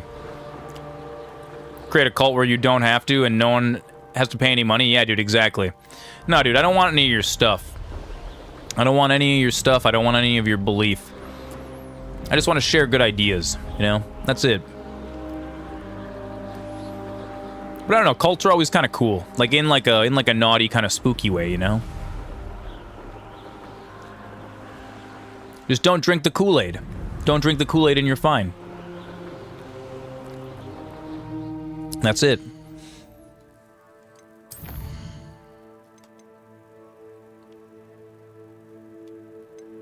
Dude, it's like, Sebastian, did we really have to have that meeting out in the middle of nowhere? Did I have to fly all the way to you just to do that? Dude, wizards are kind of culty. They wear robes, you know? They say spooky things. You don't think some people in cults have the option to not drink the Kool-Aid? That's fair. That's fair.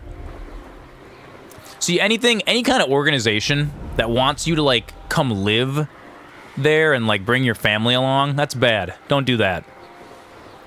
Sometimes the Kool-Aid is forced. Yeah, that's true. It does happen. Dude, even like, what was it? That's kind of why some of the stuff Elon Musk is doing is a little spooky. Wasn't he having like Twitter because of the implication? Dennis Reynolds. Hashtag Dennis Reynolds, the implications. Wasn't he doing a thing where like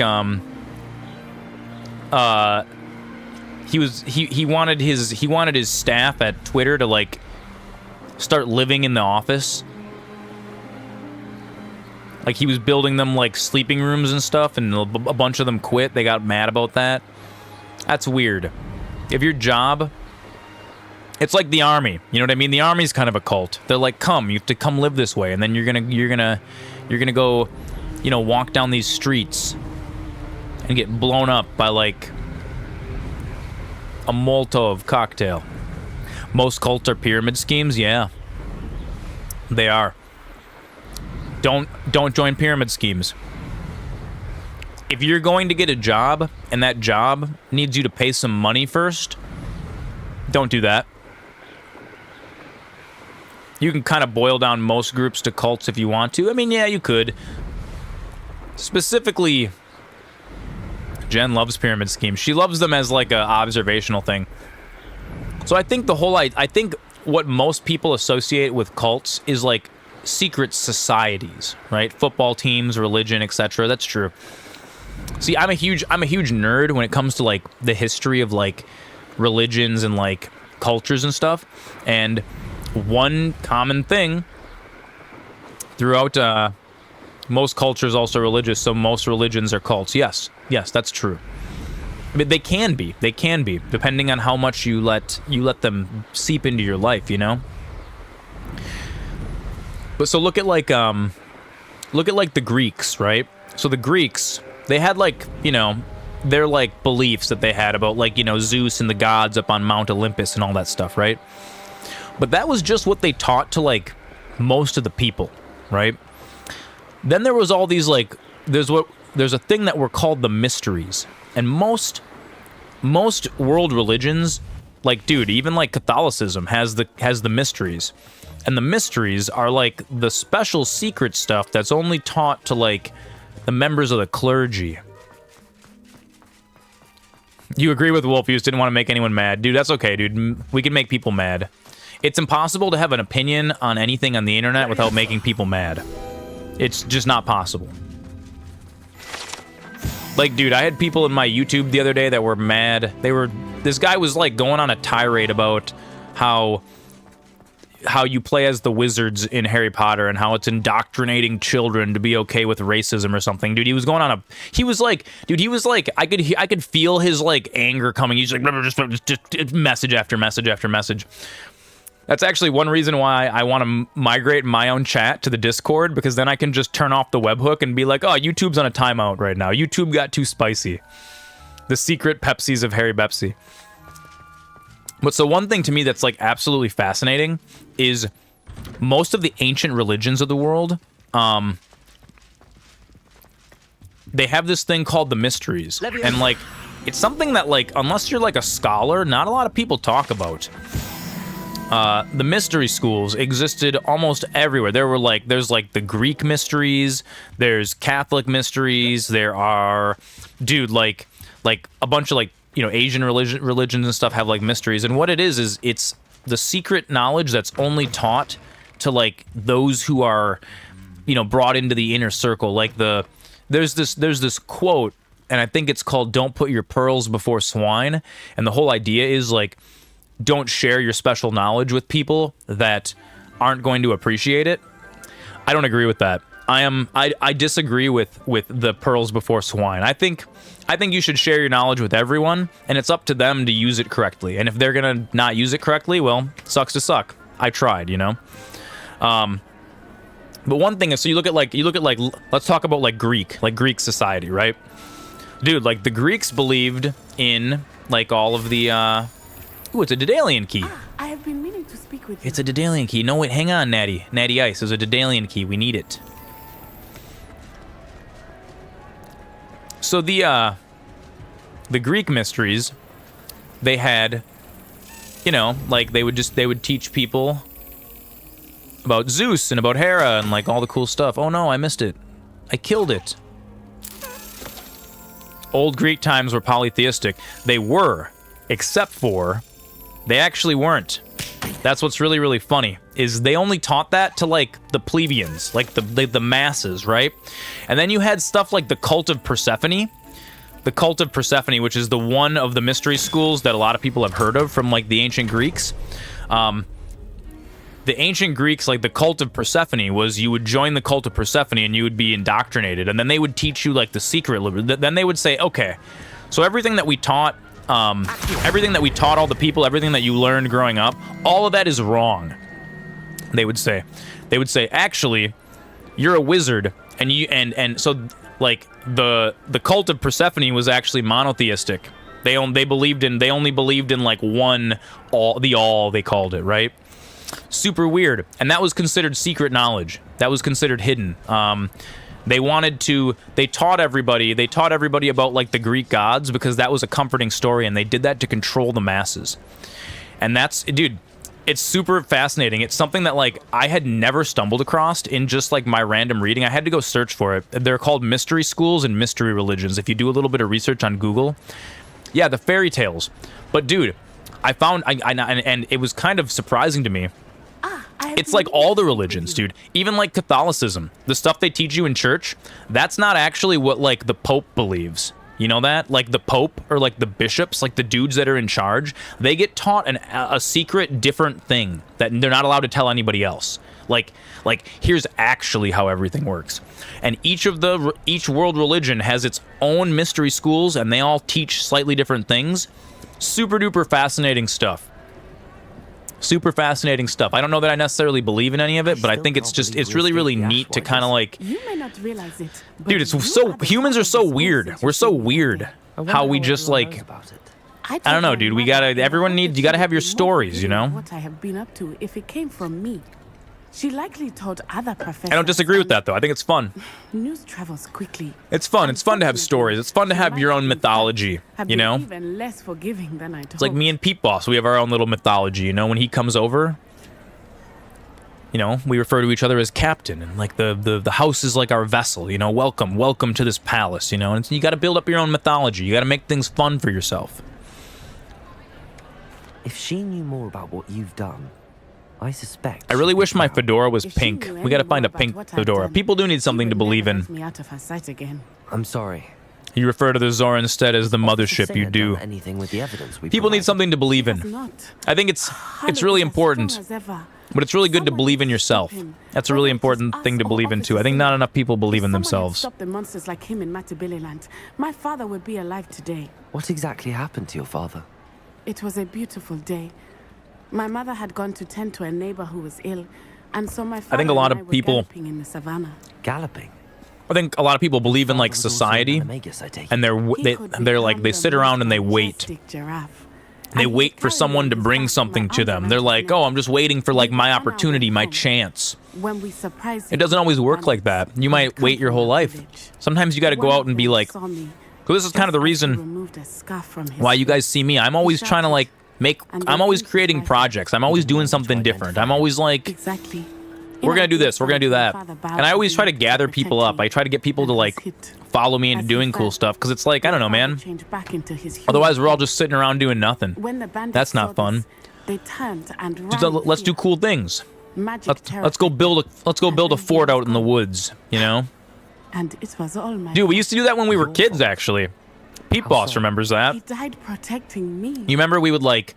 If I had been capable of protecting myself... We're at the park when we were kids. And remember we cut through that chain link fence and we like broke into that area behind the water treatment plant and we would like build like a fort. We were building forts back there and we had like fireworks and we like had a bunch of like you know, like not like real weapons but like weapons that we would like. It's like, okay, you're like the admiral. Jeff Bezos is here. He's come. He's hungry. Yeah, dude. We would always play little games when we were kids. It would be like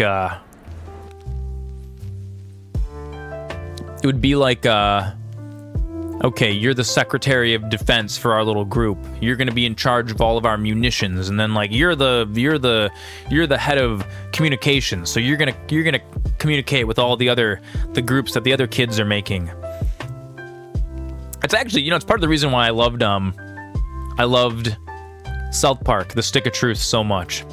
Dude, you know what? We were just talking about South Park the other day. There's a new South Park game coming out. THQ Nordic at the end of the month. South Park Snow Day. It's the third game in the trilogy. I don't know how I feel about it yet. Have any of you guys seen it? It looks like it could be good. It looks like it could be bad. I don't know if it's gonna be good. It might be. It's like Stick of Truth was a turn-based RPG. You stopped paying attention after the second one kind of flopped. The second one wasn't bad. I didn't like it as much because the combat was like hybrid tactics, turn-based. They could have made a game based on the Black Friday trilogy. They did. Peep Boss, they did. The Ad Goblin's gone now. Yeah, the Ad Goblin is... Sometimes he's slightly desynced. Peep Boss, they did. So the stick... Peep Boss, did you play the Stick of Truth? The Stick of Truth directly follows Black Friday. The Black Friday trilogy. You watch all 3 episodes in the Black Friday trilogy. And if you remember, at the very end of the final episode of South Park, the Black Friday saga, Cartman...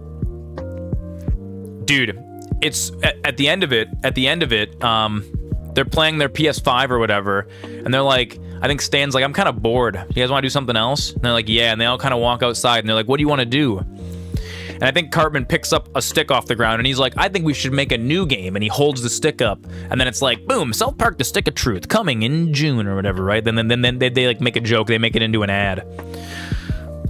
The Stick of Truth was great. It was just turn-based. It was fantastic. The second game was pretty good. They messed up the combat a little bit, but I still had fun. I still enjoyed Fractured But Whole. I didn't really like the superhero aspect of it. Not quite as much.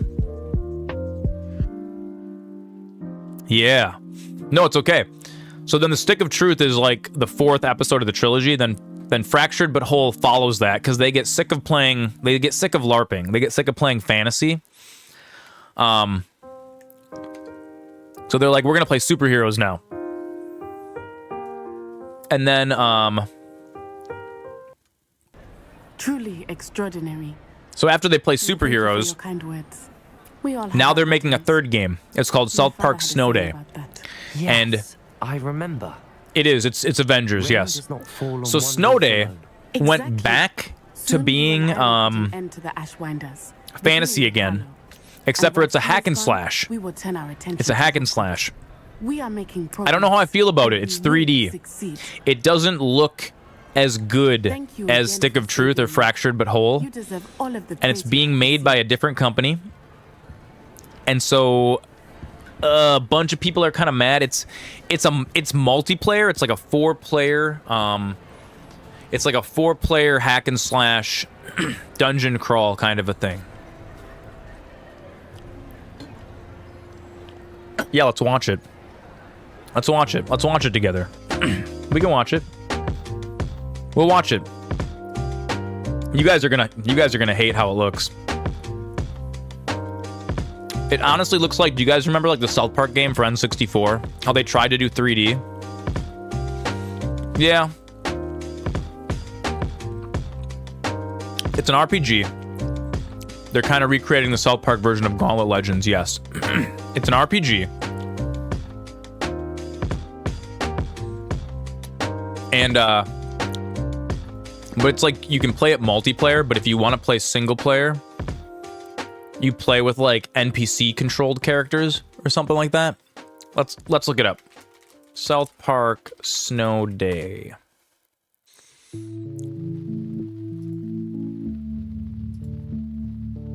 There's gameplay footage.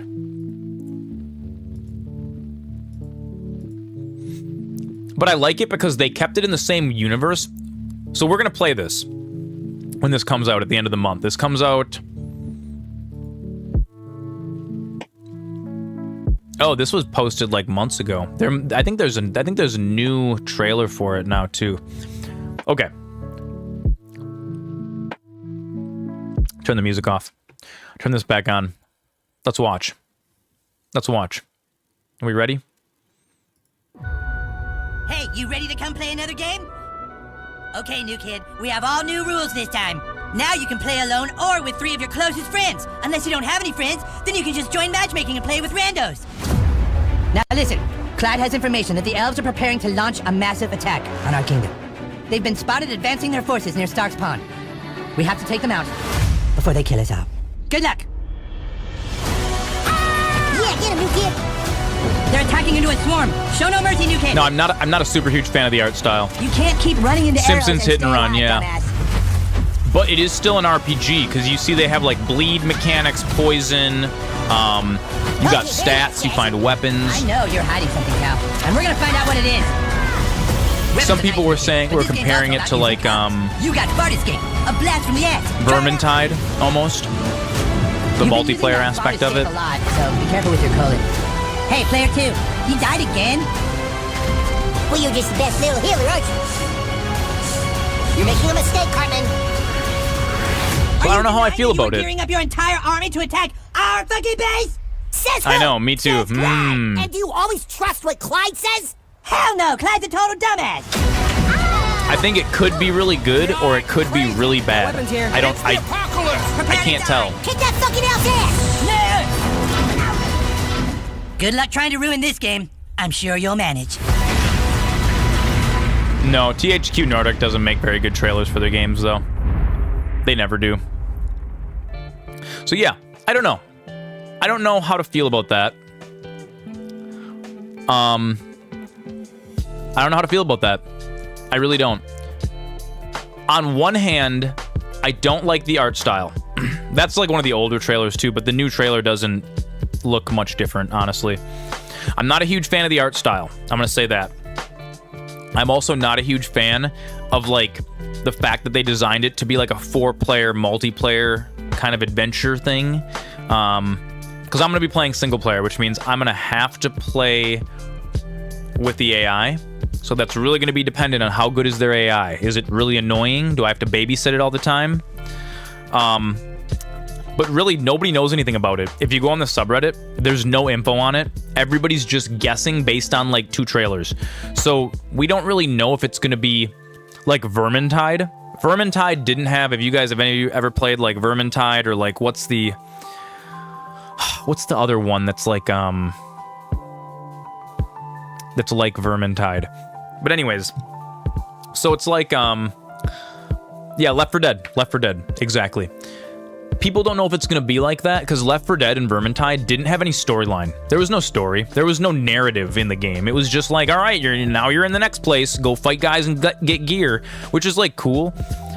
But I like my games to be narrative, like a lot, and especially with if it's gonna be South Park, like dude, it has to be. I really, really want it to like tell me like a story. Like that's what I really liked about playing Stick of Truth because it was just a 40-hour, 50-hour South Park episode. It was great.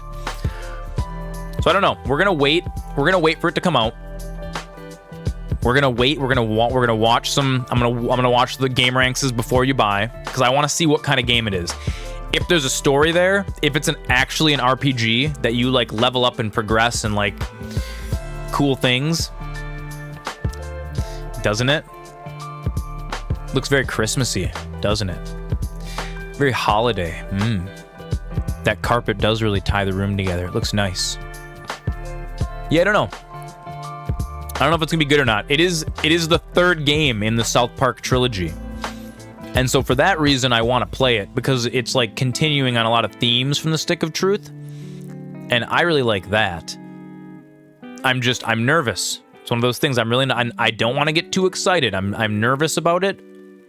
I think it could be really good or it could be really, really bad. Make an announcement to the students. I don't think I can. I'm not dressed up as Pepe Man anymore. I was able to do that when I was dressed up as Sirius Black using the Polyjuice potion. Maybe we can. Let's go try it. I don't think it lets me, though. I didn't see the interaction prompt. No. Today, class, you, and you, and you over there, in my office, immediately. The secret passage we just unlocked. Immediately. So yeah. That's the new South Park game that's coming out. It kind of came out of nowhere. They didn't do a very good job promoting it. I didn't hear about it until like a week ago. And I was like, huh, all right. And it's coming out in like 2 or 3 weeks. It's coming out real soon. Get the demi guys. Oh, the moon? There's like no interaction. No interactable.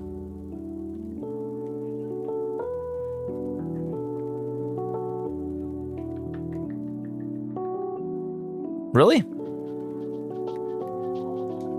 You don't just pick those up? It's not Lumos. I don't know what's... I don't remember. It's been so long since I've seen one of these. I don't even know what spell it is.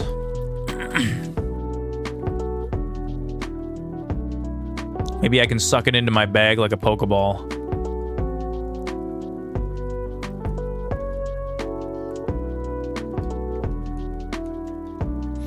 Just try every spell. We'll try every spell. We'll try all of them until we figure it out.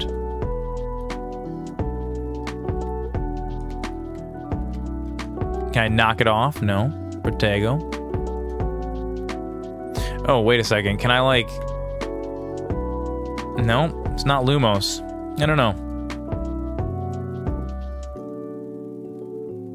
You know, most games would have a little tooltip pop up. It's like, oh yeah, the player hasn't seen one of these. Oh, it has to be nighttime to get the demi-guys? Oh. We'll come back. We'll come back.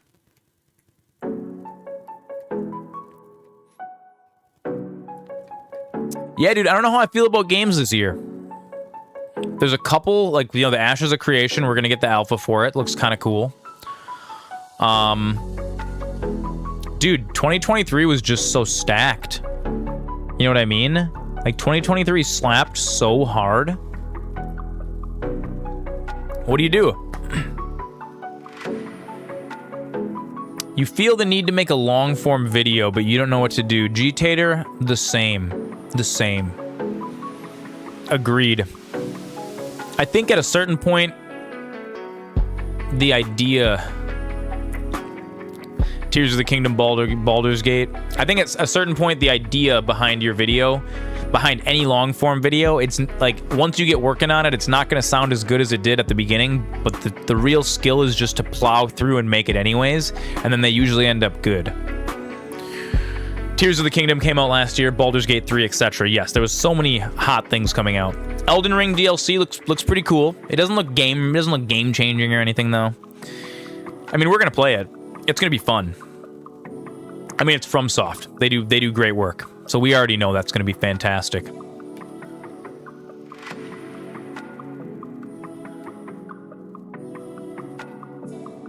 Dude, this is it. Sebastian just wants us to come do the stuff.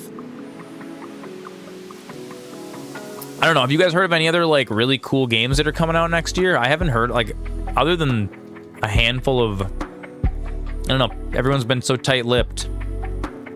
ERT, I don't know what that is. I haven't heard of that one.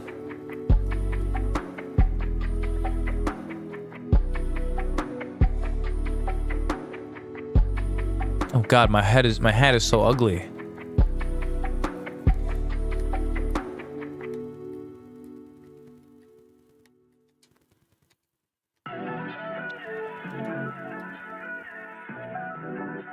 I feel like we need a really, really good MMO. That's what we need. We need like a super crazy good MMO.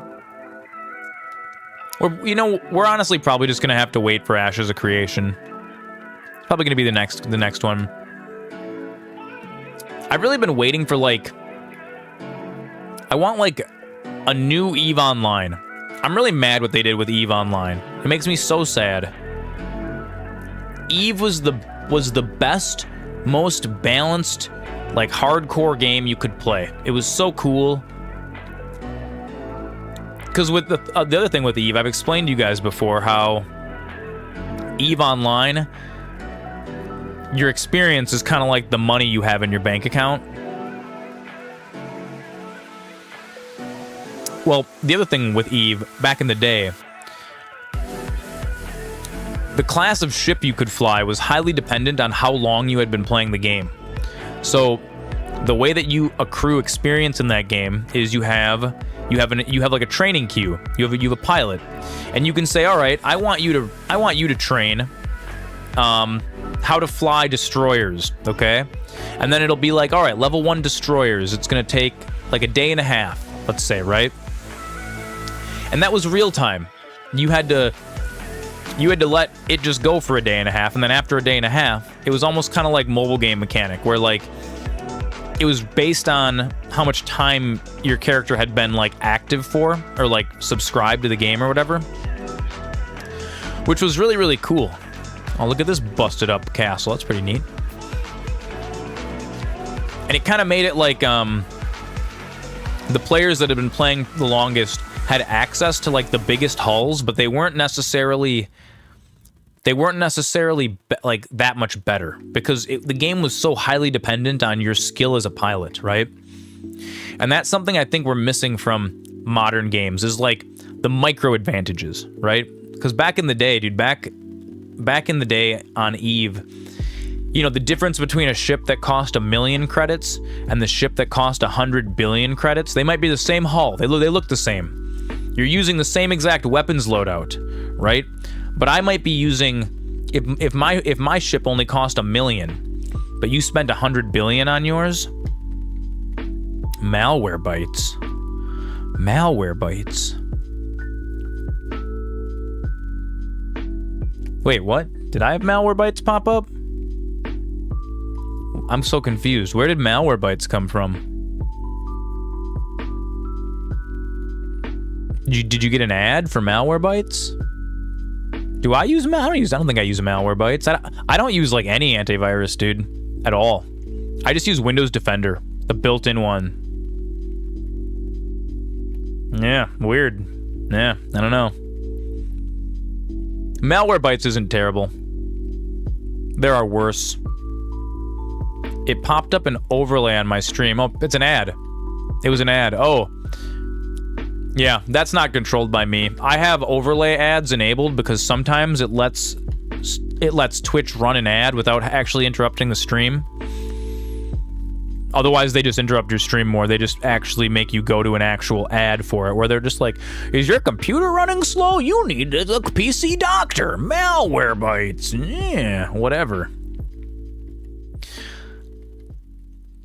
But so back in the day, if I was flying a ship that cost 1 million, and you had been playing the game for a year, and you were flying a ship that cost 100 billion credits. Let's say we were both flying little corvettes, okay? And let's say they were even the same hull. Mine was just maybe like grade D, and you were running like a grade S hull. Can I not fly this way? I can't actually go here, huh? So many limitations. So many limitations. It's baked in. We're just gonna have to teleport. Oh, he's way up in... Oh, God. We have to actually slow boat it into here? We do. Okay. Let's go here. The difference between the capability of those ships was not very much. It was so small. It was such a tiny little minuscule difference. Like, actually. Oh, my map is changing. I understand. So it would be something like your class S ship might have like a 5% bigger power grid. So maybe you could fit a slightly larger weapon on your ship, but only slightly. Like, it wasn't none of it was game changing. If you were using a weapon that was the same exact like hull spec, but you were using a better graded version of it, it wouldn't deal that much more damage. It might deal like 1 extra damage per volley, right? Very, very minuscule advantages, like super, super tiny. Dude, how do I get over there? Sebastian, do I have to like take this train car through the mountains? What is this? And what made that style of gameplay really, really fun was players that you've never done Uber Eats or DoorDash. Very expensive. Very expensive. Oh, we got to go south, and then this is like up a thing. Okay, I see how we go.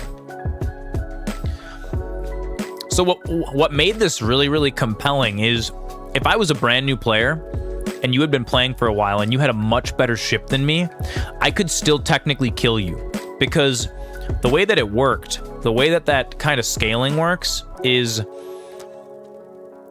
if we're both flying the same ship and I have 5% better skills than you do, and we both fly perfectly. We land every single hit, and we're navigating exactly perfectly, right? The combat would be nearly identical, and both of our health bars would go down at the same rate. But for that final volley, the final shot that determined the match, if we both were playing exactly perfectly skilled, that final shot, my ship would shoot it just a half a second before yours would, in the course of the whole battle. And so I would end up killing you, but I would only have a sliver of health left. And so this was what made the game really, really compelling, because just because you were maybe really, really, like, you had a really advanced ship, if you sucked at the game, and if I was really good, I could beat you using a much cheaper ship. And this was really fun, because you would get people that would, like, buy accounts from people or whatever. And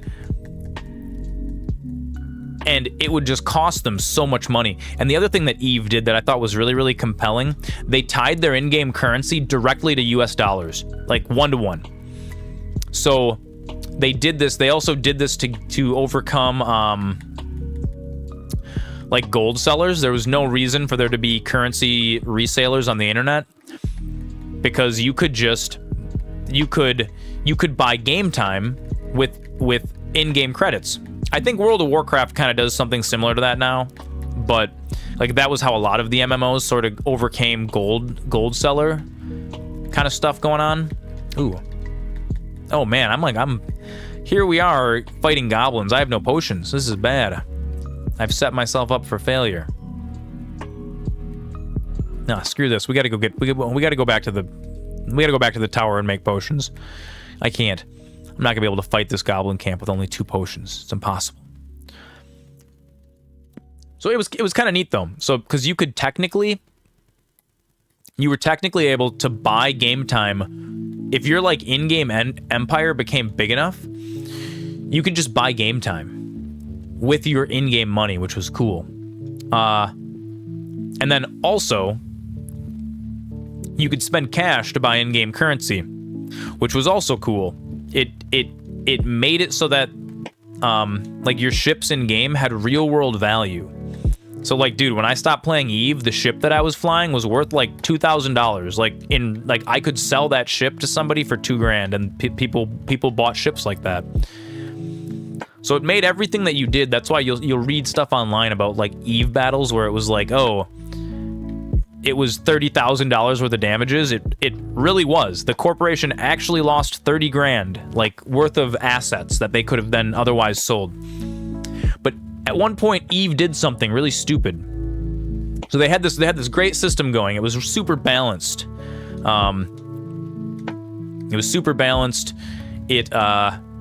It rewarded skilled play. It rewarded you taking time to build up like your in-game contacts with other players. And what's really interesting is this is the exact kind of game that Ashes of Creation is going to be. Ashes of Creation, if you're excited about it, it's going to be almost identical to EVE Online. Almost identical. It's just going to be fantasy EVE Online instead of with ships. That's still going to be the only real difference. But like the mechanics of how the systems interact with each other, it's going to be very, very similar. And that's by design. You weren't allowed to directly buy or sell in-game ships for real money, but what you could do is I could take, let's say, like $500 and use it to buy however many months of game time, and then you could take that and turn it into an in-game item and sell that in-game game time item on the auction house. And so then players could buy a month of game time using cash. So you could turn money directly into in-game cash. Yes, directly, and then back and forth. So if I had, let's say, a ship that was worth 300 million credits, I could sell it, turn it into cash, use it to buy in-game game time items, and then through external marketplaces, you can sell those months of game time to people in the real world for cash. So yes, there was a direct exchange. But then they ruined it. They ruined it with something called skill injectors. So it used to be that the only way that you could fly bigger hulled ships was you needed to just be You just needed to be like subscribed. So like I think it was about a year. It was called tech level. So you started out at tech level 1, and after a few hours of researching to get to the next tech level, it's like it was your total experience you had amongst all of the different systems in the game. So like, let's say that I'm flying a ship, and let's say I want to fit a bigger power grid because I want to put bigger lasers, right? So then there was actually a skill you could research. You had to go to the store, you had to buy a book for power grid efficiency, and then you would have to have your pilot just for like 3 or 4 days of real time. He would have to just like grind that skill, and then after 4 days had passed, boom, your power grid efficiency ranks up. Now the ship you're flying has a slightly larger power grid, and now you can fit a slightly bigger weapon. That was how the progression was. They ruined it at one point, because now what it is now is how you used to be able to only do it with money. Now you can also do that with skills. So there's something called a skill injector. You can have your character training skills, and then you can extract those skills from yourself. So boom, it'll lower your total experience. You turn it into an item.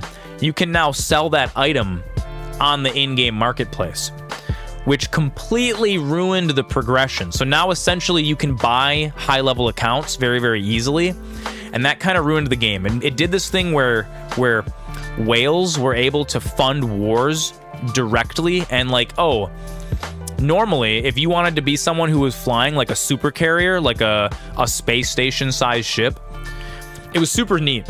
You could eventually work your way up into flying like super carriers, these gigantic ships that other ships could dock inside. So you could have other players dock their ships inside your ship and use it like a space station. But there was also another little quid pro quo. Once your character ranked up enough that he could fly one of these space station sized ships, you were never allowed to log out of the game for the rest of time. While you are in a super carrier, you can't log out. So even if you close the client, your guy just sits there in space. So corporations would all get together, they would pool their resources, and then whoever was the most skilled player in the corp would like sit and research super carrier for like months and months and years. And then eventually, after all your hard work, and you had like people doing mining and industry and crafting, and you would take over sectors of space to like have all those resources for your corporation, and you would build it up, and you would pool everything together, and you would build one super cap, right?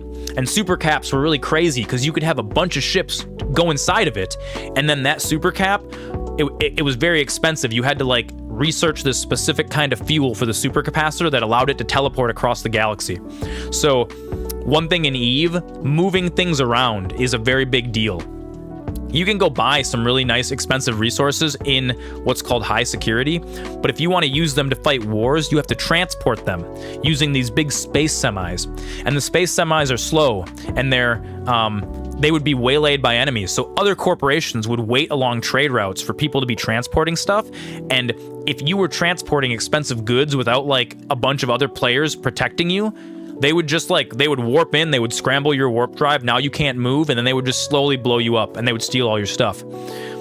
So that, it was this very organic. It made the systems, they all worked really, really well together, and they were all really compelling. And yeah, corporations would work. Yeah, it's like FTL, but like big, you know? Hydrate, yes, Wolf, I do need to hydrate. We need to hydrate more. Jeff Bezos. Oh, that was really weird. We got Bezos. We got Bezos while we're making some wig and welds. Okay, we got enough wig and welds, I think. But yeah, it was really compelling, and you had to have a lot of players working together to get super caps. And super capital ships, we'll tell the rest of the story while Bezos does his stuff. Super capital ships were really, really neat because, like I said, one big thing about war is moving resources around the galaxy really quickly is really hard. So the trope with EVE is like, people would be at work and you'd get a call from your corporation leader like, yo, you have to log in right now. And dude, people would just get up and leave their jobs. People would get up in the middle of the night. They would come home from school at like 1 in the afternoon because you have to be on right now. Someone declared war against us and there's no option. We all need to be here right now. EVE was real. EVE was real. And if an enemy group came in and just blew up all your stuff, think like Rust, but on a bigger scale. Think like Ark Survival Evolved, but like way huger, with way more people all playing in one. And there was only one server. One server. Everyone's on one server on Eve. There's no multiple servers. So what's really neat is this is going to be just how Ashes of Creation is going to be. It's all going to be one big shard. If someone declares war on your town, you're going to have like other players to move weapons and resources and stuff into, like, you're going to have to, there's going to be trade routes, there's going to be pirates, there's going to be bandits stealing stuff from you. It's going to be, it's all going to be other players. It's all player driven. One way that Eve made this work was you couldn't just buy items from the store. There was no like general vendor who sold like weapons. Any ship that you flew, any ship in Eve, was made by another player. Any laser gun that you equipped to your ship, there was some player who was playing industry, because you could also, you didn't have to do combat, you could just mine. You could mine asteroids. One player had to mine the resources from asteroids. Then that was sent to another player. Then that player had a lot of skills in manufacturing. They had big manufacturing facilities in space that would make the lasers. And then they would send those to like market players that were kind of playing the stock market game in Eve, and they were moving resources from one part of space to the other. King, welcome. I'm telling a story of a way too nerdy game, Eve Online, and how they ruined it. It was the best social sandbox anyone had ever made. It was super duper cool. And at one point, oh god, something really weird just happened. Does the music sound weird to you guys? What the heck was that? Dude, YouTube just had a problem. That was so weird. That was so weird. So anyways, they had this really cool... They had this super duper cool, like... It was all set up, it was all player driven. You know, all the weapons and everything has to come from other players, so like it requires people at every step of the way. It was really neat. And then they ruined it all because they got too greedy. They partnered with NetEase, which is like the Chinese company that makes all the shitty mobile games. I don't know if I'm supposed to go through this mine to get through the mountain or not. I'm trying to get to Sebastian. He's in like this extraneous part of the map that there's not really a good way to get there. So yeah, they ruined it. It used to be that you had to have, in order to fly something like a super cap, your account had to be like a year and a half old, minimum. And you had to spend the whole time researching super caps. So a lot of times people would make, after your corp got big enough, people would make like a separate account just to be the super capital pilot. And then you would spend like a whole year researching super cap technology with your corporation. And then eventually you would get this godlike vessel that was able to change the course of a war for you. And it was really meaningful and it was really cool. And nowadays, someone that has like $5,000 that they want to just throw away on this game can just come in, dump $5,000 into converting it to trillions of credits in game. And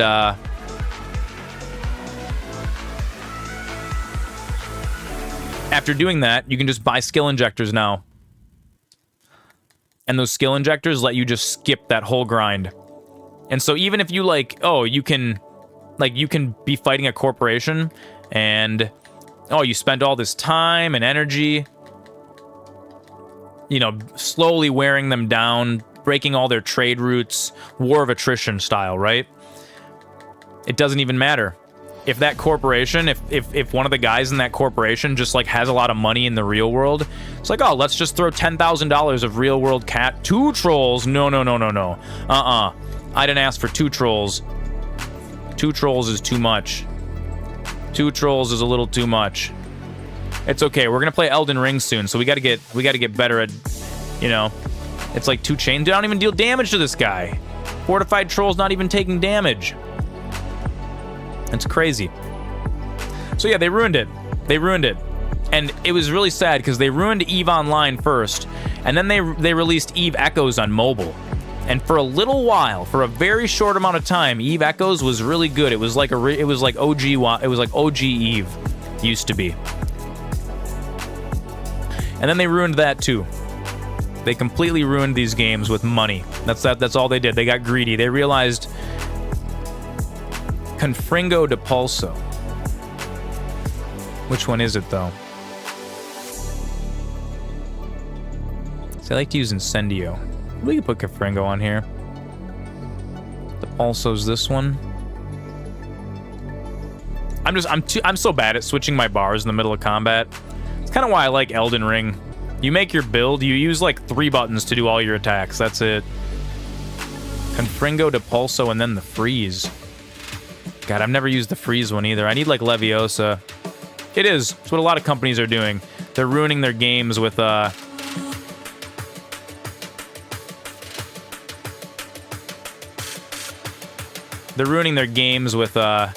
monetization. But it makes me mad because it's really CCP Games partnered with NetEase, which is like the Chinese mobile game company. And that's when I think they really realized, like, oh, we could be making like stupid money off of this. Oh, I see it. You gotta like break the troll's armor or something. Yeah. Okay, we're just gonna slow boat these guys and work on our dodge roll skills for Elden Ring. Yeah, they ruined it. They ruined it. They had this beautiful system built. It was all player driven. It was all organic and lovely, and then they just messed it up because some rich dude can just ruin the game for everyone else. And like some players think it's funny because these dudes will come in with like, oh, I want to play EVE and I want to be the best. So they'll spend like $20,000, like actually real world money, 20 grand, outfitting like a crazy ship that's just got all these like crazy abilities. But here's the thing. It also ruins the game for them because if you just like skip that whole year and a half, dude, flying those ships was hard. If you skip all of that, then you are not gonna then you're just gonna lose it. And the funny thing that CCP Games does, if you spend $20,000 on one of their internet spaceships, and then you're a bad pilot and other players ambush you and blow it up, guess what? They don't give you a refund. They laugh at you. They say you're dumb. Why did you do that? So some players like it that there's like all the whales are part of EVE now because it makes it's really really funny because those guys will get really mad too, like when they lose all their money on like internet spaceships or whatever, because internet spaceships are really serious business. They get really mad, but it just kind of it threw off the natural progression of the economy in the game. Okay.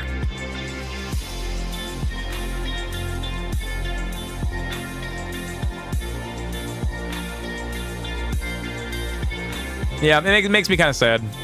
But it's okay, though, because you know what's going to happen? Then there's just going to be... the gameplay for EVE wasn't very fun. It's just because you didn't...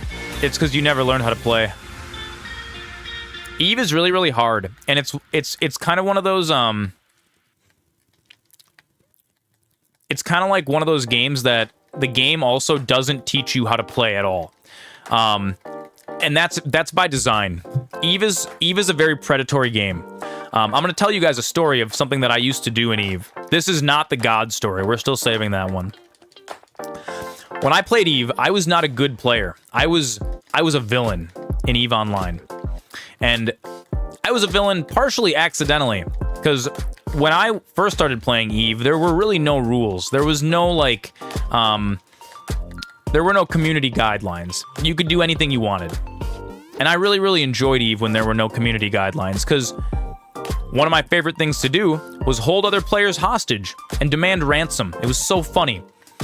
And what we would do is something called jet can fishing. I'm gonna explain to you guys how this works. And this is an example of like what makes EVE unlike any other game. So in EVE Online, wait, did he just run into something and kill himself?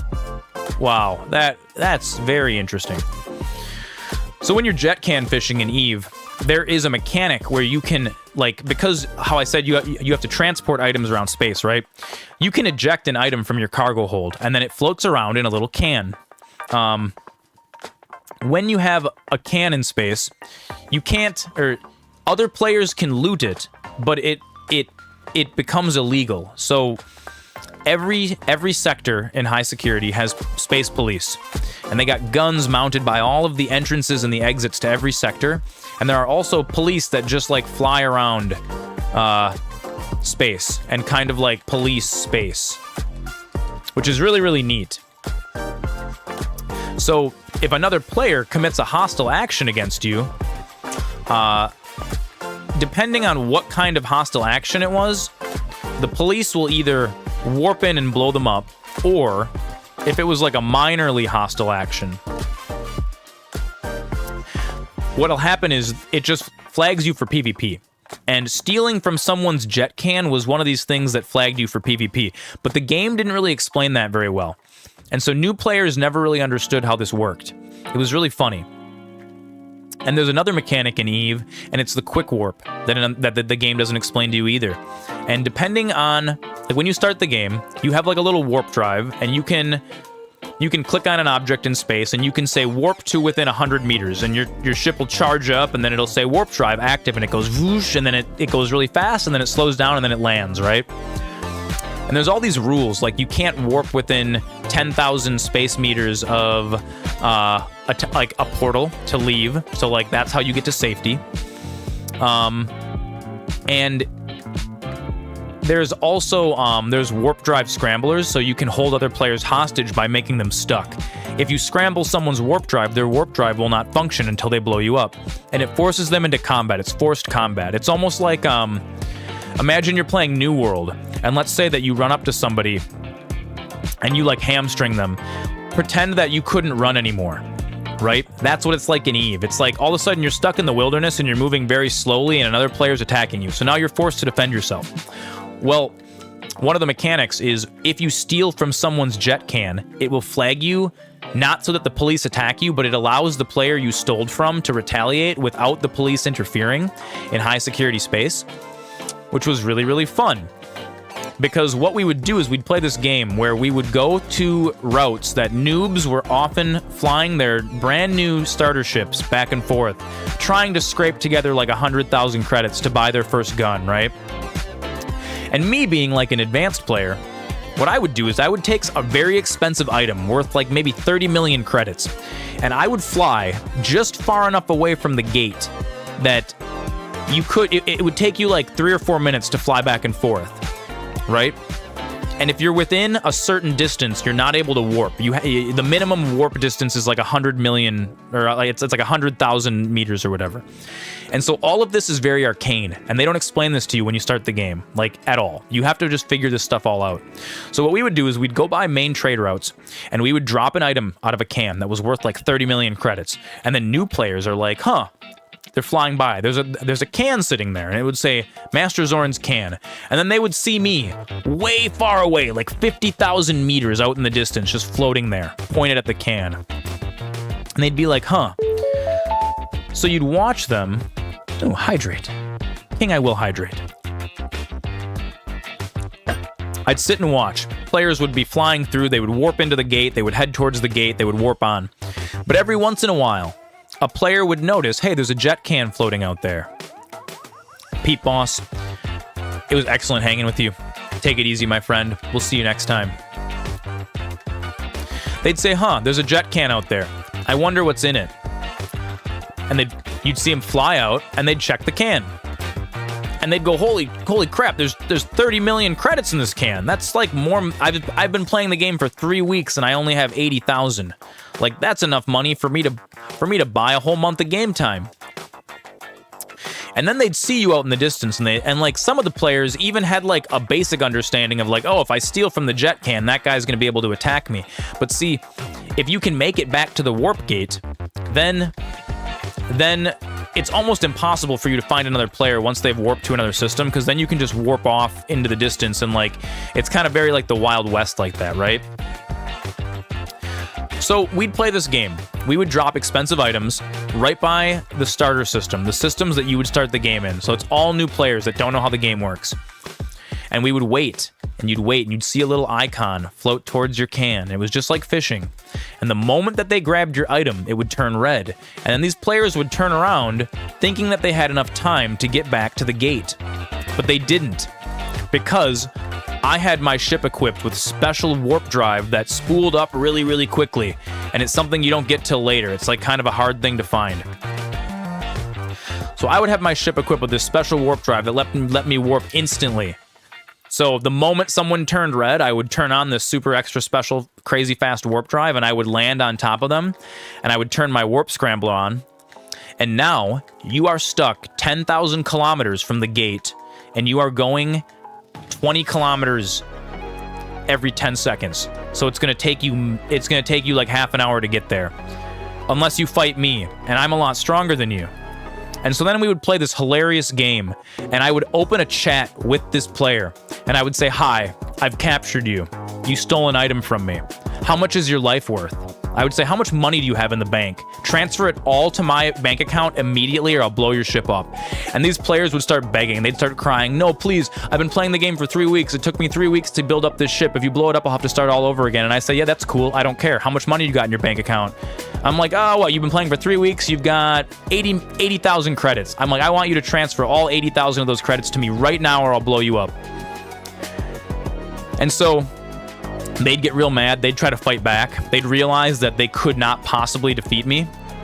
And they would transfer 80,000 credits to me. And then you know what I would do? I would blow them up anyways.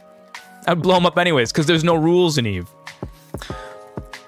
And then after a while, so I'd been playing the game for years, right? After a while, CCP made a thing for like one of their like community announcements, like, "Hey, we're making it so that it's against terms of service to do jet can fishing within like 2 jumps of any starter system." So that was like a bannable offense. Kind of like harassment in World of Warcraft is today, right? Like if you go and like just follow other players around, ganking them over and over again, they'll just ban your account. But see, I had taken like a 2 or 3 year break from EVE.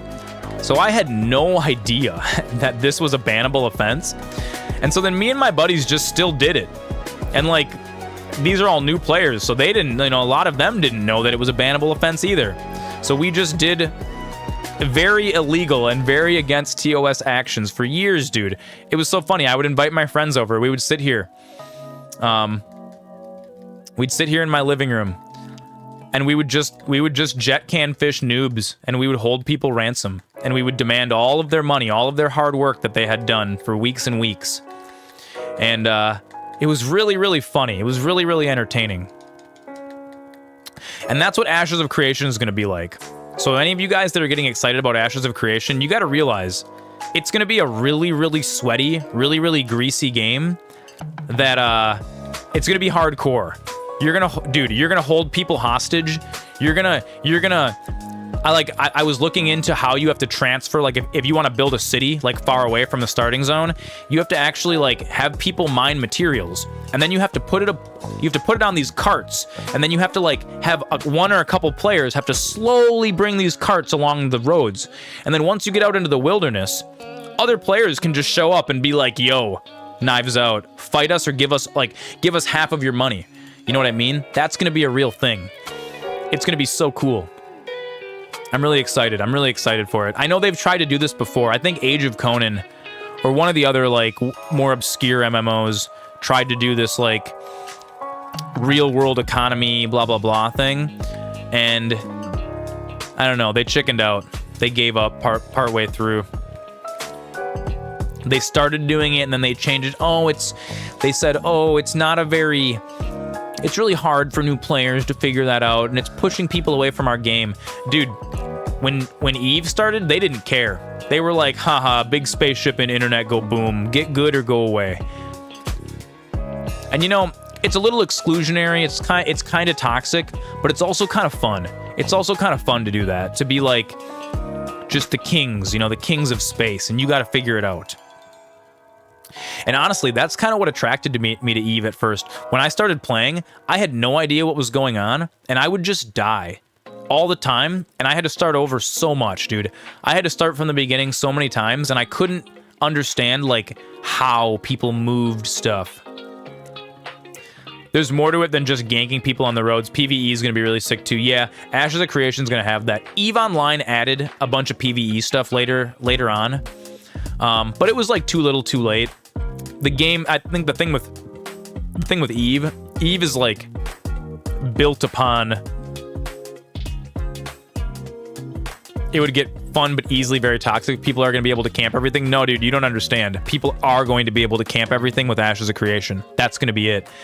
There's going to be like, I think they're going to do it kind of like how EVE does it. So in EVE, there's 3 areas of space. There's high security, there's low, well, there's technically 4. High security, low security, nullsec, and wormholes, okay? And here's how they do it in EVE. High security is policed, so you can't just go attacking other players. If you just if you're in like a high security space, it's a ranking between 0.0 and 1. So like a 0.5 is considered low security, 0.8 and up is considered high security. If you're in high security space and you attack another player, you're allowed to do it. You're allowed to attack another player and kill them, but then the police will show up and blow up your ship too. So it's kind of like a horse apiece. There were groups of people that would build ships specifically designed to tank the police cruisers.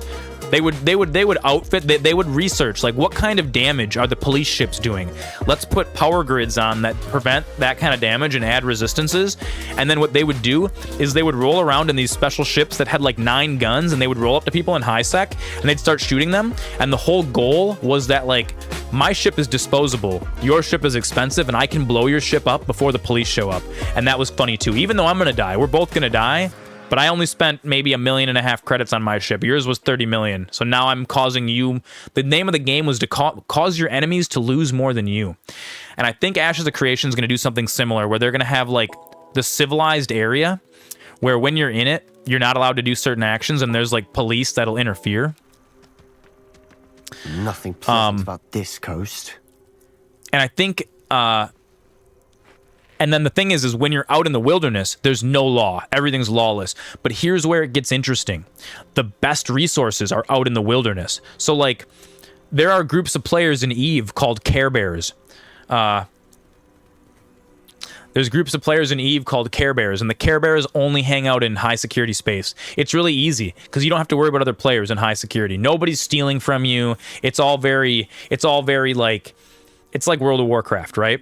But here's the problem. In high security space, there's no good resources. When you're mining in high security space, you make almost no money. And that's what makes it compelling. If you want to... Oh, it's like mining in high security, I can make 100,000 credits an hour, right?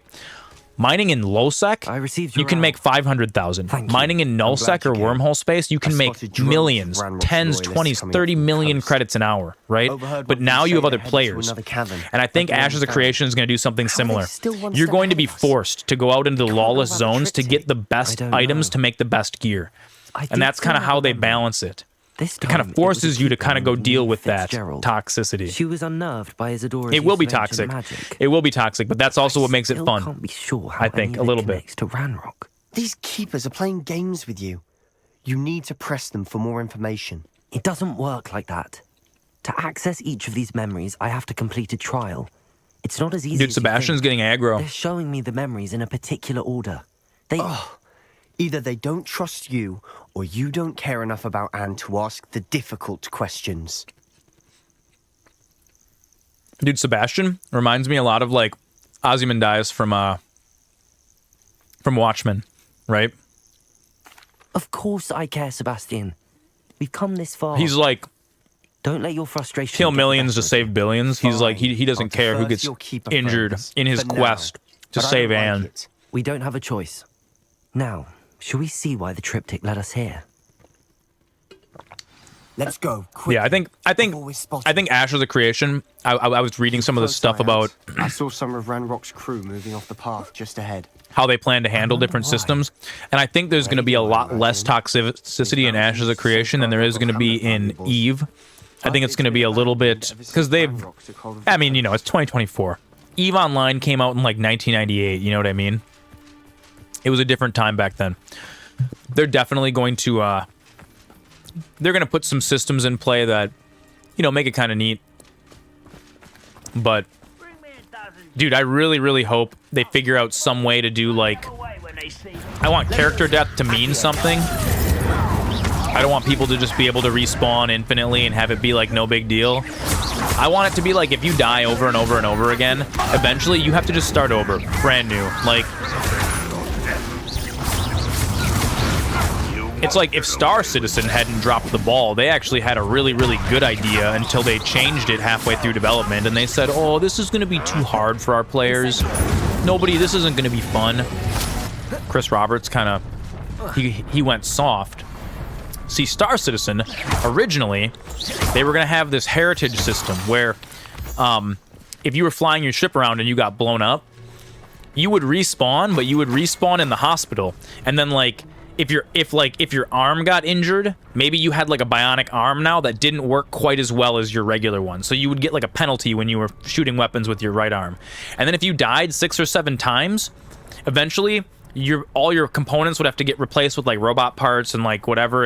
And you know, if you wanted to buy better fake parts, it cost a lot of money. And then if you died like 8 times, you would just be dead permanently. And then you were able to, it was like, it was called Bloodline. So you would respawn as like your son who picks up the mantle of his father, and you get all of your father's equipment, but you have to start back over at level 1. I think that's a really, really neat idea. It makes it like partially hardcore. Like, you don't just outright die forever when you die, but it gives their like true consequences to dying, and that can be permanent consequences. And I really, really hope Ash as a Creation does something like that. Not everyone does. Anything like that. Tibia had a medium core. They did. Yes. Right. Exactly. I'm making small talk. I'm not going to trek up this mountain in silence. You lose experience and 1 item randomly. Oh, dude, that's so good. That's so good. Dude, Tibia was great. Tibia was super great. Yeah, dude.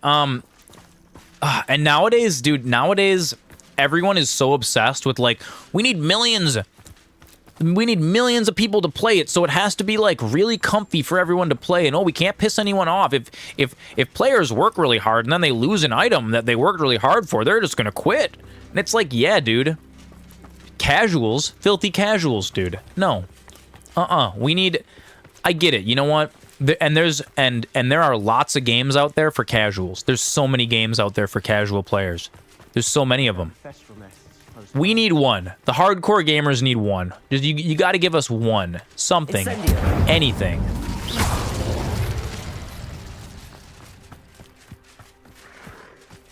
Make my actions mean something. You know what I mean?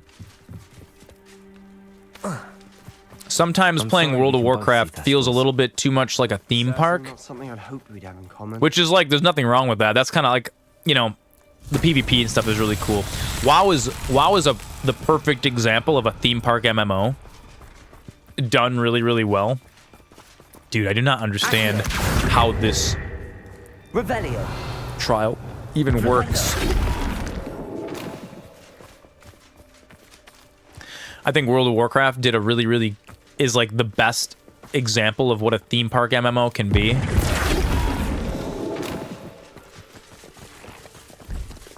Yeah, dude, New World almost did it. New World almost had that idea. Remember when it was in beta or whatever? The PvP was a lot more in Jeff, a lot gnarlier. We should have some sort of plan. Oh god, no, run! I can't get into combat yet. Run, Sebastian. Jeff Bezos is here. We can't fight everyone and Jeff Bezos all at the same time. Let's wait. We'll wait for ads. Yeah, Tibia had a thing where anyone could kill anyone. Exactly. And sometimes it frustrated you at the beginning, you know? It was frustrating. And that was what made it fun, though, too. Like getting frustrated and then being like, huh, I want to be one of those players that, like, understands. There was a penalty, you'd get tagged. Yes, that's how it is in Eve. That's how it is in Eve. If you if you steal from another player, they're allowed to shoot you, okay? But you're not allowed to shoot them. If you kill a ton of shit, then you're hostile to everyone. Now, you forgot about that aspect. Yeah, dude. That's what made it good. In EVE, if you steal from a player in high security space, the police will ignore if they shoot you. And then if you shoot them, the police will show up. But if they shot you first, like, so let's say you steal from someone, they shoot at you. Now you're allowed to shoot back, but the act of shooting back flags you for PvP, and now anyone can shoot you with no penalty. So yeah, it made it like just like in real life, you know what I mean? There's laws. You're not allowed to, like, do anything, but if someone comes up and starts attacking you, you're allowed to attack them back, and now the police get involved, and now, you know what I mean? Like, it's so good. I need it. I need it. I need it.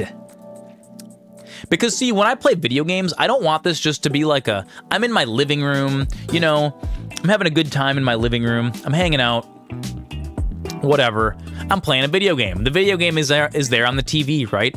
I don't want the video game to be there on the TV. I want the video game that I play, especially if it's an MMO, especially if it's another world, I want it to be like another place that, like, I want the TV to be a window and I'm looking into this other world, and I want it to, like, feel like it exists even when I'm not there, and I want it to feel like the things that I do matter, you know? And, like, actually impact the world for other players. You really wanted to get into a game that came out a few years ago, forgot the name. Describe it to me, I bet I can figure it out. You know, it's kind of one of the things that I do enjoy about No Man's Sky. Started with an A. Albion Online. Yeah, I remember Albion. Albion's kind of similar. Skyrim. Kind of like Skyrim. Yeah, I like games like that.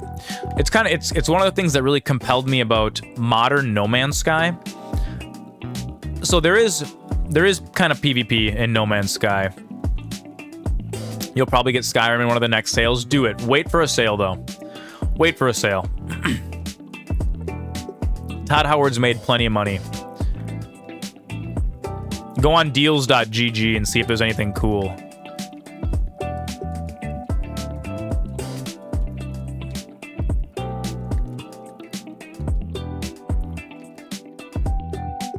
Keep saying you will, but you never do. Skyrim's a pretty big commitment. And at this point, there's a couple mods that you're gonna need to make it a tolerable experience. It came out in like 2011. It feels like it's good though. It's good. It's one of the best adventures. Dude, the stories that they tell are very compelling, and things happen very organically in that game. It's very good. You've bought it on like 4 different consoles? Dude, me too. Dude, I own like 8 different copies of Skyrim. I bought their anniversary edition. I spent money in their stupid creation club. So much. So I've spent like probably $500 on Skyrim over the years. Oh yeah. You can mod it for the deck to make it great. Oh yeah. And I mean, worst comes to worst, you can always just use creation club mods. I don't use Nexus mods, really. I only do creation club stuff because it's just easier. You can just turn them on and off. I was thinking about dead goblins. You could have got us killed. But I didn't. Oh, dude, stop getting mad at Sebastian, dude. He's my homeboy. Looks like Ranrock's loyalists were heading further up the path. Let's keep going. The mods? Yeah, most of them are. Some of them are paid. Some of them are paid. It depends. There's their creation club, and they started this thing where, like, mod authors can choose to charge a little bit of money if they're, like, verified. So there's a couple that are, like, I don't know. There's one that adds, like, the East Empire Company, and you can, like, when you beat a dungeon, you can claim it in the name of the East Empire Company, and then, like, people will come in and start mining it, and you can get a little cut of their money. That one, I think you have to pay, like, $10 for that mod, but most of the really good mods are free. Ranrock's gonna make everyone pay. Anything made from goblin silver belongs to us. Whether it's a sword or a repository, whatever that is. Did you hear that, Goblin? Ridiculous notions of ownership. But yeah, I like I was really mad originally at No Man's Sky because it wasn't as like organically cool as I wanted it to be. Oh, it's a little loud. No, Creation Club is there's only like maybe 12 or 13 total mods. Like, a lot of the ones that you pay for are like dumb. It's like, oh, here's a special armor that you can have that like looks cool. It doesn't actually do anything. A lot of the cosmetic stuff. Like, I bought a couple of the paid mods just because I wanted to see what they were like, but almost everything on the Creation Club is just free. It's pretty neat. Yeah, one of the things that initially irritated me about No Man's Sky was, Dead wizard. Ranrock's got that right. like, the stuff that you do in your game world doesn't affect other players unless you, like, upload your settlements to the global server or whatever. But what makes me really happy is there is one thing that does affect other players. The economy of a system is universal for everyone. So, like, when me and Phil would play, we would go through, like, areas of space where other players were playing, and then we would just, we would tank the economy in that system by exploiting the chlorine system and crashing the chlorine market. And then nobody could sell chlorine in that system. It was really funny. We would see how many systems we could do that. But even something as simple as that, like having an impact on the game world. It's really, really hard to have a game where what you do actually matters, yet the game has to be big enough that there's like enough game for everyone to play. You know what I mean? I'm really excited about Light No Fire. I don't know if you guys have seen. Did we watch the trailer for Light No Fire together? It's the new game that Hello Games is making. The people that made No Man's Sky. They're making a survival crafting game. Because No Man's Sky was like just this giant universe with hundreds of millions of planets and like all that stuff, right?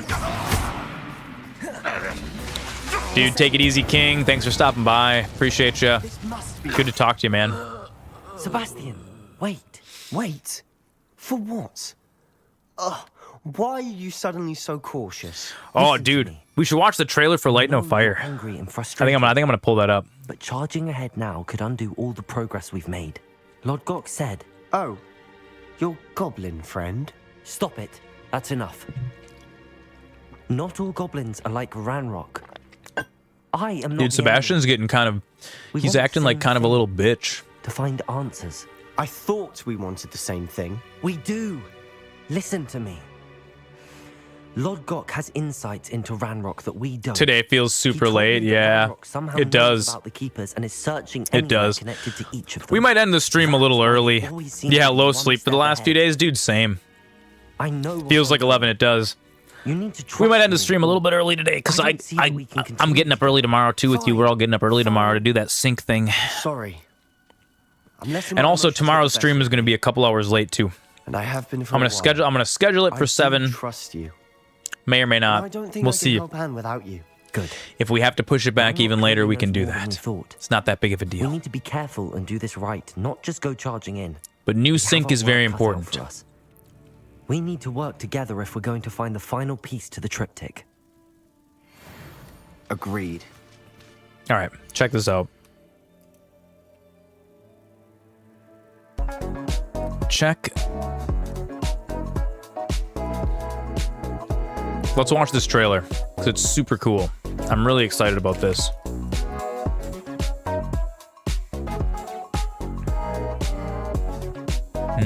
Here it is. The Light No Fire announcement trailer. So, what they're doing, what Hello Games is doing with this game, instead of making a whole universe, they're making a survival game. Okay, set on one planet, but the planet is the size of Earth.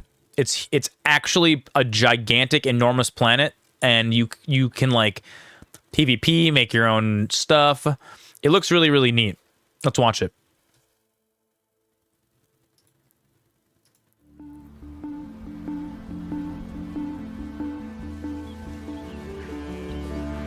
A procedural Earth, a fantasy Earth. An unexplored Earth. All footage in-game multiplayer.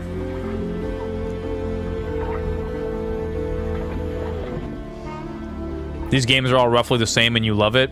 Yeah, but dude, the scale of this one is bigger than anything that's been done so far.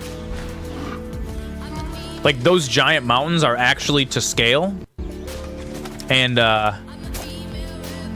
when they say the size of Earth, they really mean the size of Earth. Like, to traverse... Yeah, dude, some dude was ripping on it because he probably still thinks that, he probably still thinks that this is like the same Hello Games that released No Man's Sky and made it trash.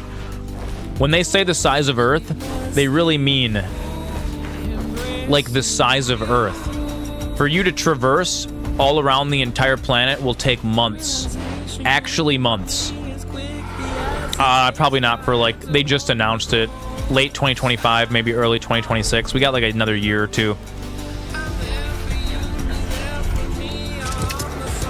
And it's going to be everyone plays in one, there's only one server. I know. It's going to be all one server. Player settlements. Like, build your own cities, go to war with each other, explore. It looks super duper cool. It looks super duper cool. And the only reason I'm so excited about it is because what Hello Games did with the with No Man's Sky, like their procedural universe is actually to scale. It's the size of the real universe. It's like 150 quadrillion star systems. And the neat thing in No Man's Sky that's kind of neat is it's like a big thing about No Man's Sky is exploration and finding new things. So it's one of those things where, like, when you arrive in a new solar system that nobody's ever arrived in No Man's Sky, you're allowed to name it. And then whatever you name it, that's the name of that solar system for every single player that ever finds it in the future. Same thing for like planets or the animals on the planet. When you find them, that is like and the game's been out for how many years, and there are still, like, I think they've discovered 0.0001% of like the planet. There's planets and there's solar systems in that game that nobody will ever get to because there are more solar systems, more planets in that game than there are atoms in the universe. Like, they did this crazy procedural math and it made it super huge and it's like super enormous. They're going to use that exact same technology to make Light No Fire. They're making a huge, gigantic planet that's like actually the size of Earth, and then boom, you're this little tiny thing over here. Like, oh, you want to play with your friends on the other side? You got to either spawn by them or you got to research and build airships and travel across the planet on like months-long flights. It's going to be this huge, crazy thing. It's just like in No Man's Sky. People go on these. How big is the server? Infinite. There's only one server. It's all going to be on one server. Everyone plays on one server.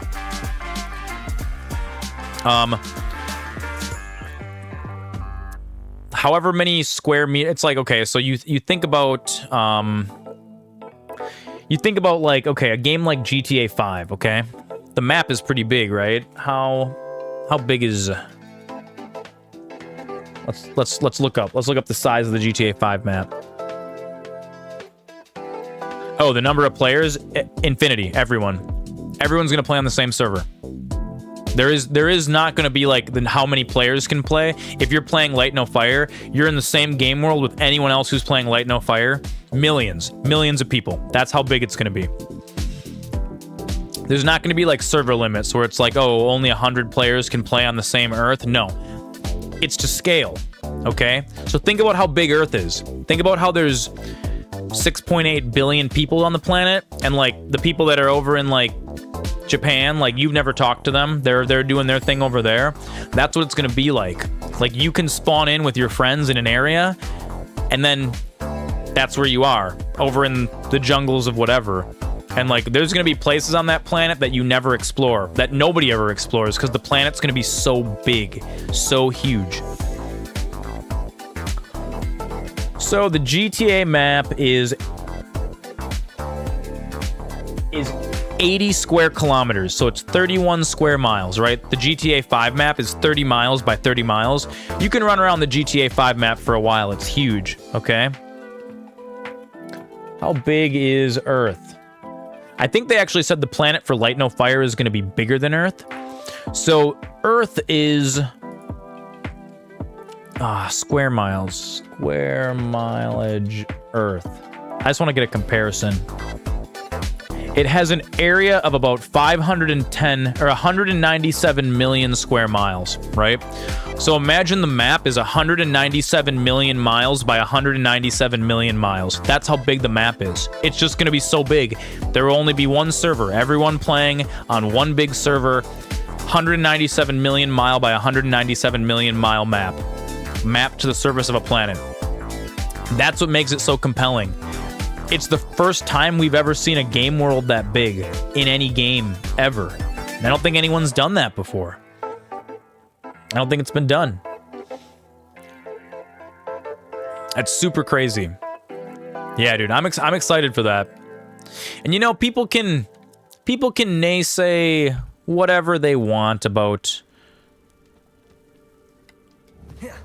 People can naysay whatever they want about No Man's Sky. No Man's Sky was the greatest redemption story that's ever happened. I encourage you all to go watch. It's like a 1 hour mini doc. By Internet Historian. It's called The Engoodening of No Man's Sky. It goes through all the things they screwed up, and it goes through all the things that they fixed. Charming. It's super great. Spiders. How fitting. Oh yeah, Speeder Boys. Speeder Boys, yes. My favorite boys. Thornback Scurriers. Yeah, it's amazing. Boom. Oh, you guys. Look at how many health potions I have. You guys, why even bothering?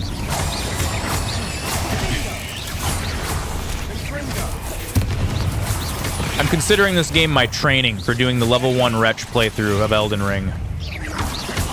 Because when you're playing the game as the level 1 Wretch with just the basic club and you're fighting against like Melania, dude, your attacks deal like 1/1000th of her health bar, and you have to fight her for just like 45 minutes. And you have to fight her for 45 minutes perfect, with making no mistakes the entire time. So I'm gonna have to become a much better gamer than I am now, and that's okay. That's not a reason to not do something, you know?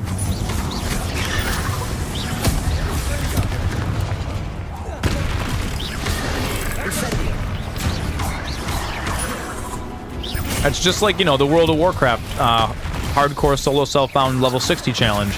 It's really, really hard. It's gonna be nightmarishly hard. But you know, nobody ever did anything by being wishy-washy about the confidence in their own abilities, you know? If you want to do it, you gotta just pretend like it's possible.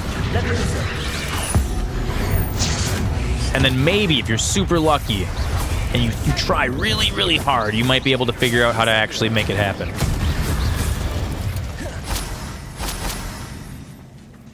Spooky Spider Cavern. Where do all the spiders live? Spooky Spider Cavern. These spiders are determined to make a meal of us. What names to the spiders should we give? The one over there is named Jeffrey, and the one that's coming in is Clyde. And if you hit them hard enough, you'll knock them on their side. Oh god, they're coming in from the behind. Ganging up on me. Ganging and smanging. Bruh. Let me smang it. Incendio. Levioso.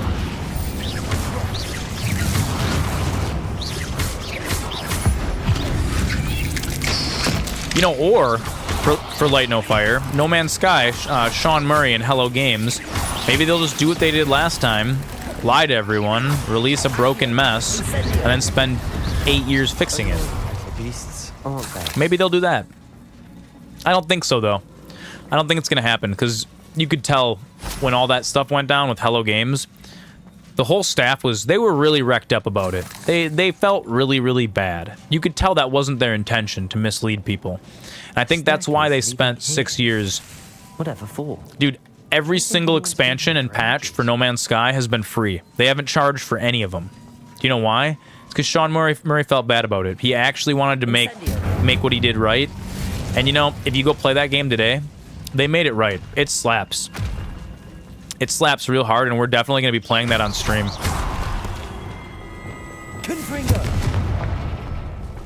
At some point.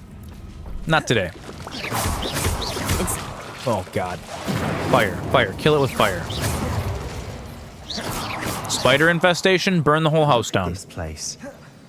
Not really my style. A bit much, if you ask me. Incendio.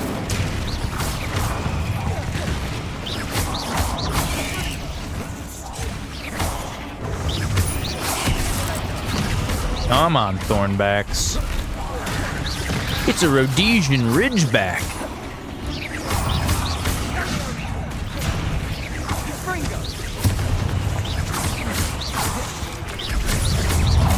Dude, I'm excited to play World of Warcraft again or tomorrow again.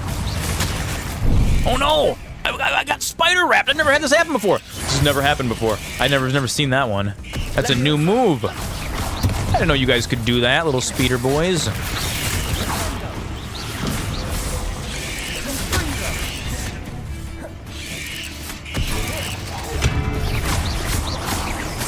Yeah, tomorrow our goal on World of Warcraft is going to be to get out of Goldshire. We're getting out of Goldshire tonight. Spiders are tricky. I mean, I could be fighting these more effectively. I just,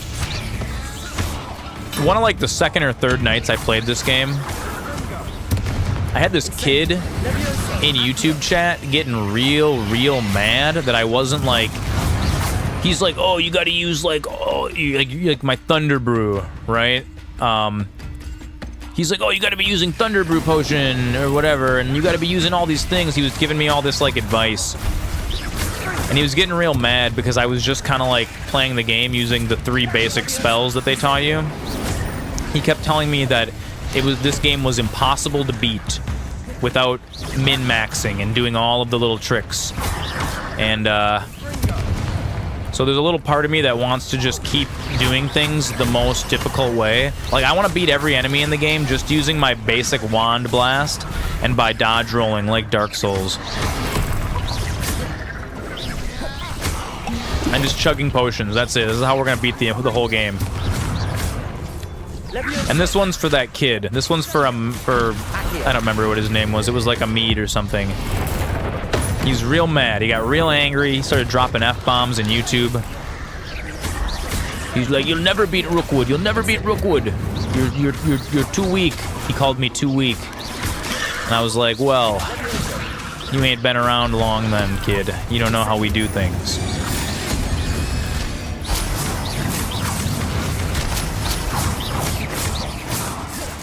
Look at that. If you just dodge every attack, you just sit and boost them down. Come on. Boom, look at that. Getting through the cavern. Look at that. Have been the only challenge. Get to Westfall? Yeah, dude. We're going to try to get to Westfall. We're going to see if we can make it. I gotta be careful though. Gotta be so careful. We've seen rune symbols like these before. Oh god, this is gonna be standing like close enough. Wait, how come I can't target this one? Oh, this one's got spider webs on it. That's why. That's why I couldn't target it. Okay.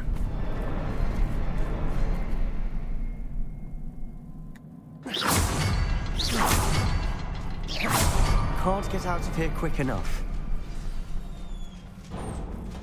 Oh, boys, look at those puzzles too hard for me to do. Never figured out. We breaking out of Azkaban with this one. Another troll. You're busting up your own home. Why are you doing that? Come on, Sebastian. Wands out. We got it.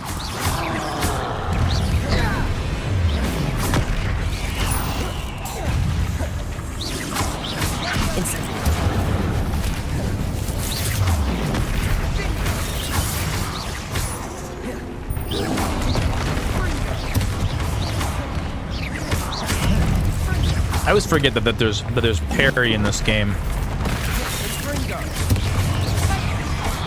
The trolls are kind of hard though. They'll go like double ham on the red. It's like red, red, and the third attack will be yellow, and you can technically parry his third attack.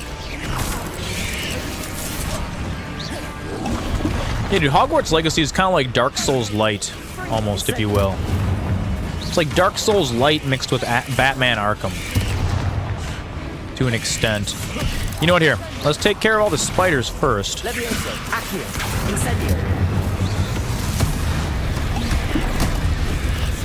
Elden Ring, dude. We're gonna play Elden Ring.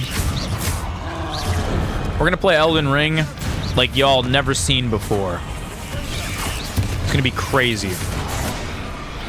Dude, I'm training right now to do... I'm training right now to beat the game at level 1.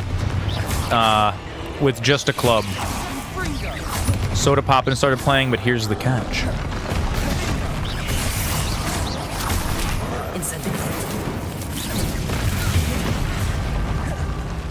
One of his mods loaded him up with a nasty modded game, so it's all surprises. Oh, that's actually really cool.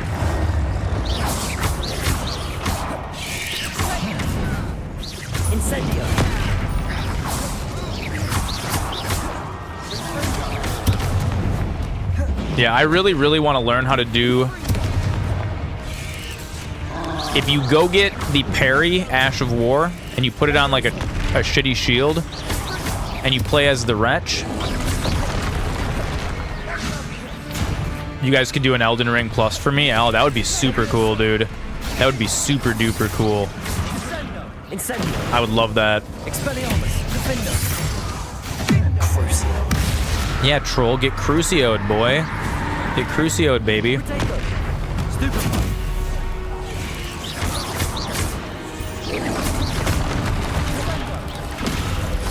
Yeah, that would be pretty sweet. I think I'm gonna... Like, the first playthrough on the stream, I want to just be vanilla. Because I still never, like, fully completed Elden Ring vanilla. I got to the end, and then I kind of fizzled out a little bit. And besides, like, I don't think I even, like, saw everything in the vanilla game. Like, there was a bunch of stuff that I missed.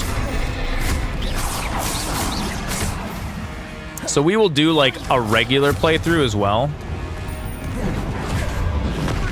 Dude, I forgot that I have this teleport. You have to just hold the dodge button down for, like, a long time.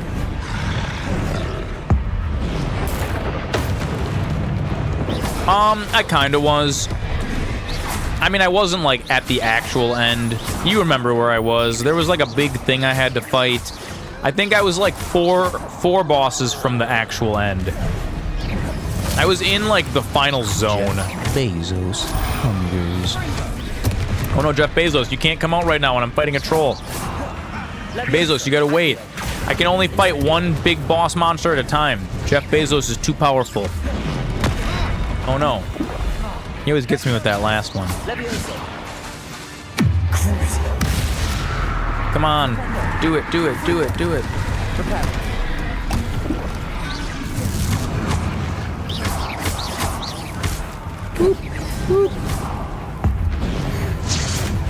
Boom. Look at that. Just like that, he explodes. Just like that, he explodes. Boom.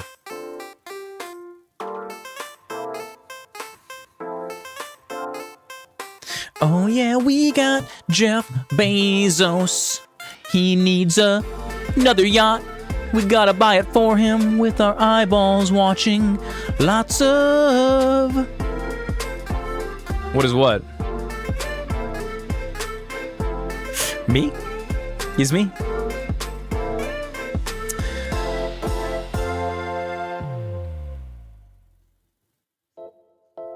He sure did. The squirtly emote. I don't know. I can't even see. Oh, it is a Squirtle emote. If there are any noobs in this channel, here I've arrived, and I apologize in advance for anything unhinged you might say. Sapotes, your edit of my green screen, I put all those green screen stuff of me out there. You're the only one who got the memo. You know what I mean? You're the only one who made silly pictures out of it, and I love it. Sir, this is a Wendy's. If I have to wear pants in public, they better be free. They better be free. I posted it in the Discord in general. His meme that he made, it was super funny. Super funny.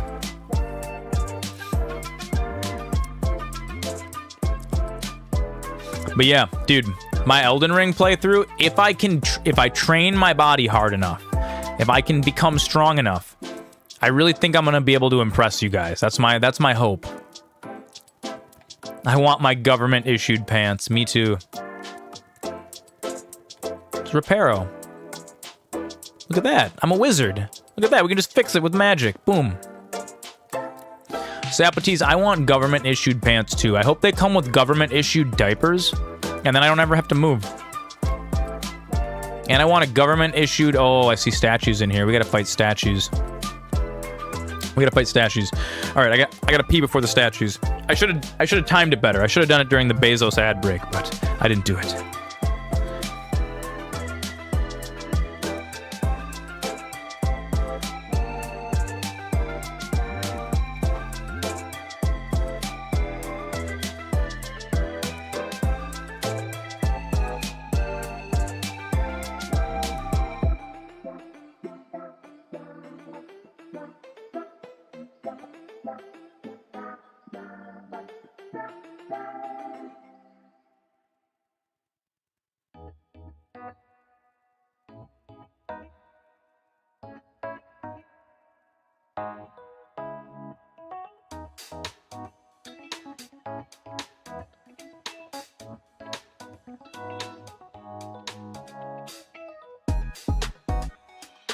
Master is gone. Let's all shit our pants. Please don't. I might have to clean up after you. But yeah, dude, this Elden Ring playthrough that I want to do.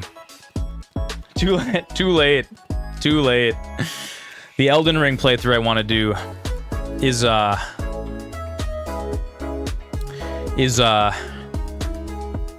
level 1 Wretch playthrough. It's doable. I've watched people do it. Dude, of course Superhorse gets it. My brothers they're cool guys. They're cool guys just like me. We all came from the same cool tree. God, you know what? Nobody redeemed the drink the potion tonight, so I kind of want to take a sip of it. Did you meet this brother at the barbecue? I don't remember, dude. No, maybe? You met one of them. Ugh. Just casually. I remind you of the potion. Now I gotta drink the whole damn thing. Oh, I made it weird today. Today it was weird. So these potions are just, it's me mixing random shit together that I find in my house. This one's got like 7 or 8 different ingredients in it. I made a mistake. I just took a sip of it.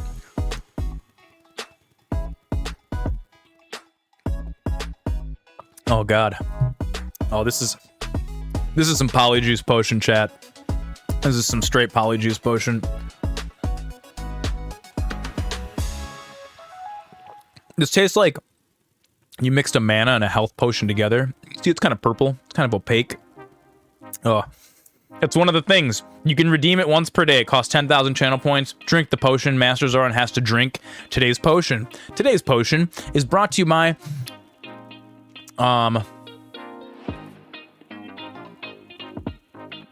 Brought to you by the letter Q. It's brought to you by the letter Q.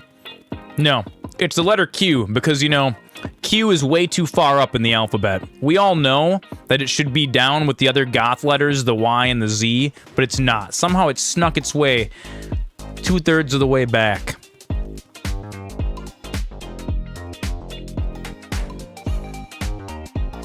I'm gonna have to start having the mods mix the potions up. The potions are gonna get weirder as we go. Oh, this one's weird.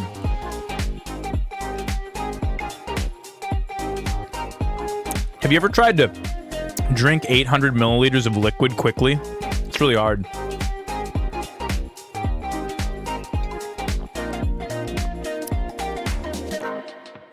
The potion. Oh yeah. Oh god. We're doing the potion. I'm not sure which stat this is gonna raise today. We gotta wait. I'll feel it. Once I finish it, I'll feel it in my soul. I'll let you guys know how our stats have raised.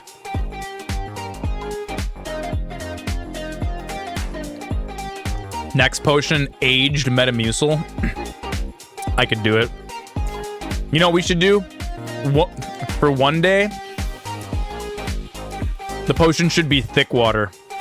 I'll chug 800 milliliters of thick water out of this. You guys can watch me schlep some slime down.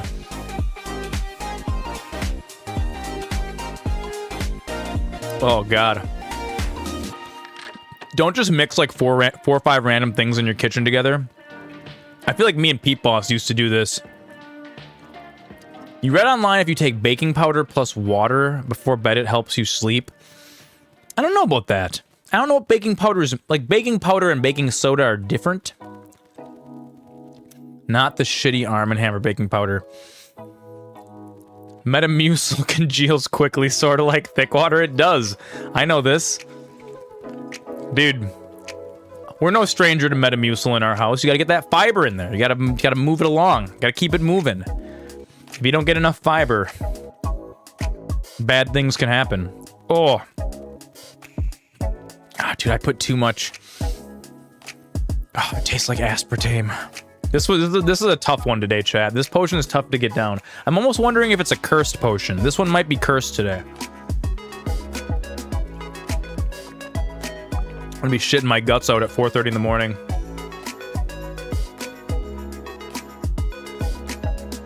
This potion's carbonated too. Oh. Oh god.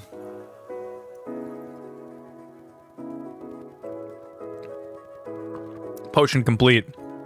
Thank you for redeeming that today. Oh. Oh, that one. Ugh. Oh no. My wisdom went down by 1. It was a cursed potion today, chat. It went down by 1. Now I only have 6 wisdom. If I lose one more... The last 2 potions added a health and a mana, but now I lost a wisdom. What are you gonna do? Woo! Oh. Yeah. Like strength juice in Morrowind, yeah. Exactly. Exactly. -2 modifier on wisdom rolls, I know. I know. You guys know that's true. You guys know that I have low wisdom. You've seen it. PBZ's seen it. FlammyZ's seen it. Oh man. Your Morrowind characters are usually incredibly drunk. That's a good way to keep them. I think the next Skyrim playthrough we might roleplay as a skooma addict. I need to find a properly good I need to find a properly good skooma mod. I min-maxed my wizard stats IRL. It seems I did. I really did. And wisdom is for a different type of casting than what I do. I don't need wisdom. I get by on brute force intelligence sometimes to my detriment. Oh man, I did min-max my wizard stats.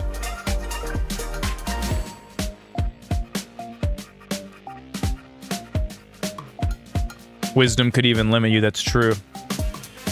You know, it's really, really funny. So YouTube broke their playlist functionality. It's completely broken. And if you have a playlist with more than 100 things in it, it'll shuffle for a while, and then after a little while, what it does is it hits like a wall where it gets confused, and then it starts playing like the same 8-song loop in a row. They're still random, but I start to notice after I'm like, oh, I've heard this song like 35 minutes ago. Oh, dude, you know what? I think that potion today had a lot of aspartame in it. Isn't that, or sucralose, whatever the sugar is that is in the gummy bears that you're not supposed to eat a lot of, or you have a bad time? I think, oh no, I may have made a mistake. I can feel the potion rumbling. I can feel it rumbling in my belly. It's taking even more wisdom away from me, chat. It's lowering it further.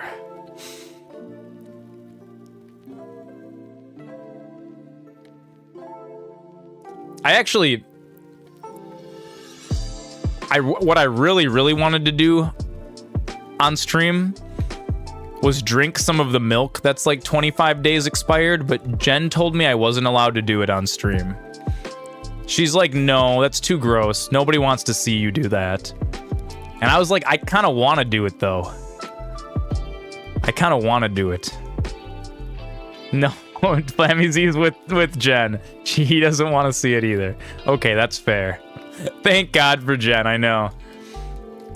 She takes some of my worst ideas and she says, yep, this is a bad idea, Spencer. I don't know, dude. I don't know what people watch on the internet, you know. Want to watch me torture myself? I mean, it's not even that bad, dude. I drank a glass of this expired milk unironically. For what's allowed, you can't do anything that's considered harmful? No. Yeah, that's true. You can't, like, Lycosin is the sweetener. Ugh. Yeah, I think I used some flavor stuff to give that color. Yeah, shots for subs was banned because it's like you can drink on stream, but you can't do a thing where like if somebody redeems bits for every $1 someone donates, I'll do a shot. You can't do that because it's considered like dangerous. If I were to vomit on stream, that's no good. I wouldn't vomit on stream. The milk is only expired in number only. It's still good. It just looks kind of, it's like, you know, you show the gallon that's got an expiration date that was like almost technically at the beginning of February. 100 bits for one vomit. That's fair. What about the gallon challenge? You know what? Food challenge is sketchy now. I don't think so. It's only sketchy. Expired gallon challenge or no balls. Did you guys watch the video of the LA Beast that did that?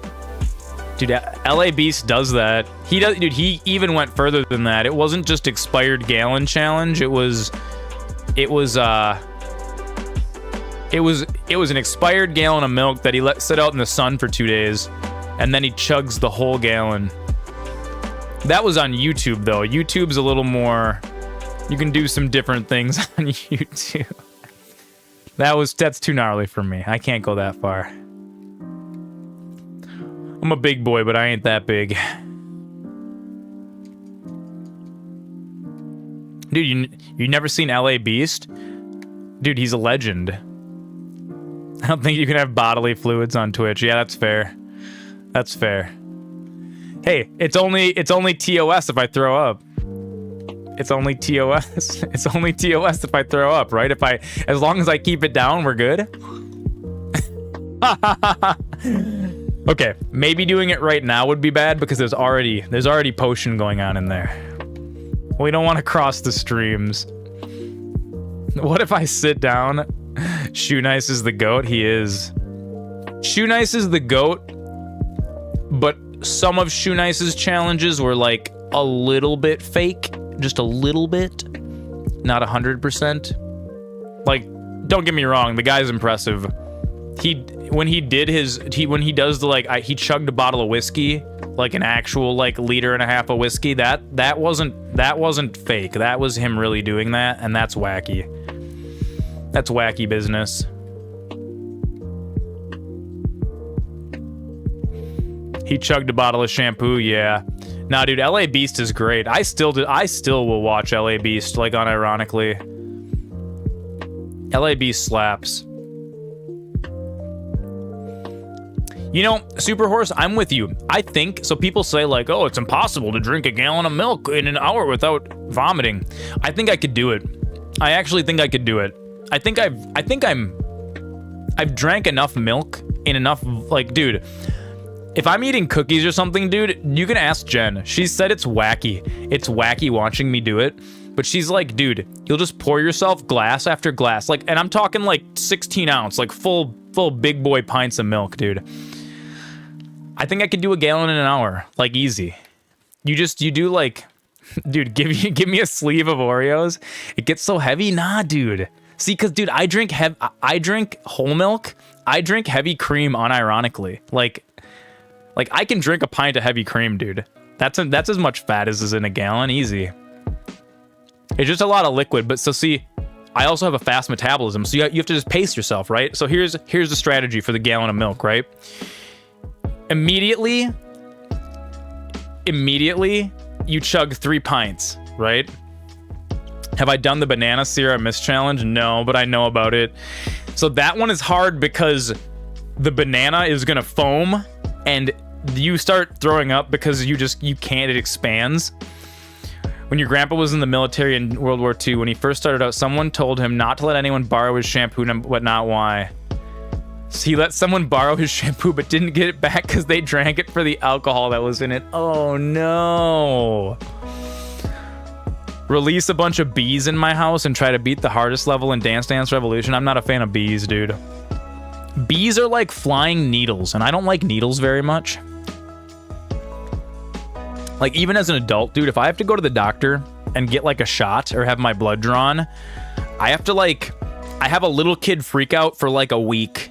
Dude, yeah, ticks or spiders? Nah, dude. I'm good on that, too. Ticks, yeah, they get in you. They're inside you. Ah, they're in there. They're already in the house. I don't like it. I don't like it. I have to investigate her chamber of secrets.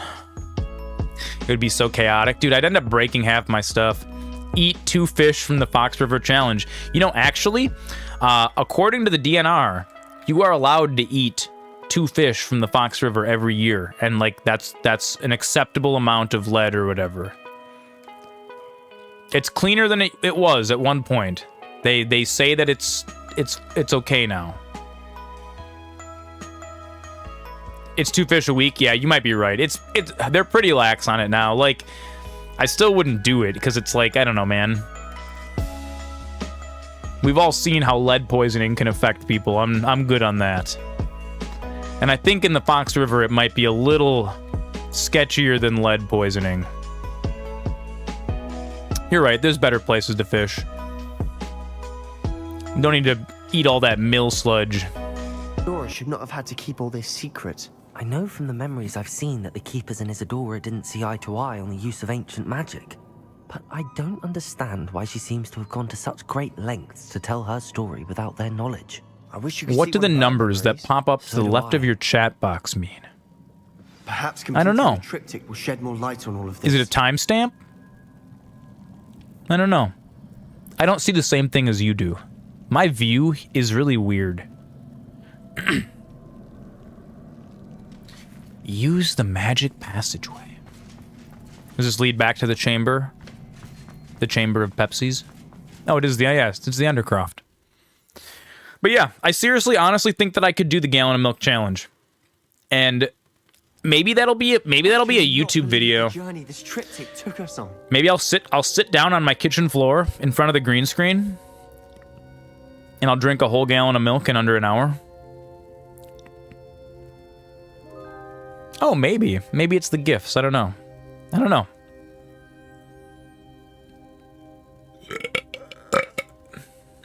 Edward. Half gallon hands. Like a game of Edward 40 hands, but you just duct tape 2 half gallons and you're not allowed to take them off until you drink both half gallons. Dude, I'm telling you, I'm telling you.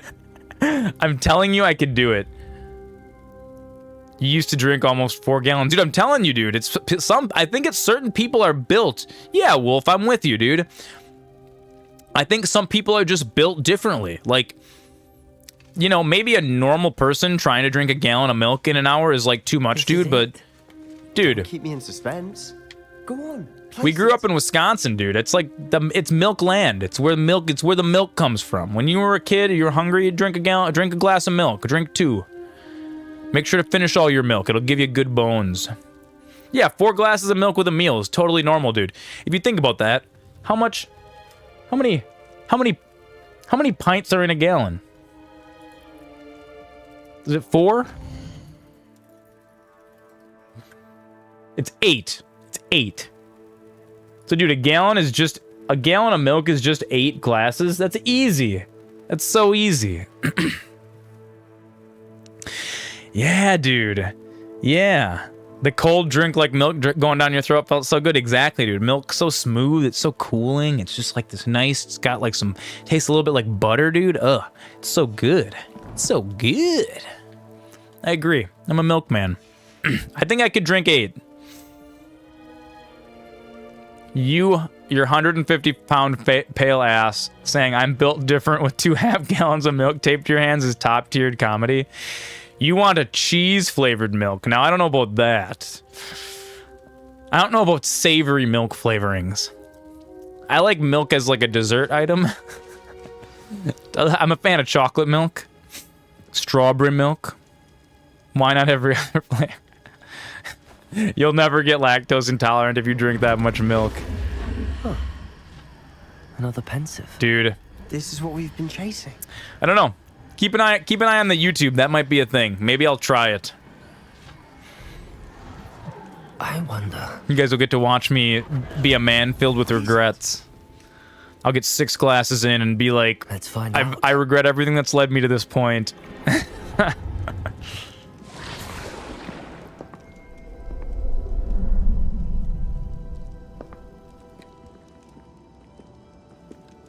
Two half gallons taped would be hilarious. Dude, I think I can do it. That's actually, you know what? That would actually be a pretty funny idea for a video. But I can give you Edward Gallon hands. I think we're gonna do it. I think I'm gonna do it. Because you know what? Why not? Why not? Let's get weird with it, right? If I'm gonna make internet content, let's get really, really weird with it. Please. Even better. I got an even better idea. I buy a green screen suit.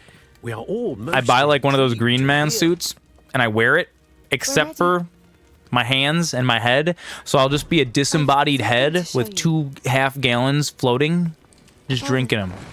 These are my colleagues from Hogwarts. And we'll edit it down into like a 10-minute funny video. Father hasn't spoken since my brother died. On my travels, I confirmed that which I've always believed. That we have the power dude, this story, to take away pain. it's like, okay, so Isadora's figured out how to take away pain, and all of these old people, witches and wizards, are all like, oh, you're messing with things you don't understand, and like, they're not giving her any good reasons. They're just being such dicks to her. And so look, it's like, it's driving her to become like a dark wizard, but I feel like it's everyone else's fault. It's like all of these, it's him. Percival Rackham, it's your fault. I took his pain. It's his fault. She's just trying to help people. They're just naysaying. They're a bunch of horses. They're saying nay. Look at how happy he is. That worked. It did indeed. Of course it did. It's goblin silver. I need something much bigger. All right. It would help if you could tell me more about what it is you're storing. Is she gonna tell him and he's gonna get mad? Magic. Left over from a spell I devised to remove pain, but if used correctly, its power can be used to do even more good. I'm telling you, dude. Why would you want to store such magic away? I only need to keep it safe until I can convince my colleagues of its worth. Magic like this unnerves some. Dude, this is a story of a bunch of scared old people driving a couple innovative young people to craziness by saying nay. She's just like, look at this. I found this new technology that can help people. And they're like, nay. That's what they say. She took away the pain. Yeah, dude. I knew it. I knew there was a way to help Anne. There is. Something isn't right, Sebastian. What do you mean? You saw what she did. No, not the memories, the portrait. I think the reason Isadora hasn't appeared is because she can't. I don't follow. We have seen that view before. The abandoned home in Felgroth, the destroyed painting. It was her. So someone destroyed a bit of enchanted canvas, but we found the memory. We did. Yes. Yes, you're right. We saw what she wanted us to see. We saw what she could do, what you can do. That's right. I'm a chosen one too. Isadora did. Well, then you shall learn. The keepers can teach you. I gotta make like a... I'm sure that they would. I gotta make a section on the Discord for suggestions for long-form Zoran videos. Edward Gallenhands, that was a good one. One that should be wielded with great care. That's gonna be the first idea that we consider officially submitted. All of their I like that. You've more than proven yourself. You can wield it. You have the ability. You can weld it. I've seen it. You're a pretty good welder. Please. Doing some TIG welds? If not for me, then for Anne. Dude, I just want to go with them. I wish you could just tell your main character, just like, be like, yo, stop being a little baby. Let's do it. Yeah. Yeah, we're gonna do it for Sebastian. Yeah, for my boy. That's what I'm saying. That's what I'm saying. Why did the keepers want to keep Isadora quiet? Why destroy her portrait? Yeah, dude, these old guy keepers, they're big stinky butts. We're gonna be a dark wizard. We're gonna save everybody. It's gonna be great. Here, where do I go next? What's my next quest? And that's it. I got no more main quests right now. I gotta just wait. You figuring it out, Sebastian? You let me know. Oh, there it is. I found one of Ranrock's drills in a mine along the shore. I intend to destroy it. I'm tired of trying to reason with him. You're welcome to join me. Yeah, dude, I'll come and help you destroy a drill. If I don't see you there, I will reach out when I return. I have something to give you. Lodgok's getting himself into more danger than he realizes. I'd better find Oh, him. I gotta go save Lodgok. I'm gonna go save him. We gotta go save him. He doesn't know what he's done.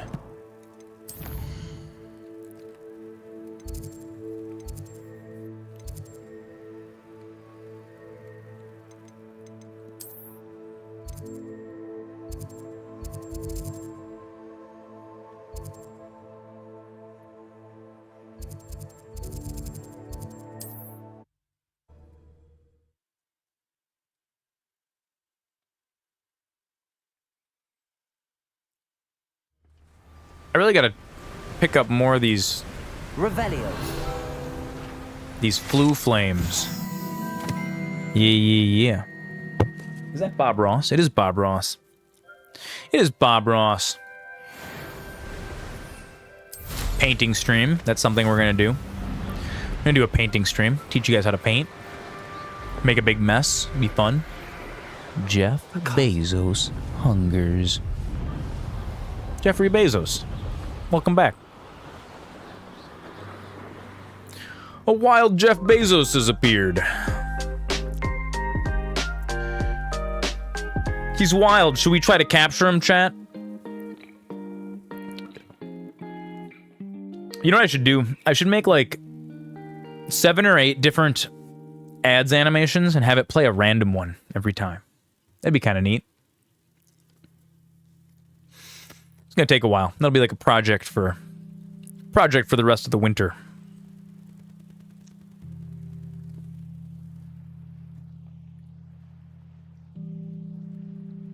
Oh, this song is called Stay a While and Listen.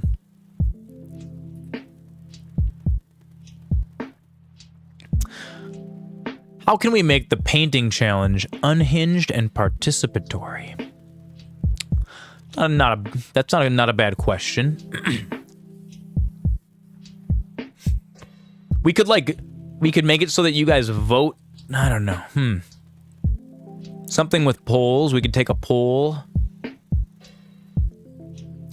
I'm a good painter, but I paint abstract, so I can't paint like figures. So we wouldn't be able to do like a thing where you vote for what I paint. Because I'm not like chat votes to add items to it, change colors, pick colors. You could change colors, but I don't really paint things. I paint shapes and like feelings the way that I paint. It's all abstract, so it's like abstract speed painting. So like if you were like, oh, yeah, we could think of that. I'm not good at like painting specific, like I can't paint like a dove or like a house. I can't do stuff like that. Everything I paint is like, I don't know, this is what anger looks like, or this is like soothing, like it's big goobly gobbly shapes. We could paint using weird things. Like I could have like a I don't know, you could, after a certain amount of time, you spin a wheel and it's like, maybe I'll have to use ketchup or mustard or something as paint instead. Or like ranch dressing. Get a paintball gun, that would be cool. That'd be expensive though. I'd have to like have somebody loan me one. I'd have to find someone with a paintball gun. And I don't know if Twitch loves guns, even if it's a paintball gun. Yeah. You pick how many gummies I take before painting. That's gonna turn into a stream of me sleeping on the floor. And you guys can watch me sleep on the floor covered in paint for like 8 hours. Sounds like a good idea.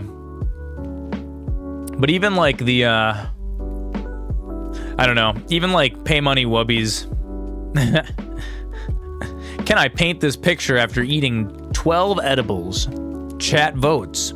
Now, you can't do challenges like that. We were just talking about that. Twitch doesn't like the how much can you drink challenge. They're not a fan of that. That's okay. That's probably for the best. It's like a safety thing. And Joey Diaz follows you. Body painting, and we pick what body parts you paint with? Maybe.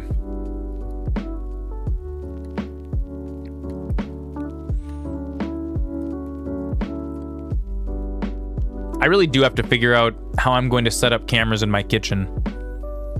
Maybe that'll be a project for this week. Yeah, Joey Diaz follows me. Here, we'll send you some of the black stars. Maybe not body parts, but utensiled. This game is really pretty, dude. I like to think of it as like an RPG light. It's like a good introduction to gaming for people who don't game.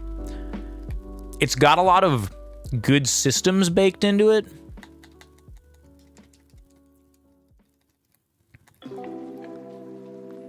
It's got a lot of good stuff cooked into it, but it's like very, very simplistic versions. Yeah, I am trying to not get banned from Twitch. That's actually not a bad idea. It's actually not a bad idea. Fork, brush, screwdriver. You could pick what I use. Thank you, Wolf. I needed a stretch. Oh, I needed one. That's not a bad idea. Use atypical painting. Actually, that works really, really well for abstract. Abstract, you're supposed to kind of just grab whatever you have. So, the stream is like, we can play games that are not family friendly, and we can swear on here, but I can't like, Twitch is still like a platform that has like a lot of kids on it, and so there's a lot of things you just can't do on Twitch. Like we were talking before, you can't do like for every $10 you guys donate, I'll take a shot. You're not allowed to do that. Twitch will just ban you. They don't like that. And I don't like blame them for that. It makes sense, you know what I mean? Run away from the troll real fast. Oh no. I'm chugging potions. Oh god, why is it lagging so bad? What is that? Dude, I got this problem. You guys want to know what the problem is? My graphics card is dying. It's really, really tragic. It's been sort of kind of where I've been questioning whether it's been dying for a couple months. It's actually finally doing it now. Like, it got to the point where, like, Jen started to actually notice it. My computer freezes all the time. It's super obnoxious. It doesn't happen on stream too often, because it doesn't seem to happen when I'm playing a game. But if I'm not playing games, it's gotten longer. It's like, dude, it's up to 5 minutes. My screen will just freeze. The computer still works in the background. It's just the image on the screen gets frozen. And, you know, trying to look up on the internet how to... It's like... Everyone's like, oh, you know, reinstall your drivers. And it's like they're trying, like, Computer Fix 101. It's not that. It's persisted through complete reinstalls of Windows. I've wiped out all kinds of stuff trying to fix it. And unfortunately, I don't know anybody. I don't know any single person in my entire life that has, like, a modern graphics card that I could, like, swap it with. I got a bunch of, like, old graphics cards. I got a bunch of, I have a bunch of GTX 1070s that work just fine. But I'm pretty sure it's the graphics card, because when I do swap it with one of my 1070s, it's so weird, though. Like, I've got a 3080.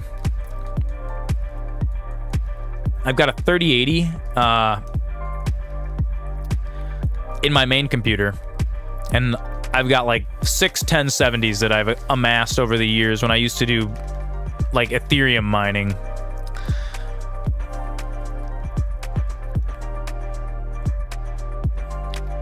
And so if I plug one of those 1070s into my main computer, the computer works fine. All the freezing stops happening. And I said, oh, well, then perfect. The graphics card's dying. But it gets weirder than that. It gets so much weirder than that. If I plug my 3080, yeah, 1070s SLI, no. You can't do that because no games support. There's like 20 games that they ever made that support SLI. And they're all old. Like, SLI doesn't work unless they write the application specifically for it. And unfortunately, yeah, Crysis, that's it. You can play Crysis and, like, a bunch of other trash games from 2008. No, SLI was real weird. Like, you can technically still SLI, like, 4090s, but it's not for playing games. It's for doing, like, it's for processing, like, Sony Vegas and stuff like that. But yeah, it's so weird, because I wish I knew 100% for sure that it was my graphics card that was dying, but I don't know for sure, because if I plug my 3080 into my other computer, it works fine. It works totally fine. But my main computer works totally fine with any other graphics card, so it's like some goofy... Something broke on my graphics card that is extremely dependent on my exact configuration of what I'm using. Somehow. The only way to test it is to get a hold of another 3080 and actually, like, swap them and test it for a while, but it's kind of a tough ask. To be like, hey, can I borrow your 3080 for an afternoon and plug it into my possibly broken computer? But dude, I've tested everything else, dude. Memory's fine. I've swapped out all 4 sticks. All 4 sticks behave the same way. Mem test is fine. My processor works great. I'm almost positive it's the graphics card, because when it freezes, the sound continues. Everything else seems like it functions normally. Oh, you wanna know the best part? Nothing in the event viewer. Isn't that something? Like, Windows is supposed to have this event viewer to show you when, like, your drivers crash and stuff like that. No. But the reason why I'm pretty sure it's the graphics card is if I load up in safe mode, It's just fine. It's just fine in safe mode. Which doesn't help me. It's like, dude, you'll read like computer repair manuals online, and it's like, oh, you can test to see if your drivers are broken by loading up in safe mode. And it's like, okay, cool, load it up in safe mode. And it works fine. So it is the drivers, right? Reinstall the drivers, still doesn't work. Fresh install the drivers, still doesn't work. Completely reinstall Windows, broken. Immediately upon starting Windows. Try a different hard drive, still doesn't work. Swap out your processor, still doesn't work. At this point, I probably just have to buy a whole new computer. Don't worry, the stream won't go offline. I got a bunch of options. If this graphics card actually does take a big dookie, we're gonna use that, what is it? Is it a RX 480 Red Devil? I think. Durek, that used to be in your dad's computer. We'll just use that as our main card. Or possibly, we'll just use one of the 1070s. We'll just use one of the 1070s. Goose Baby! He's back, and he's handing out gift subs. Credenza, welcome. 1070's better than the 480. Subscriptions to the community. It is. It is better than the 480. However, the 1070 that I have is powering the stream computer. And sometimes the stream computer is like using 100% of its capabilities. And specifically NVIDIA cards are really, really great for doing video encoding. Although, you know what? Because like I said, I swapped them and the 3080 works fine. So we might just swap them and have the 3080 in the stream computer. And then I'll game using like some dumpster. I mean, whatever, dude. We're playing at 1080p. A 1070 can play modern games at 1080p. Like at 40 FPS, it'll be fine. Or the other option is we just game off the ROG Ally. That would be fun too. All right. I'll be back in 2 seconds, guys.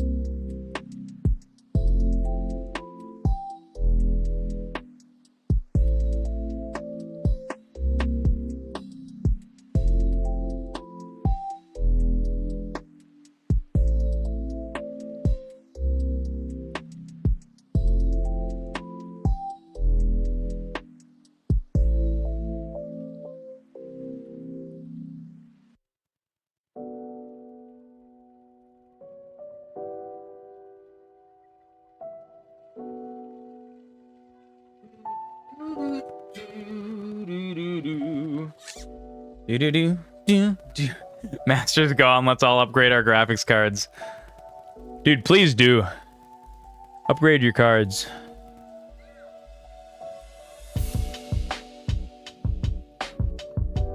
I mean, if I knew for certain, 100%, that it was just my graphics card, I would just say screw it. I would I would drop $1,000 on what is it, the 6900 XTX, and just call it a day. That's absolutely 100% what I would do.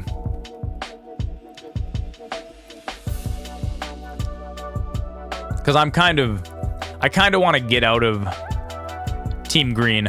I'm over Nvidia. I'm done with Nvidia. They pivoted completely, like almost 100% to corporate AI, and they're only making gamer graphics cards because I don't know why. I don't even know why.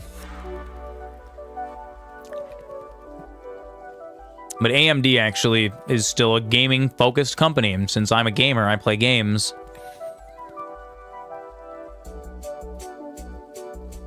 Wait, where am I going? What is all this? Oh. More assassins. Boom.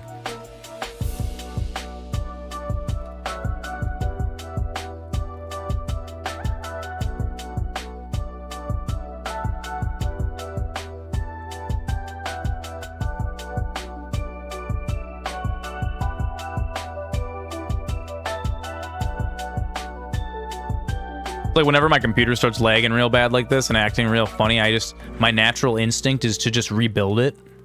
Like to just take it all apart, put it back together again.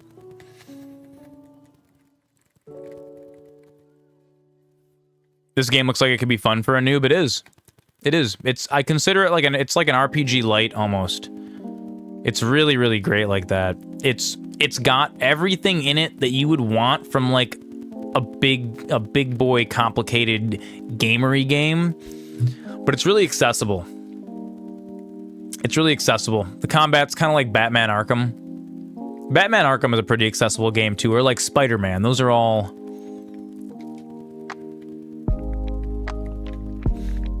real good games. And this is kind of just like a wizard, it's like wizard Batman, basically.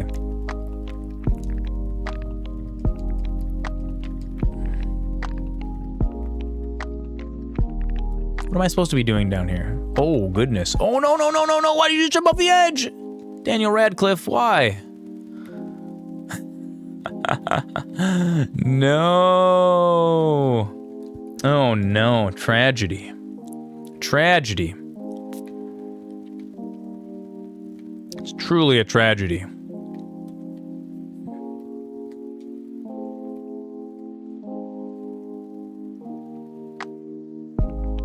I said Wizard Batman, he jumped off a cliff. He's like, I am Wizard Batman. That's right. That's right, I am Wizard Batman. Nothing could be better.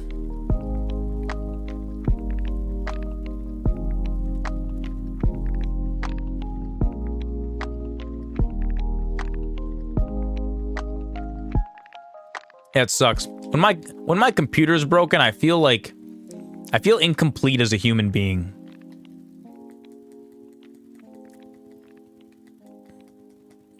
And it's functional enough that like you can get by, you know what I mean? You make do. Clearly, because I mean here we are gaming, right? But dude, every once in a while, dude, gets a little crunchy. It slows down in places that like it never used to. It shouldn't be doing that, you know? And I know that. I know when and where games should slow down, right? And if a game starts slowing down unexpectedly, or when my video memory is not being utilized properly or something, there's something wrong there.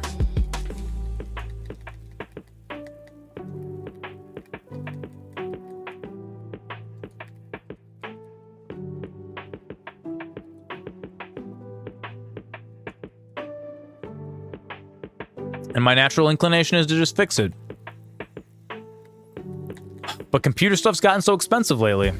It's gotten so expensive.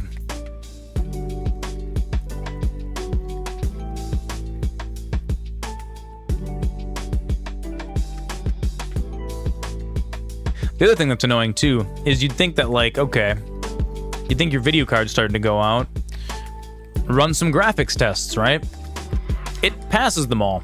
It tests out just fine, dude. If I use like some stress tests or something on this card, it passes them all with flying colors. So I'm convinced that like a single capacitor popped somewhere on the card. Like just one. And one that's not used all the time, but like for certain types of operations, it is used. And every once in a while, when a game is trying to do a specific type of math, like, oh, that shadow is very angled in the corner. We need you to do some fringe geometry for us. I have a feeling that is truly when it just like struggles for a second and it skips. It doesn't make any sense though. It's real weird. Real weird. Oh well. What are you gonna do? Oh, look at this. Goblin mine cards.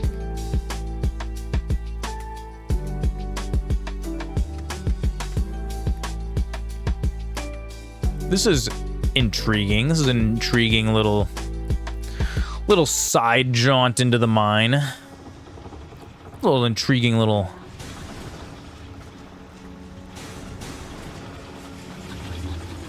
Oh yeah, look at that. Descendo. Accio. Wingardium Leviosa.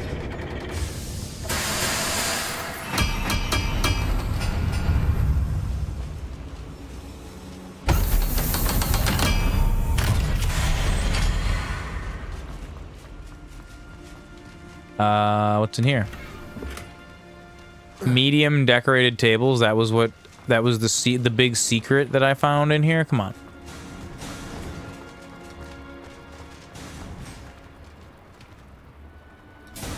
Wait, no, I don't want to go back. It's so far away.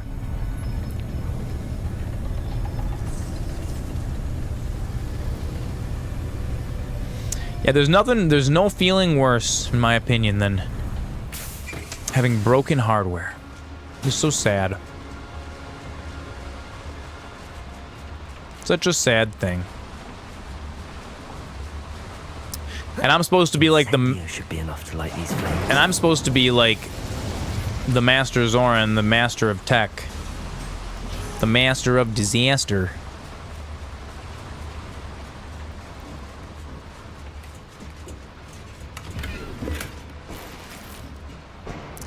Yeah, dude. That's one of my big gripes with this game is it feels like the itemization. You 100% of the game? Dang. I feel like the itemization of Hogwarts Legacy was maybe perhaps just a little bit of an afterthought.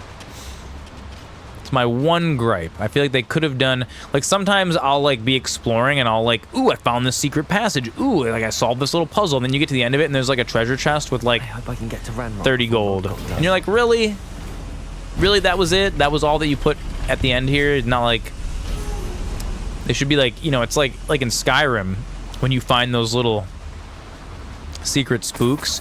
It's like really rare items or like perhaps even a unique handcrafted item. You know?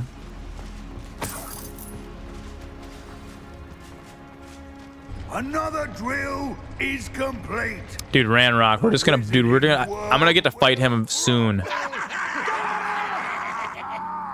Nah, dude, you're all weak. I can end this right now. Makes you want to play Skyrim more? Yeah, dude. Stop Ranrock's loyalists. Would getting a console be cheaper and still have a great gaming experience, or is a fully built PC really that much better? I do not recommend you build a PC. Get a console. Get a console, absolutely. Here, you know what? Sometimes it's easier to fight these guys with the music. We're just gonna get in our zone. This is gonna be like a movie, like where it's like, yeah, dude. Buy a console. Get a console. I was explaining this to one of my buddies the other day. He bought a big boy, big powered gaming PC. And then he starts messaging me and he's like, oh, my new PC is like, it's not working right. And I'm like, what's happening? And he's like, well, I like loaded VR up on this thing and now this one program is, it launches and it's a black screen and I don't understand what's happening. And I looked into the issue for him and I said, oh, it's because you're using a full screen overlay. Or I said, it's because you're using software that records your screen. And he's like, no, I don't. He's like, I've never used any screen recording software. And I said, well, that's actually not true. I said, you have used screen recording software, just not any that you knew of, because like a lot of times, like NVIDIA Toolkit built in has like an FPS counter. The FPS counter functions by recording your screen.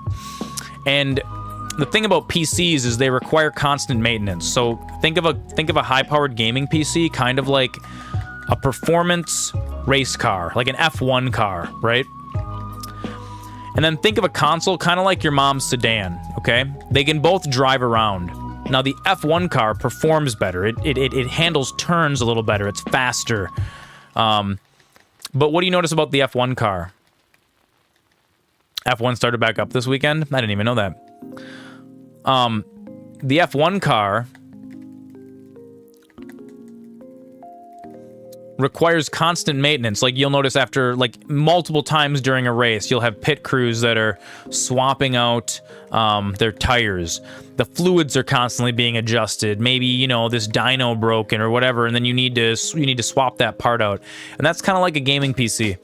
Constant maintenance. For someone like me, a console doesn't do it because I've grown used to a certain level of graphical fidelity. I want my game to be smooth as butter at every second. I don't want... The thing about consoles is sometimes they're like a little bit less powerful because, you know, you're buying them for like $400 or $500 instead of, dude, gaming PCs, anywhere from $600 on the low end all the way up to sky's the limit, dude. You could spend $5,000 on a gaming PC if you wanted to. Easily. I like how you can use potions after you're technically dead. And also for someone like me, I'm kind of like, I like to mess with things. You know what I mean? Like every time I launch a game for the first time, I'll go in and adjust the graphic settings for like an hour, you know? And like, we'll load it up this way, test it out. Does it look good this way? Like, I'm all about having the optimum experience. I don't want to like play through the first half of the game with it being a little stuttery and a little higgledy-piggledy, because for me, that'll ruin the experience. So for me, it's worth it. Just if I'm going to spend 80 hours playing a game, I'll spend an hour and a half configuring the game. For a lot of people, that is an incredibly frustrating experience.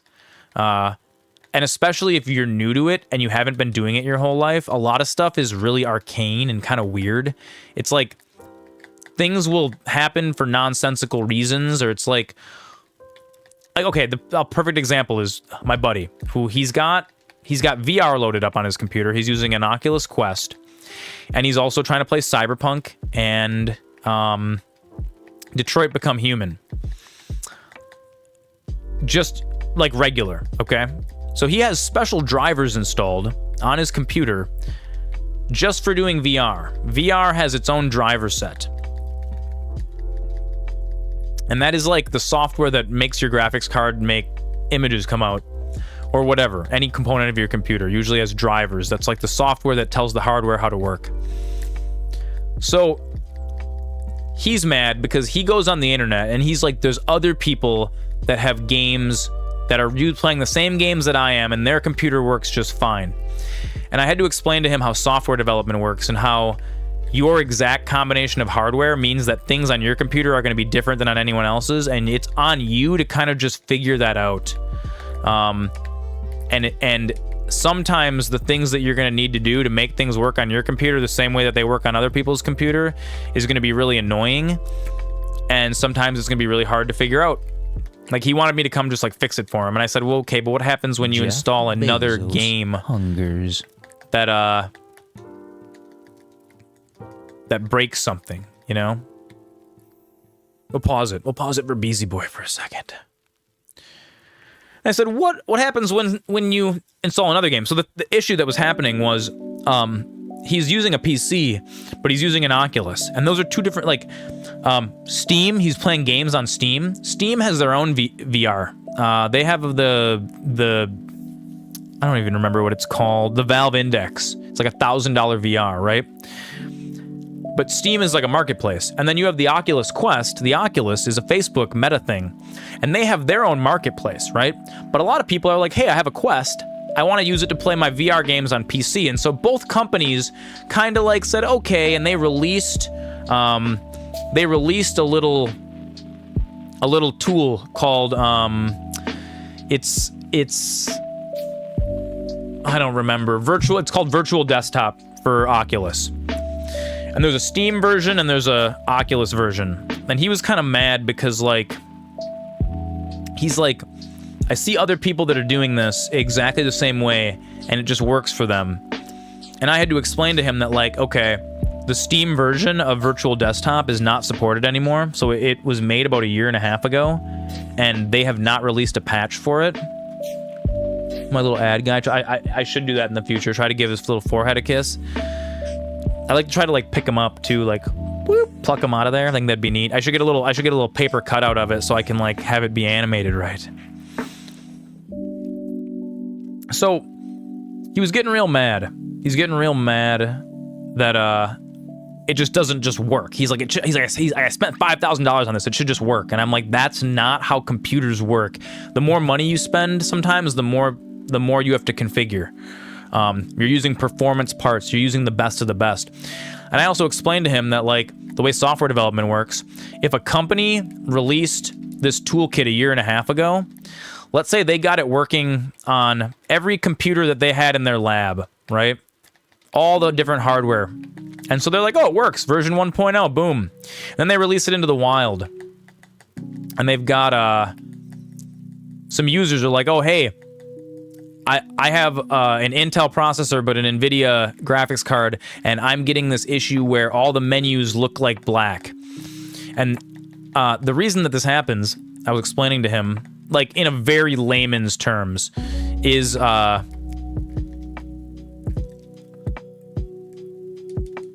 because when you're doing software development, there's like hundreds of different ways to do the same thing using code, and some of those things are what are considered best practices and some of those things are not. And different programmers are just, they're different. Different programmers, and not every programmer is going to have super good best practices. So when you're building a game or an application and you've got hundreds of people working on it, some chunks of those code are going to be a little janky, and maybe the particular processor that you have doesn't like certain instruction sets. Maybe you're using a specific Intel processor that doesn't handle moving numbers around in memory in this particular way. So the way around that, there's a couple different ways. Sometimes you just change the code and it works better on everyone's computer. Sometimes you have to put exceptions in. You have to say, hey, when the program runs, check and see if he's using this particular graphics card. If he is, run this other code instead, right? But that costs money. And there's no incentive for, like, Oculus or Steam to, like, make sure that those little tools that they released just out of the goodness of their hearts so that you could use the other guys' stuff with their stuff. There's no incentive for them to spend millions of development dollars making sure that that is perfectly running on every single hardware combination. So that's just the reality of it. I'm like, yeah, dude, your particular combination of hardware just doesn't work good with that particular version of the app. And I said, you know, I have a 3080. 3080s work like trash on the Oculus. The Oculus is hot garbage for a 3080. You have to run Virtual Desktop, but you also have to run these goofy drivers from Steam in the background. And you have to run, like, Steam VR, which you shouldn't have to run if you're using Virtual Desktop. Oh shit, this is like crazy stuff's happening in the game. It's Ranrock. No matter, we will build another. I found this one lurking outside. Lord Gok, come to make amends, little brother. Reddit moderator. I came to stop this. Start blasting. You've brought me.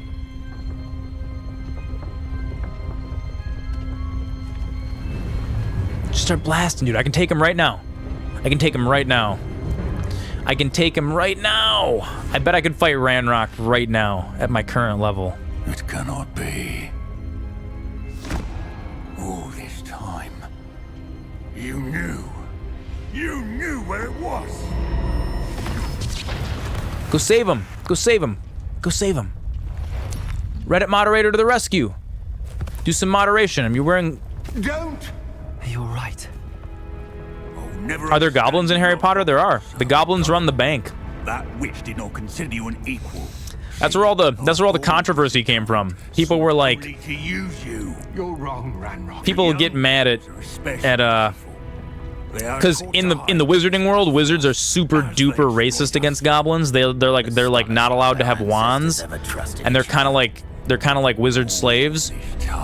And Everywhere for the final repository. so like yeah Gringotts, the wizard bank. The wizard bank is all run by goblins. Wasted my time chasing a child. So people were getting mad. They were drawing parallels to like real life drama, and they're like, "Oh, it's all political," and it's not. It's not. It's a game. So it's a fantasy world. Reminds you of Shadows of Mordor. Yeah, I can see that. Shadows of Mordor was good. Dude, you can't just let Lodgok die, Master Zoran. Whoa, wait. Was Rookwood... Wait a second. Was he firing at Ranrock? Yeah, dude. Shadows of War was an amazing sequel. It was really, really good. Hydrate. Hydrate. Oh, yeah.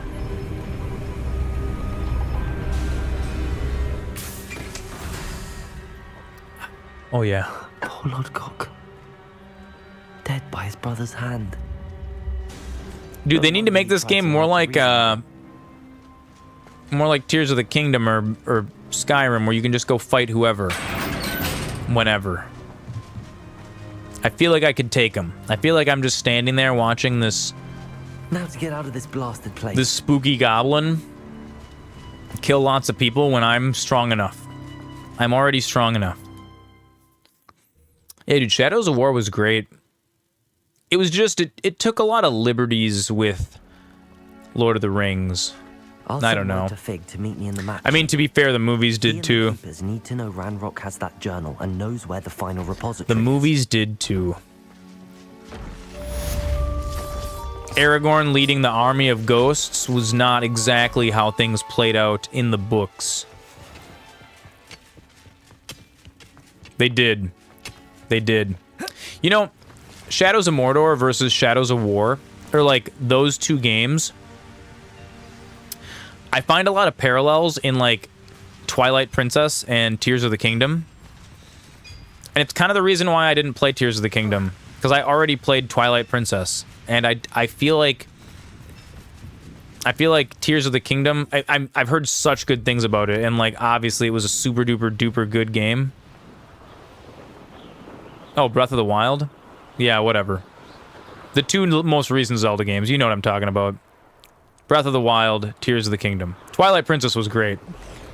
Ignore me. Breath of the Wild was great. And I'm sure Tears of the Kingdom was super great too. I've heard amazing things about it. But one thing I don't like is that it's just Breath of the Wild is in your top 5 games. Couldn't get into Tears of the Kingdom. I couldn't either, because like all of the things they were like, oh, it's like Breath of the Wild again. But now you've got like, oh, now Link can like, you know, connect things together, and you can have spooky machines and stuff. And it's the same world with sprinkles, exactly. I don't care about the sprinkles. I'm here for the meat. I'm here for the meat and the potatoes. Like, if you're gonna do that, if you're gonna do the direct sequel with upgrades, you got to do it like the way that they did Majora's Mask from Ocarina of Time. Majora's Mask was like Ocarina of Time plus, but it was completely different. It was a completely different like format, right? Yeah, with the spicy twist. Yeah, the engineering stuff was cool, but like I honestly hated that part of Breath of the Wild. I hated, not that there was engineering stuff in Breath of the Wild, but I hated that your items broke. I hated that you have to, because like Nintendo's like, oh, but it makes you constantly have to think how to overcome problems. I don't want to do that. I don't want to do that when I'm playing a Zelda game. I want, hey, I've got the Master Sword now. Bam, bam, bam, bam, bam. That's it. That's all I want. I want to get my sword and have it forever. Maybe repair that same sword. I don't want my items breaking. So yeah, the whole like, and like, yeah, they put all of these things where it was like, oh, there's a camp down there, but there's a boulder up here, and you can like use physics of the world. I don't want to do that either. That's not what I want out of a Zelda game. I want swords and magic and me versus my enemies. I am Link, the fiercest, Hyrule's greatest warrior, ha ha ha, with the Master Sword. Like, that's what I want. They didn't give me that. And so, Tears of the Kingdom, or no, yeah, Tears of the Kingdom, like, went even further away from the equation, you know? It went further. I would have liked the Breath of the Wild sequel to be the same exact, like, engine and the same combat and stuff, but I would want it to be a little more grounded, and I want them to tell a linear story, like Ocarina of Time. But, you know what's a tragedy? You combine a bunch of stuff in Tears of the Kingdom and can make weapons out of anything, yeah. What's my opinion on Twilight Princess? I think Twilight Princess was spectacular. That was one of the best Zelda games. I loved Twilight Princess. It was so good. The combat was solid. Yeah. I liked it. But yeah, what they did with Tears of the Kingdom, it wasn't what I wanted from a Zelda game. And you know what kind of pissed me off? This is, dude, another thing. Let's talk about Nintendo making me mad, right? It sucks because I don't know who it is, the lead developer for Zelda or whatever, right? But they even said, yeah, dude, dungeons. I want like a dungeon that I have to complete to advance. And I need the medallion from the dungeon in order to open the door. That's what I want. And you know what? One of the designers from Nintendo, because a lot of people asked for that. They said, oh, we want more linear Zelda games. And you want to know what he said? He said, no, you don't. He said, no, you don't. He said, you don't know what you want. And he said, that's not how people, he's like, that's not what people want in games anymore. He said, that's an old school, that's an old fashioned way of making games, and we're not making games like that anymore. And it pissed me off. It's like, you can't tell your fans, yeah, you think you do, but you don't. That's exactly what he said. That's exactly what he said. Yeah, exactly. He's like, yeah, you think you want it to be linear, but this is better. And then it's like, oh, and then you wanna know what I did? When Tears of the Kingdom came out, I played Ocarina of Time again. I played Ocarina of Time, and you wanna know what? It was spectacular. It was everything I hoped it would be. I loved it. I still love it. I love that. I want a linear game. Some people want linear games. Nintendo? Yeah. You did play Sea of Stars and it didn't hit the same as it might have in the Zeros. Yeah, I agree with that. Yeah.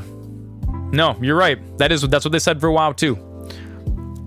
It adds to my analysis that Nintendo, it's almost like not a single person. We appreciate what we used to have. Yeah, that's true. I agree. Well, dude, but you know what though? It's no less fun. Like I played Ninja Gaiden on stream the other day. We got 8 chapters in. Ninja Gaiden is an incredibly linear game. It's so linear, it hurts. It's like, you're in this room with these 8 guys. You have to kill these 8 guys and then 8 more guys and 8 more. You have to do this one challenge before you can move on. You can't do anything else. Look at Armored Core. Look at Armored Core. Look at Armored Core 6. Incredibly linear until the end, and then it gets weird, but like that's a whole different thing. Having modern game devs be like, "Oh, you actually don't want linear games?" I think that's a bunch of nonsense. Oh, we did some testing, and in our tests, it showed that gamers were more engaged, blah, blah, blah, blah, blah. It's you wanna know what it is? Nintendo is a whole company. It's a whole company of dudes. And it's like Nintendo's like, oh, in order to work here, we're gonna take away all your internet. You're not allowed to have internet. You're not allowed to talk to anyone else. You're just gonna work here, and we're gonna show you how we make Mario, and yeah. And then it flops, and then 40% of the team gets fired. Exactly. Yeah. It's ridiculous. It's like not a single Nintendo employee has ever gone on the subreddit for 1 second. Mario Odyssey was great. It was great. It was a little watered down, just a little bit, but it was great. It was solid, and it had some pretty good challenges at the end of it. I agree with that. Odyssey was great. Yeah, I would definitely give it an 8 out of 10. Yeah. Yeah, they're using stats to figure out what people are interested in, but they're not realizing that fans create the series. Dude, you're absolutely right. You're 100% right, Wolf. They are. They've got some statistics, and they had their nerds do a bunch of we sent a bunch of polls out. We sent a bunch of surveys out, and we got the survey results back. So that's not real. That doesn't represent how people actually feel about the games, and some developers get it and some developers don't. And dude, the Pokemon Direct, dude, I'm not the only one that felt that way. Dude, Arlo is a big Nintendo YouTuber, and he did a thing about the Pokemon Direct, and he's like, it's almost embarrassing. It's almost embarrassing. It's like they're living in a different dimension. It's like they it's like they're not actually existing in the same world. It doesn't make sense to me, because it's like, dude, yes, exactly the same thing with the NFL. And dude, I don't even watch football, really, right? They're using stats to make decisions, and it ends up being boneheaded a decent amount. Yeah, dude. And the thing is like, I don't even watch football. I don't even care about stuff, but some of the decisions that like the NFL makes, I could tell you that was dumb, and like your fans aren't gonna want that. The only ones you know of people getting it is people in Japan. Japan is a very isolated society, and things that work in Japan don't necessarily work in the rest of the world. And I mean, I get it. That's fine. Nintendo's a Japanese company. That's cool. But I think, dude, I don't know. They don't listen to any of their fans at all. And they expect, and on top of that, on top of not listening to any of their fans,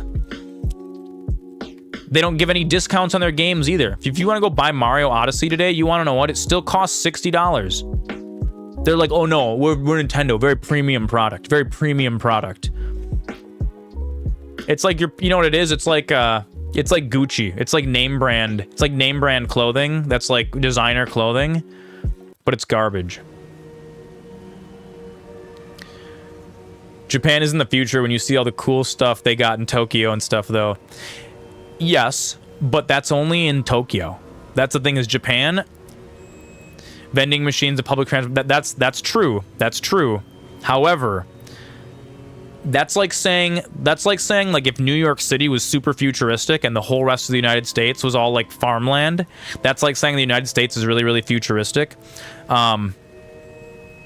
Japan is really, really like advanced, like rural Japan and like in the city in Tokyo and Osaka are two completely different worlds, dude.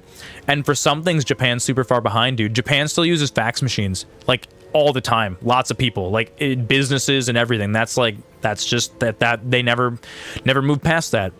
The internet in Japan is a really weird place. It's not quite the same as it is here. And there's a huge disconnect, like even between rural Japan and in the city Japan, you know?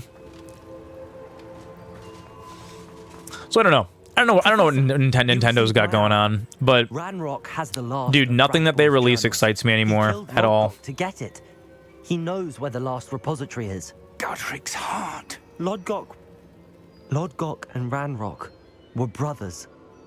Lodgok was bringing the journal to me. Ranrock is a monster. You know what surprises me? I'm surprised that like the Ministry of Magic isn't here arresting every single person involved with this. Surely this changes things. Ranrock has Bragbor's journals and knows where the final repository is. We obliviated Bragbor. He kept journals? Why would he have documented all of this? He didn't know what we were containing. Nintendo's not a premium product because the Switch doesn't even have the graphics as the PS5 does. Well, I mean, yes, that's true. But you got to remember too that it's a handheld, which I get it.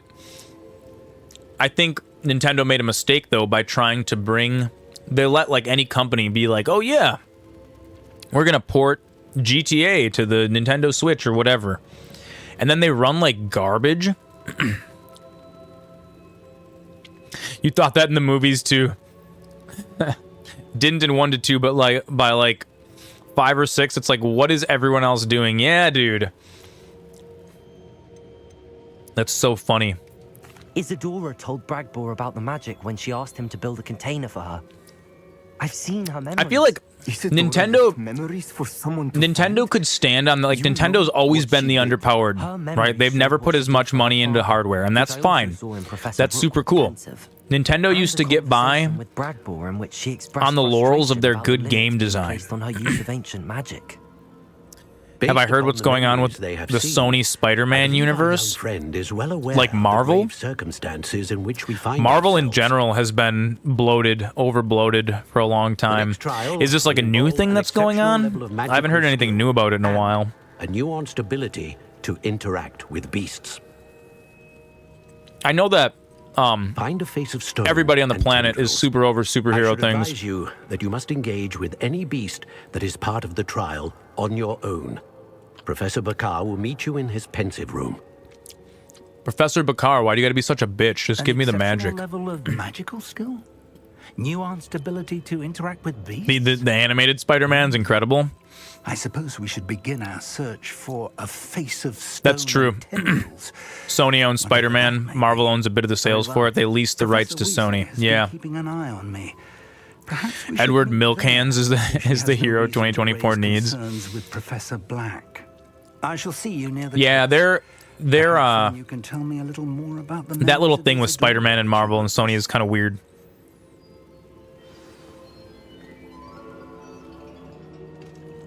I mean, the main the live action Spider-Man universe, yeah, dude. I feel that way about all the Marvel superhero movies. I mean, not that DC has been doing exceptionally better. I think everyone's just sick of superheroes. You know, it was really, really novel when they started adapting crazy when they started adapting all the crazy plots. Like that was so what used to be really neat about comic books and what kept people reading comic books and coming back to comic books was that the stories that they told were super duper duper crazy insane. Like stories that you would never even contemplate being possible. Everyone's just sick of the people that are creating the Marvel and the superhero stuff. They don't like the series, so they change it in their own image. I feel like that's a little bit human nature. I'm personally I'm super sick of superhero stuff. I think it peaked with, what was it, Infinity War, right? Because what they did with Infinity War was, it was neat. It was something that hadn't been done before because they asked that the audience, you need to watch all of these other movies first. You got to watch each and every one or you're not going to understand what's going on. And for the longest time, this was considered a big gamble in the movie industry. This is something that nobody would do because it's like, it's scary. You know, it's like Dune 2 coming out right now, right? Lots of people want to watch it. Not everyone's seen Dune 1. If you haven't seen Dune 1, you can't go watch Dune 2 if you haven't read the books, right? It's a gamble. It's the same reason why, you know, nobody's making sequel games anymore that are direct sequels to the previous games with the storyline and everything. But what was really novel about graphic novels and comic books was that they would tell stories that were like super gnarly, super visceral, and had like twists that were like super duper crazy, like super crazy, like when like Flashpoint Paradox, right? Flashpoint Paradox was a super duper duper cool arc that in DC that was like, oh, you know, crazy shit happens and a bunch of demons invade and they destroy the whole world and the Flash has to run so fast he goes back in time but then he's in an alternate reality where it's like instead of Thomas and Martha Wayne being shot in the alleyway so that Bruce Wayne becomes Batman, it was Bruce Wayne that got shot in the alleyway and now his dad is Batman. So Thomas Wayne is Batman, only he's not a good Batman. He's an evil Batman who will kill bad guys. Like actually like in the Flashpoint universe, Batman uses guns and just shoots people because he's all unhinged from watching his son die. And then the Joker is actually Martha Wayne in the Flashpoint. And that was cool because it was something that, like, whoa, we never thought of doing that. Yeah, the current Flashpoint live action isn't... No, you're right, it's not. It's not. It's just some new reboot that they're doing. You love the Joker movie? Yeah, that was really good. I really liked what was it? Was it Nolan? The Batman was good. Yep, the Batman was good. You know, they're making a sequel to the Batman with Robert Pattinson. They're making another one. He's Batman now. Like, he's Batman going forward. They're making a sequel. It's in the works. I thought they did a good job with that one. That was cool.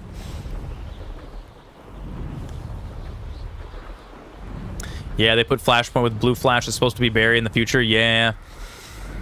But see, so that was what was novel about comic books, was they were willing to, like, do really, really crazy things with the story because it was so easy to, because they were comics. Then they started bringing those crazy stories to the movies. And then with Infinity War, and then after that, specifically in Marvel I'm talking about now, they did the Multiverse of Madness. And so now everything's the multiverse. So, like, there's infinite versions of every single character. And then you have kind of the same problem that you have with, like, canonless TV shows, or, you know, exactly the same thing as playing games that, you know, like MMOs that let you just respawn all the time. If you're in the multiverse, and you can always just go to another multiverse, or you can just, or anything can happen now because everything's happening. If anything can happen, then nothing is important anymore. Like, you can dilute, like, stories work because of limitations, and you can totally dilute that and ruin a little bit of what makes your story magical. But that's okay. Everyone's forgotten about, or everyone's over superheroes now. Everyone will forget about superheroes for 10 or 15 years. And then in 15 years, you know what? They're going to roll out some new cool stuff. Oh no, I can't land here. Flashpoint is one of the best animated DC movies, you're right. Flashpoint's super duper good. Dude, personally, I think DC does way better animated anything than Marvel does. I'm actually a huge DC fanboy, but specifically the Vertigo label. DC's Vertigo label is real good. It's what, like, Lucifer Morningstar and Swamp Thing. It's their hardcore gritty label that tells, like, the stories that they can't. Yeah, and dude, it's super crazy. Yeah, just like that. Invincible's great. Invincible's great because they went there. They went to, like, that insanity level. Dude, it's why The Boys is good. You know, The Boys is, like, it's not animated, it's real life, but The Boys is good because it's like, yo, what happens if there were actually superheroes? What happens if a superhero kills someone accidentally? Like, dude, it's good because it's like, oh, we never thought of that, right? It's good. I'm sorry to hear that your pet is missing. Thank you. It's going to be like modernism. It's going to be like classic modern, postmodern loop, right? It's like, now we've told all of these stories in the Multiverse of Madness, right? Everyone got sick of it. We're going to shelve superheroes for like 10 years. Mark my words. In like a decade, they're going to bring superhero movies back, but they're going to be telling like the very standard stories. Like, think like Superman in the 1960s, like, oh, and he saves Lois Lane and he gets the... They're going to be telling those stories again, because after you go to postmodern and then absurdism, there's only one place left to go. You loop back around. You know, it's like people get so sick of open world crafting where everything's, you know, blah blah blah, and then now we loop back around, and now we want what do gamers want? Gamers want linear again. We want it to be simple. That's what I want anyways, dude. I found myself falling in love with games like Armored Core. That felt like I was playing a PS2 game. If they're not careful, Superman and Batman will be in the public domain. Older versions of them. They will eventually. Everything will go to the public domain eventually. I mean, dude, Disney... Dude, they actually made laws just for Disney to hold on to their IP. But now they've... Everyone's like, oh, Disney lost Mickey. They only lost the Steamboat Willie version of Mickey. But dude, yeah, dude, they're making just like they'd made Winnie the Pooh Blood and Honey. When Winnie the Pooh went public domain, it was like a Winnie the Pooh horror movie where he murders and eats Christopher Robin.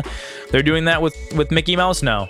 They're doing like a Five Nights at Freddy's, but it's Steamboat Willie Mickey Mouse because it's in the public domain now. I think companies need to not get so worried about that kind of stuff. You know what I mean? It's like I don't have any desire to watch the Steamboat Willie Mickey Mouse murder movie. That doesn't sound fun to me. Like, dude, you know what? If Disney came out with like another Sorcerer's Apprentice, I'd watch the hell out of that. I thought that was cool. I thought that was a cool thing that, you know what I mean? And just because your thing's in the public domain and everybody can start making IP out of it or whatever. Yeah, I get that it dilutes your intellectual property a little bit or whatever. Consumers are going to become confused. Give people a little bit of credit, dude. Give people a little bit of credit. Just a little bit. And if they become confused, then who cares? I think you know what? A problem with a lot of companies today is they try to make their stuff for everyone. Not everything needs to be for everyone. And I think it's a big problem with people's attitudes online too. Not even just online, but in general. Is like, someone will, like, dude, it used to happen. People would come into our bar and they'd be like, oh, you don't have that beer on tap? Oh, well, this place sucks. And it's like, yeah, we don't do beer in this bar.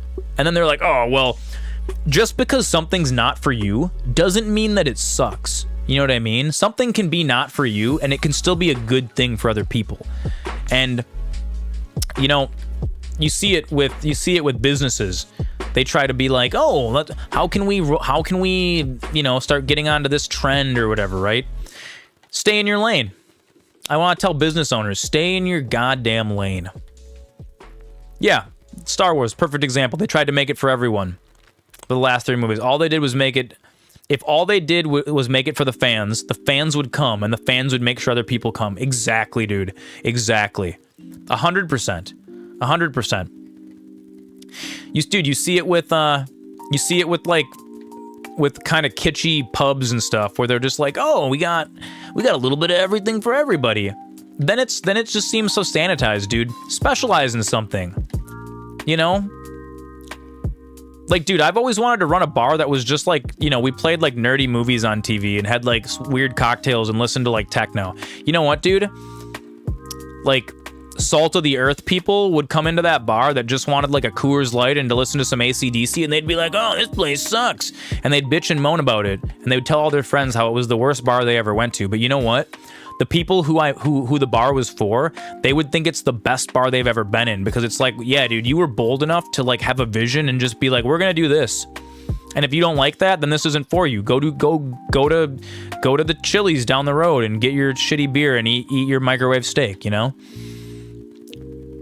Not everything needs to be for everyone. And remember that too. If you don't like something, then maybe it's just not for you. That doesn't mean that it sucks. Things don't suck just because you don't like them. Or just because they're not for you, dude. Dude, you know what? I can say, like, I'm not a huge sports fan. I can say that everything that the NFL does sucks. But you know what? That's not coming from... The NFL isn't... It's not for me. You know what I mean? I'm not the target demographic. And so... Maybe the NFL doesn't suck. Maybe the NFL's slapping. Maybe what they're doing is real fun for the fans. And I can respect if it's real fun for the fans. Oh, dude, you know what? We're going to die. Nah, I'm not ready for this. I'm not ready for this. Let's run. Let's run. Let's run. I gotta get some... Flee child. Kind of getting into the end game now here. Starting to run into some wizards that are a little higher level than we are. We gotta go prepare. We gotta go back and prepare a little bit. You know what? I think we're gonna save preparation and doing the stuff down with these Ashwinders and stuff. I think we're gonna save this for the next stream. It's getting late. It's 11:30. Did you see the guy who replaced his broom with Shrek? I have seen that, dude. Did you see the guy who replaced... There's a mod that replaces all the wands in this game with guns. Yeah. Here. You know what? Let's go look at that real quick, because that's real funny. That one makes me laugh. Or you know what? Maybe it was a deep fake for the movies. I don't even remember. I think it's just called Harry Potter with guns. Harry Potter and the Deathly Weapons. Yeah, it is.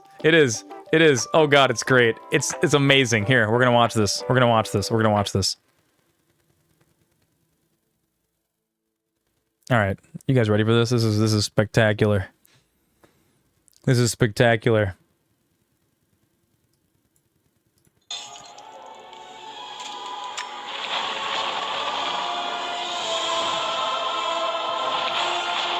There's a mod for Hogwarts Legacy that does the same thing. Make anything happen. Anything you couldn't explain when you were angry or scared.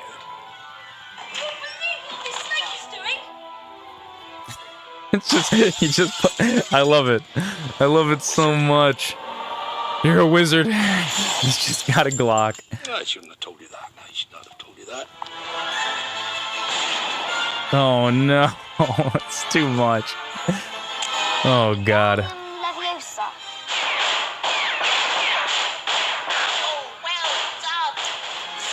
It's like if Harry Potter took place in the United States. You won't have any meals for a week. Oculus repairer. Alohomora. It's too much. We should play the mod where you just instead of having your wand just to boost people, it's just a gun.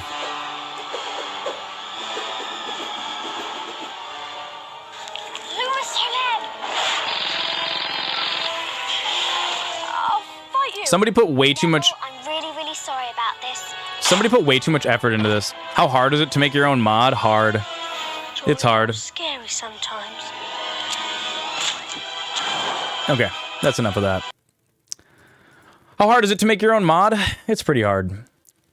It does depend on... Oh, what happened to the music? Come back to me. It does depend on what game you're making a mod for.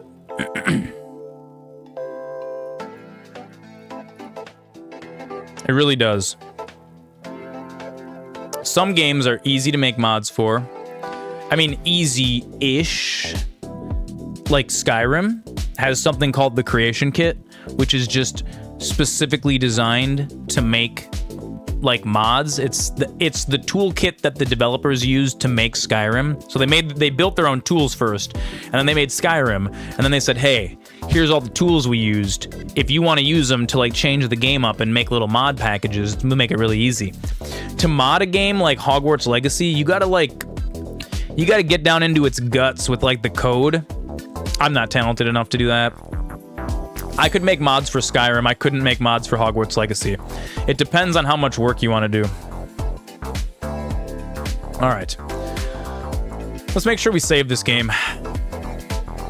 I have to get up very early tomorrow. I mean, very early for me. Dude, 39 hours. Look at this. 39 hours we've spent together playing Hogwarts Legacy. That's longer than I played originally by myself. And it's been so much fun. It's so much fun playing with you guys. It's great. It's like we're having a little party over here every single night. It's so fun. I love it. I absolutely love it. You guys, thank you so much for tuning in tonight and hanging out with us. It's just been an absolutely lovely experience. Tomorrow, yes, tomorrow the stream may be postponed a little bit. I'm going to throw something up in the Discord to that effect. I'm not exactly sure how late the stream is going to be postponed. We got to get Flammy Z's sync installed. We're starting bright and early in the morning. I'm pretty sure it's not going to take us that long, but if it comes right down to it, we can't leave Flammy Z with no sync. So like that's my #1 priority tomorrow. I'll give you guys updates. keep your eyes and ears on the Discord. The Discord is where we get all the updates. Tentatively, I'm planning on like 7 p.m. Central Time. Sync stream, yeah, that'd be great. The building the sync, the Zorans build the sync stream. Dude, I wish that there's the Twitch app from your phone lets you like live stream from your phone. I wish it worked. It sucks. It's absolutely miserable to use, and the video quality is garbage. If that was a little more fun, we'd do that, but meh. But yeah, we'll be back, and then tomorrow we're gonna play more World of Warcraft and try to not die. More World of Warcraft. Hardcore solo self-found. It's gonna be really fun. Check out the credits. The world's sexiest people. That's all of you guys. That's all of you guys out there who are tuning in and hanging out. Playing Hogwarts Legacy with me, playing games. I love it. We got some subs and some resubs. That was gift subs from Durek Gromrel, Zeus. Oh, and there's been just too much chat. What was it? Zeus. Were 2 of them from Durek Gromrel? I don't remember. Durek Gromrel and Zeus. Thanks for the gift subs, guys. You guys are amazing. You guys are all amazing. You sent me another unhinged meme of myself? Good. Make more memes. We need more memes.